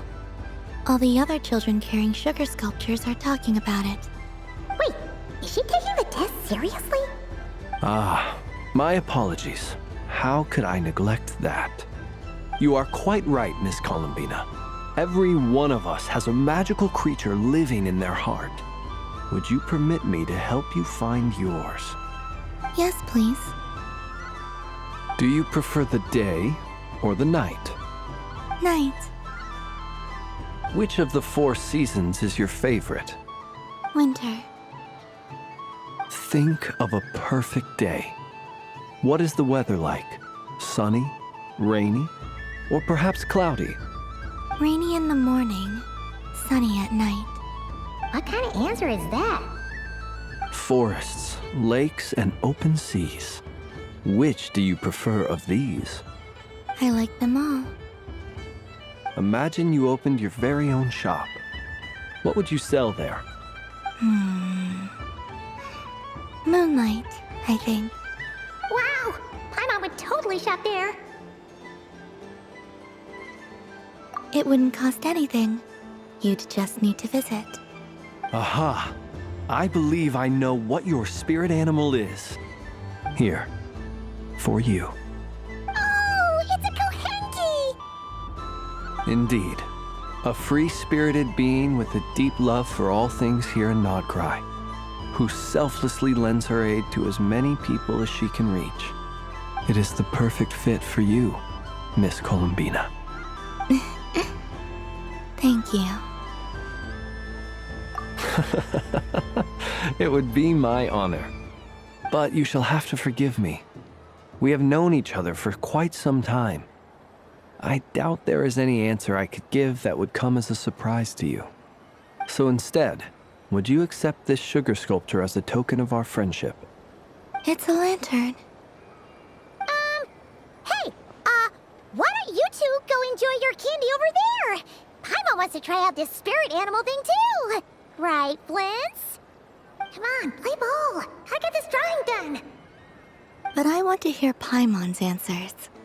Ah, but it'll probably take ages. Paimon's a complex soul. And we don't want your candy to melt while you wait, huh? Oh. Okay then.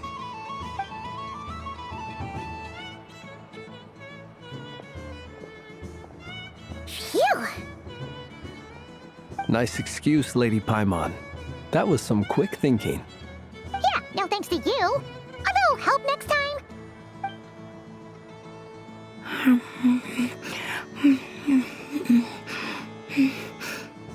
It's sweet. Is that Lockaberry? I wonder what flavor the traveler got. This way, this way! It's the candy-selling lantern! I'm coming! Of course. Traveler, maybe we can share? Yes. I found out recently that people share their food sometimes, so I'd like to try it. Or is that a no? Thank you.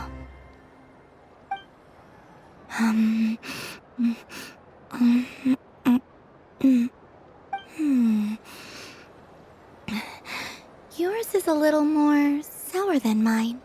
Here, you try it. Are you sure? Amazing. My sugar sculpture has shrunk, yet my heart is filled with feelings of sweetness. I will remember this feeling.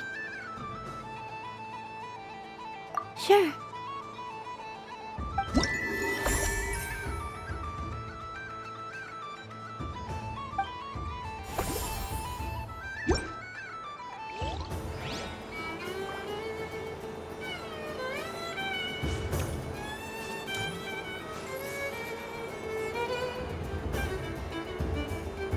I wish for a never-ending supply of Laka berries. What a humble wish. Probably written by a child.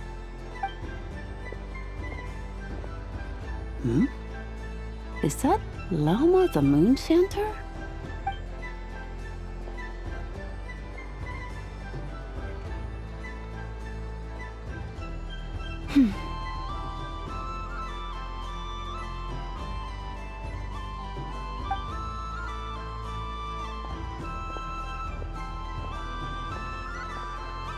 I wish that the long plume ibises would stop biting me. Oh dear, poor Lauma. All right, I'll write that one down for you. I got it. While everyone else is celebrating Moon Prayer Night, you're as busy as ever. I don't mind. It's rewarding work. A good kind of busy. My antlers are at their heaviest tonight, and the Kuvaki waves are especially strong. But as I help these dear friends hang their wishes up, I feel a great peace within myself that is hard to describe. You see, they're all such beautiful wishes, and they are ones that we can fulfill by our own strength. Do you blame me, Llama? I want to hear your honest answer. It is by the help of so many people that I can return to the moon. But I feel as though I've hardly done anything in return. You've done plenty, Columbina. I say this in earnest, both as someone who knows your history, and also as a friend who has seen what you've been through. What about as a moon chanter? I feel proud to honor our moon goddess's wish. And I'm sure any moon chanter in history would have felt the same way. Thank you for your kind words, Llama. But... Since you asked for my honesty, I won't lie to you. My feelings are mixed right now. Besides pride, I also feel... I suppose it's a reluctance to let go. Once you return to the moon, we will be far apart and separated by a false sky. I'm sure those of us left behind will gaze up at that sky, yearning for the moon once in a while, just as you used to do. I will miss you, Lauma. I will miss you all. I hope to stay in touch. I will try and find some way to send messages down from the moon. Perhaps you could use Kuvaki. I've heard Yehoda say that signals can be sent using long and short waves, or strong and weak lights. That sounds a little complicated. What if we forget what the signals mean? We could prepare a codebook beforehand, but... You're right. It wouldn't really suit you. Still, whatever happens, I believe that you will find your own unique way of communicating with us. And now that I think about that, my heart feels lighter. Because you trust in me? Yes. I have faith in you, and in the power of truth. In my experience, the truth tends to be difficult. But that's what makes it stand out from what is false. So I'm confident that your thoughts and your love will shine through the curtain of lies. We will know it when we see it. Thank you. Now, could you help me hang up my wish? Is this? I wish that all who dwell in this moonlit world can find a place to belong. And I wish that I shall one day see my friends again. It's 2 wishes. I hope that's not too greedy of me. Not at all. And I think you speak for us all with the second one.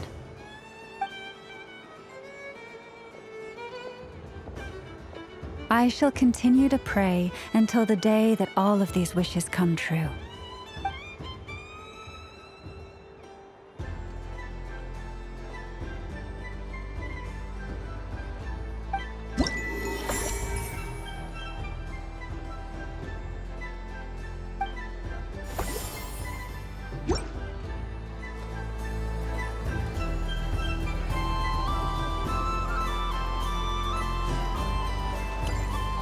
What's this? Should I give it a try?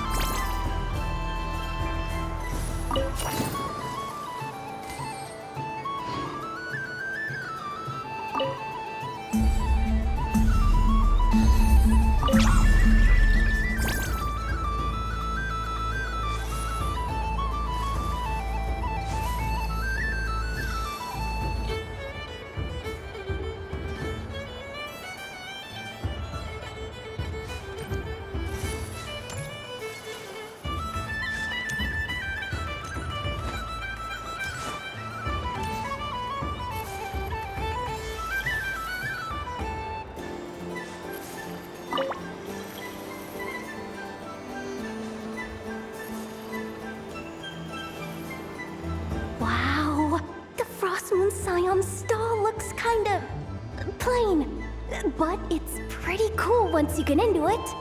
I don't go to Hisi Island much, but it's got that, like, old world cultural feel. And if culture means we get more festivals, I'm all for it! Hello, Yehoda.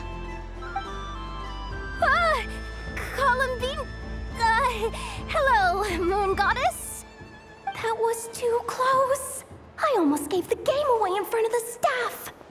Oh, wait, what's the deal with her shoes?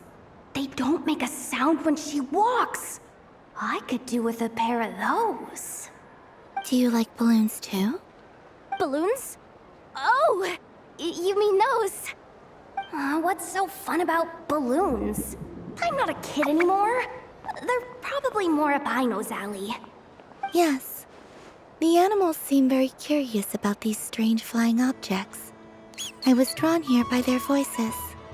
I recently learned a fun new game you can play with balloons, so I decided to come and give it a try. A new game?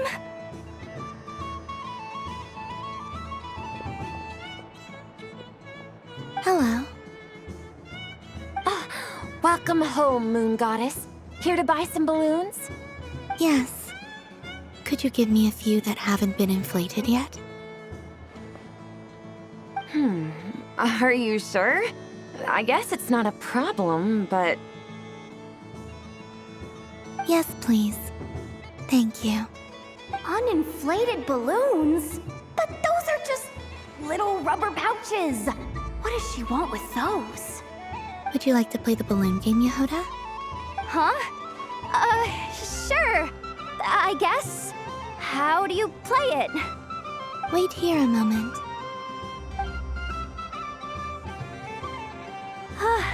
Oh. This is so weird. What have I got myself into now? I thought I saw Columbina nearby. Uh-oh! That's the fourth Harbinger! Although she's helped us out quite a bit, she's good people, right? Is she looking for Columbina? Oh, guess that's my ticket out of here. I'm not sure my heart can take being sandwiched between two Harbingers.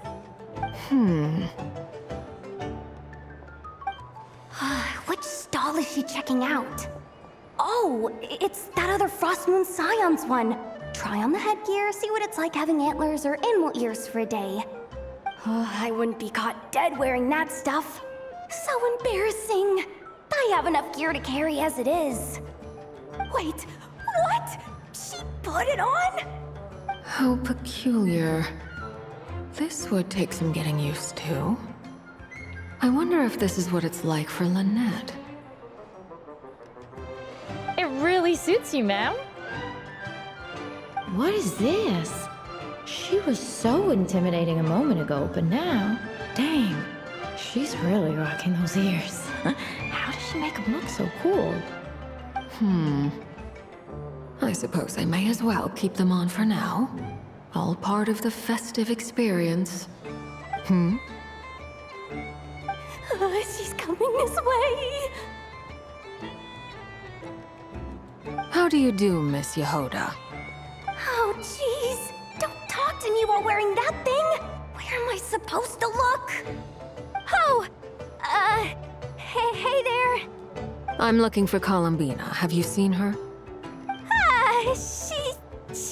She just... Huh?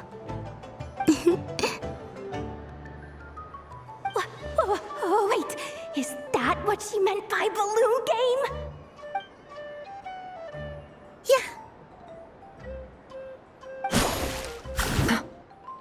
Huh? No fair! How come I get caught in the crossfire? An ambush from the rear? Is this a declaration of war, Columbina? Would you like to play too, Arlecchino? Seriously? Are they gonna start some beef right here, right now? Gladly. That said, I believe there is another who would like to join. Boss Nev! Thank goodness! You've gotta get me out of here! Things are kicking off big time! Hello there. I'd like 10... no, make that 20 balloons, please. Uninflated. What? Miss Moon Goddess, I hope you're prepared to pay the price for assaulting my employee. Welcome to the game, Nefer. Just to be clear, let's keep this a fair fight, okay? No strange powers, please and thank you. Naturally. Don't just stand there, Yehuda. Aren't you going to team up with me? Huh? Do I have to? Of course. Don't forget, the Curatorium has a reputation to uphold. I knew something like this was gonna happen.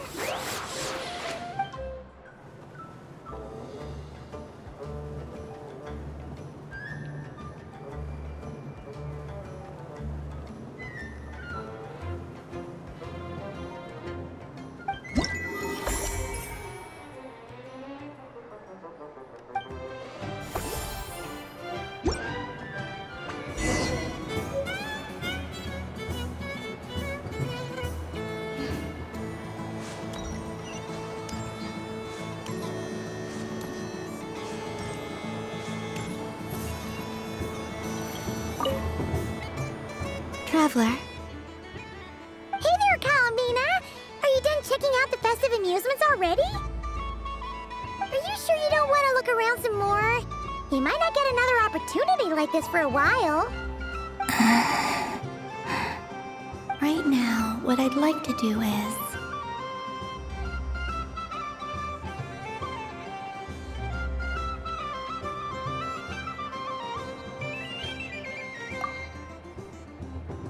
Oh! Candy for us? Thanks a bunch, Columbina. Don't mind if we do. Whoa! This one's intense. But it's so tasty. What about you, Traveler? How does yours taste?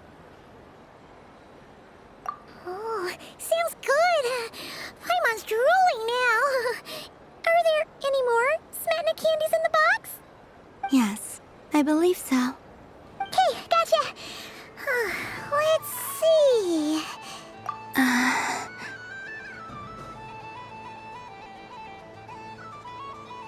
Sure. This one, and yep, this one looks right too. Okay, that's 3. Here we go. 1 per person. It's so sweet.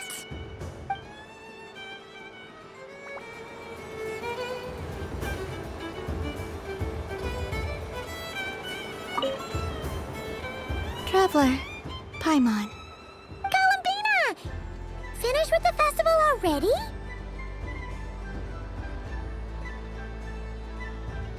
Really?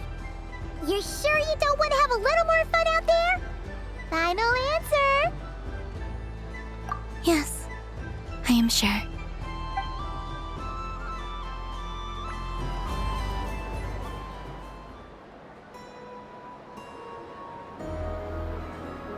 This was the most fun I've ever had on a moon prayer night.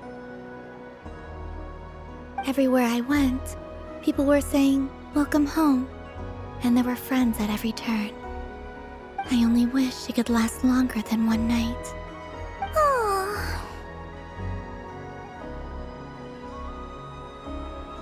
Yes, you're right. The moon prayer blossoms. Ooh, look! Look! Moon prayer night has come.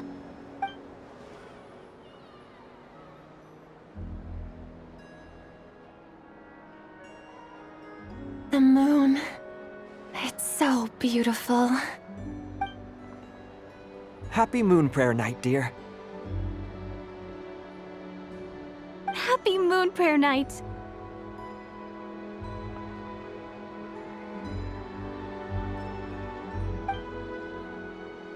Happy Moon Prayer Night.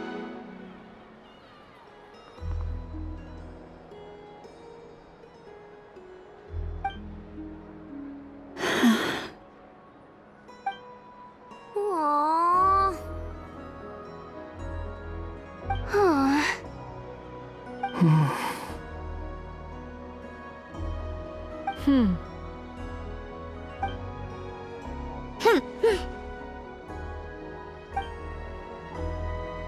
Time flies when you're having fun.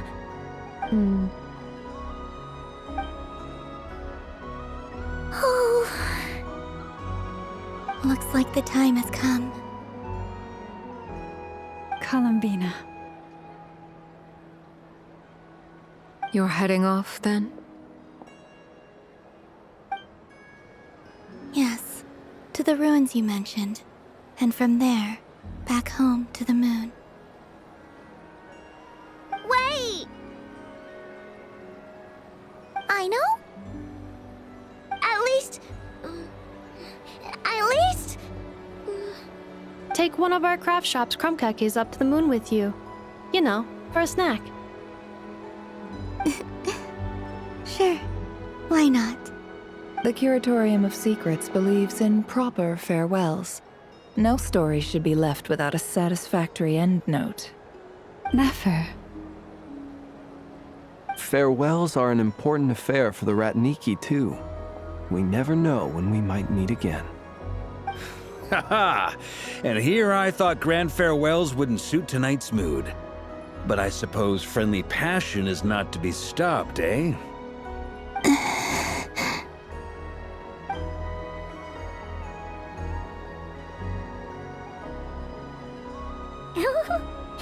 We made a little something for you, Columbina. Ta-da! What is it? A Moon Prayer Night greeting card with drawings by all of your friends. You did mention that you'd like a portrait done, so I took the liberty of creating one for you. I, meanwhile, did the portrait of Mr. Albedo, and Mr. Varka did the same for me. I mean, I think my work was pretty true to life, don't you think? The picture of Ashru was my doing. The two of you seem to get along rather well. Wait, was I the only one who did a full-body picture? That's so embarrassing. I did pictures of me and Anefa. I did my own portrait and one for Hat Guy. Plus, there's the two mages, Arlecchino and Sandrone. So, if you ever miss us, just flip the card open and we'll all be right there with you. I don't know what to say. Thank you so much, everyone. This whole Moon Prayer Night was more than I could have ever asked for. It is the greatest gift I have ever received. Lama, I figured it out. Figured what out? Remember how the Frost Moon Scions used to use milk as invisible ink to write hidden messages? That was a very long time ago. Oh, are you saying? Yes. When I miss you all, I shall use moonlight in the same way, to write words that only you can see upon the moon itself. Wow, that sounds lovely. Quite. But how will we see them? Simply open your windows on nights when the moon shines bright, and the moonlight will naturally flow towards the words I have written. That sounds most fitting indeed. Very true to form. I'll try to write them in places that won't disturb your sleep. I, for one, would sleep all the better for having read one of your messages before settling down for the night. Exactly. So don't worry about disturbing anyone's sleep. Just promise you'll write to let us know you're okay, all right? All right. I promise.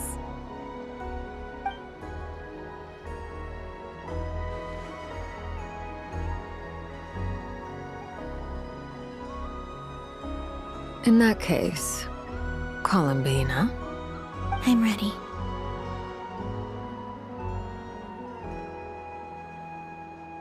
Very well. Let's go.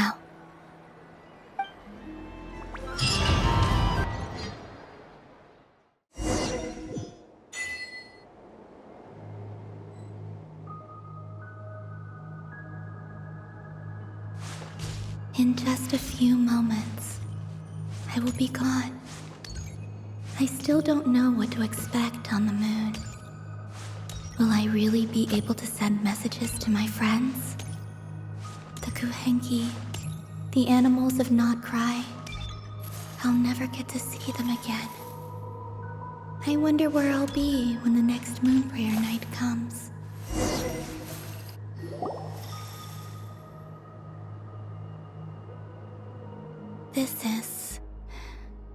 This is where the people of Hyperborea used to communicate with the moons.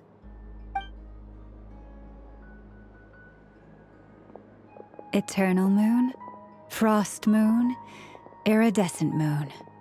When the power of all three converge, the gate to the moons shall open. Moon marrow preparations are complete. Only the final step remains. I'm sure Nasha Town is livelier than ever at this moment. Yeah, it's a shame you couldn't be there for it, but it's now or never, right? It's fine. I'm more than happy with this. My last piece of luggage. My only piece of luggage.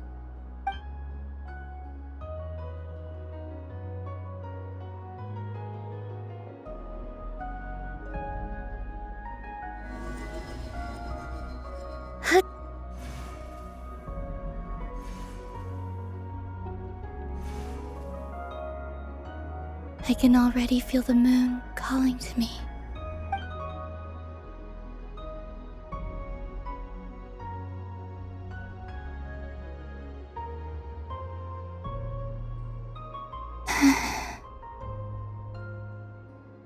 Your home lies on the far side of this light, Columbina. From now on, we will at last have a reason to pray to the true moon. Columbina. Yes? I'm listening.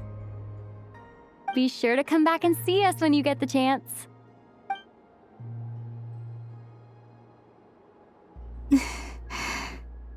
Of course. But if that chance doesn't come, then remember that you have friends on this planet. People who will miss Columbina. Yes, I will. Thank you for everything you've done for me. And remember, come night or day, the moonlight shall always connect us. Well then, farewell, my friends.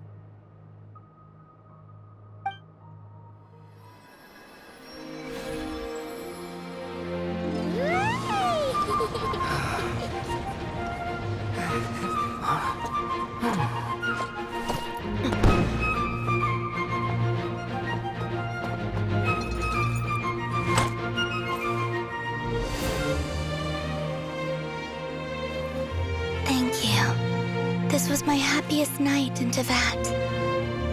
Farewell, Columbina.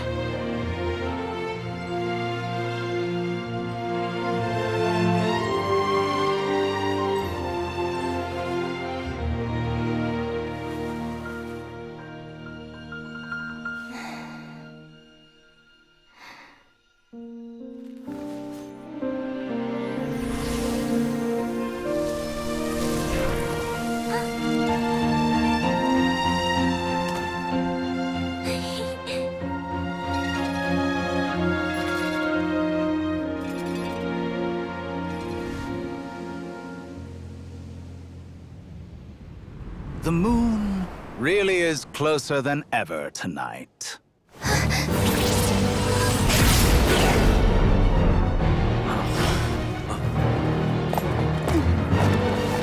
Columbina. All 3 moons in one place. Time for one final experiment. Reason, life, death, time, and space. They all believed I would fail.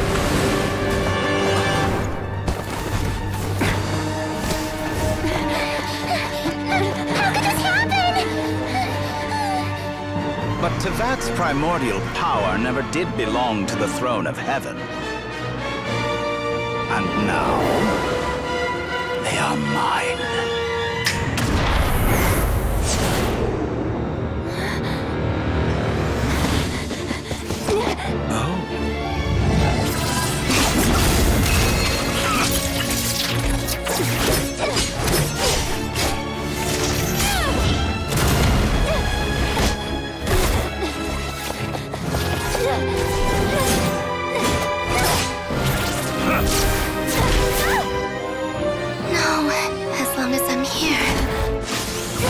Is free to wield the 3 moons' power.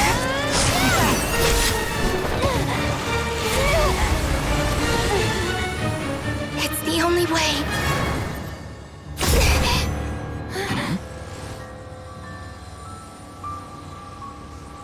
I guess I won't be going home today. Columbina! No!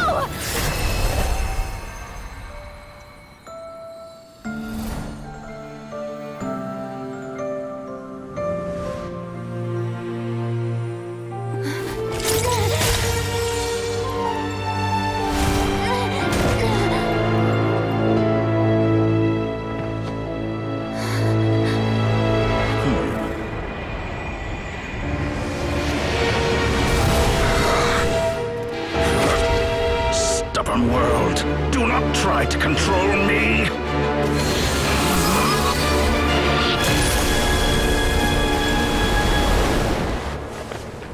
Columbina.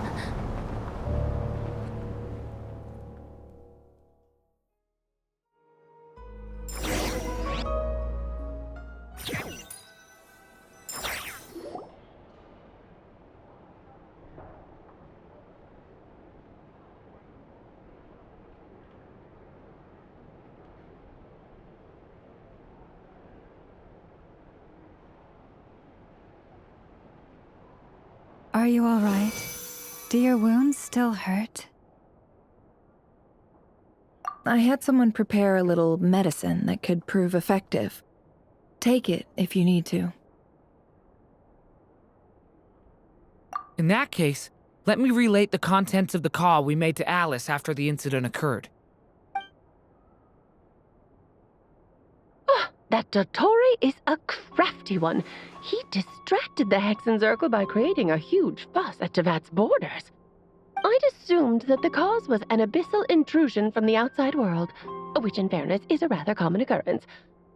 But after learning that you managed to influence the phantoms in Nocturne, I realized that perhaps this interference could have come from within Tevat instead. But we weren't able to change their fates. True, you couldn't change how their stories ended, but you did build some variables around yourself. Variables? Yes, things you heard that you could not otherwise have learned, ideas that would otherwise have never crossed your mind. All these things are variables. Of course, most variables usually pale into insignificance with the myriad of possibilities floating around. But the moment you start treating them as building blocks and intentionally stacking them, that changes things. That's what Dottore did, and it's how he created the necessary conditions so that when you activated the portal tonight, it played right into his plan. However, we have no way of knowing exactly what he did. Yeah, we also need to ascertain Columbina's status. And that about sums it up. As I suspected, Dottore has disappeared completely. If it's any consolation, he wasn't able to control Columbina as he might have wished to. Oh no!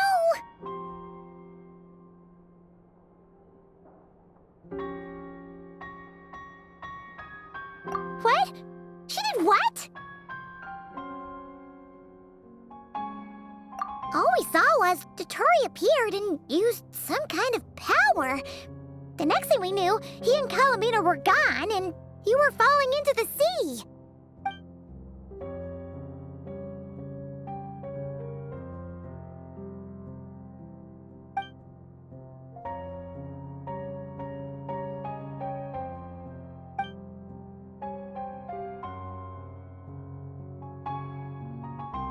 So, Columbina intentionally opened the Moon Gate and escaped into the same mysterious world as Rerir and Thalindis.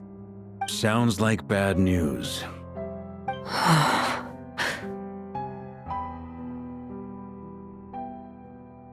Seen in that way, the Trilunar Syzygy and Rerir's emergence, Dottore might have been pulling the strings in both cases.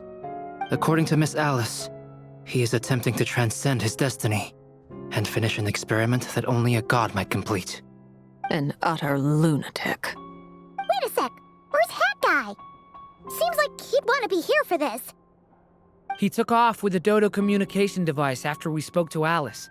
He said he had a hunch that he wanted to investigate by himself. The look on his face was terrifying. I've never seen him like that before.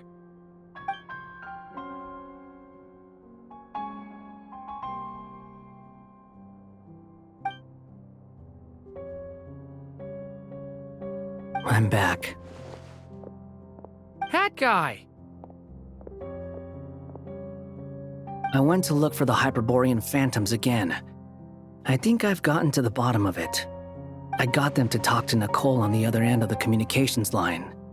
Turns out, the history they describe is different from how Nicole remembers it. Really? But how? Surely Nicole can't have been wrong. Because the phantoms are the ones who were deceived. They speak of a savior who appeared in their history. One who never should have existed. This savior promised to create a new moon within the false sky, and even bring back their moon goddesses. Foolishly, they believed in him, and told him everything he wanted to know about the moons. It's obvious that this was Dottore's doing. Now you mention it, the first time we entered the Hyperborean ruins, We heard the Phantoms discussing their history, and I remember Nicole commenting that something sounded a little strange. But Dottore shouldn't have been able to get in there in the first place. He didn't. Nicole said that this was an anomalous state triggered by disruptions in the causal connections between phantoms from the same era. The variables that Dottore put in place were substantial enough that they even affected phantoms that he never met. So it's not that their memories were unclear. They'd been tampered with. That's exactly the possibility Dottore was trying to manufacture. He turned these variables into knowledge and engineered the situation so all that knowledge would fall into his hands. Then, he harnessed that knowledge on Moon Prayer Night to truly create a false moon. How is that even possible? To be precise, he exploited a weakness in the way the spell works. The spell senses Kuvaki to detect the moon's location. So, as long as the false moon more strongly resembled the moon than the frost moon beyond the skies, the gate would teleport Columbina to the false moon's location. In other words, to Dottore's side. Once he had her under control, the teleportation spell remained active, and he manipulated her power to seize both moon marrows. At that moment, the moon marrows disappeared right before our eyes. It was already too late, even as we were leaving the ruins. By then, Dottore had already amassed the power of all 3 moons. So, where does that leave us? What do we do now? I'd certainly like to know what Her Majesty thinks, now that the concerns I expressed to her have come to pass. But we cannot simply sit and wait for her to decide the matter. And in any case, it is not the Fatui Harbinger Damselette who sees us as her friends, but rather Columbina Hyposelenia. If, even in such extreme circumstances, Her Majesty will not lift the prohibition on Harbingers drawing steel against one another, then I will do as my heart demands. I will fight as Peruware instead. Oh, Arlecchino! Time is short, so I'll make the first move.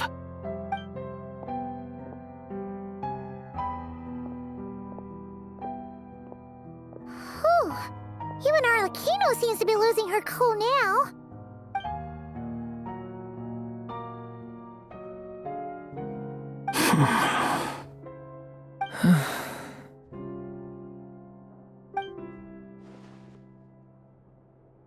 All right. Lose those dejected looks for a moment and let me get a word in. It looks bad, I won't lie. Very bad, in fact. So Dottore's pulled some real dirty tricks to gain the upper hand. For now. And yeah, it's to the point where even the mages say that his variables have affected destiny. I'm not so sure, though. Many have told me that Tevat's destiny is fixed, and that does appear to be the case. Well, what makes Dottore so sure he'll be the exception? And since he was able to stack these variables up, who's to say we can't do the same? You of all people should not be discouraged, traveler from afar. This isn't over yet. And you're not alone in that. Everyone here does, whether they've spoken thus far or not. But none of us are the type to sit back and wait for the sun to shine again. That's exactly how a knight should roll. If they knock you down, you get back up and get back in it. Don't forget, Honorary Knight, you're a legitimate member of Mondstadt too. Mark is right. This is far from over. Dottore's already way overdue a butt-kicking given his past shenanigans. And after this, he's earned himself a double dose. That's what I'm talking about. How's everyone else feeling? I'll use Kuvaki to investigate Columbina's whereabouts. I am not ready to give up either. Leave the intel gathering to me. Whatever happens within Nodcry's borders, when the Curatorium of Secrets wants to be in the know, we always find a way.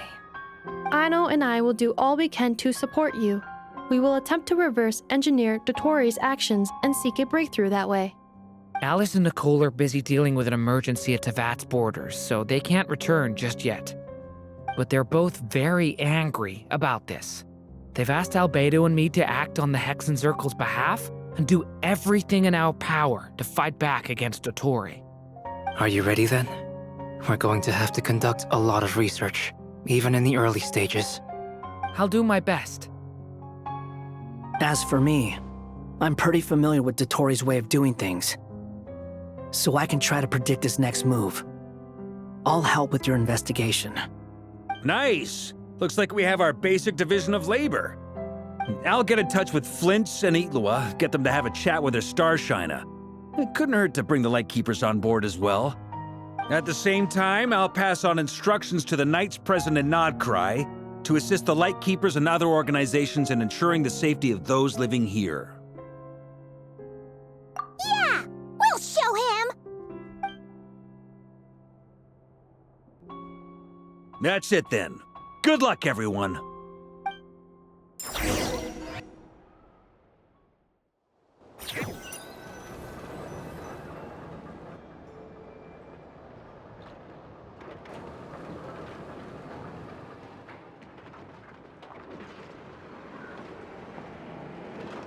I never thought that Columbina would become my real name.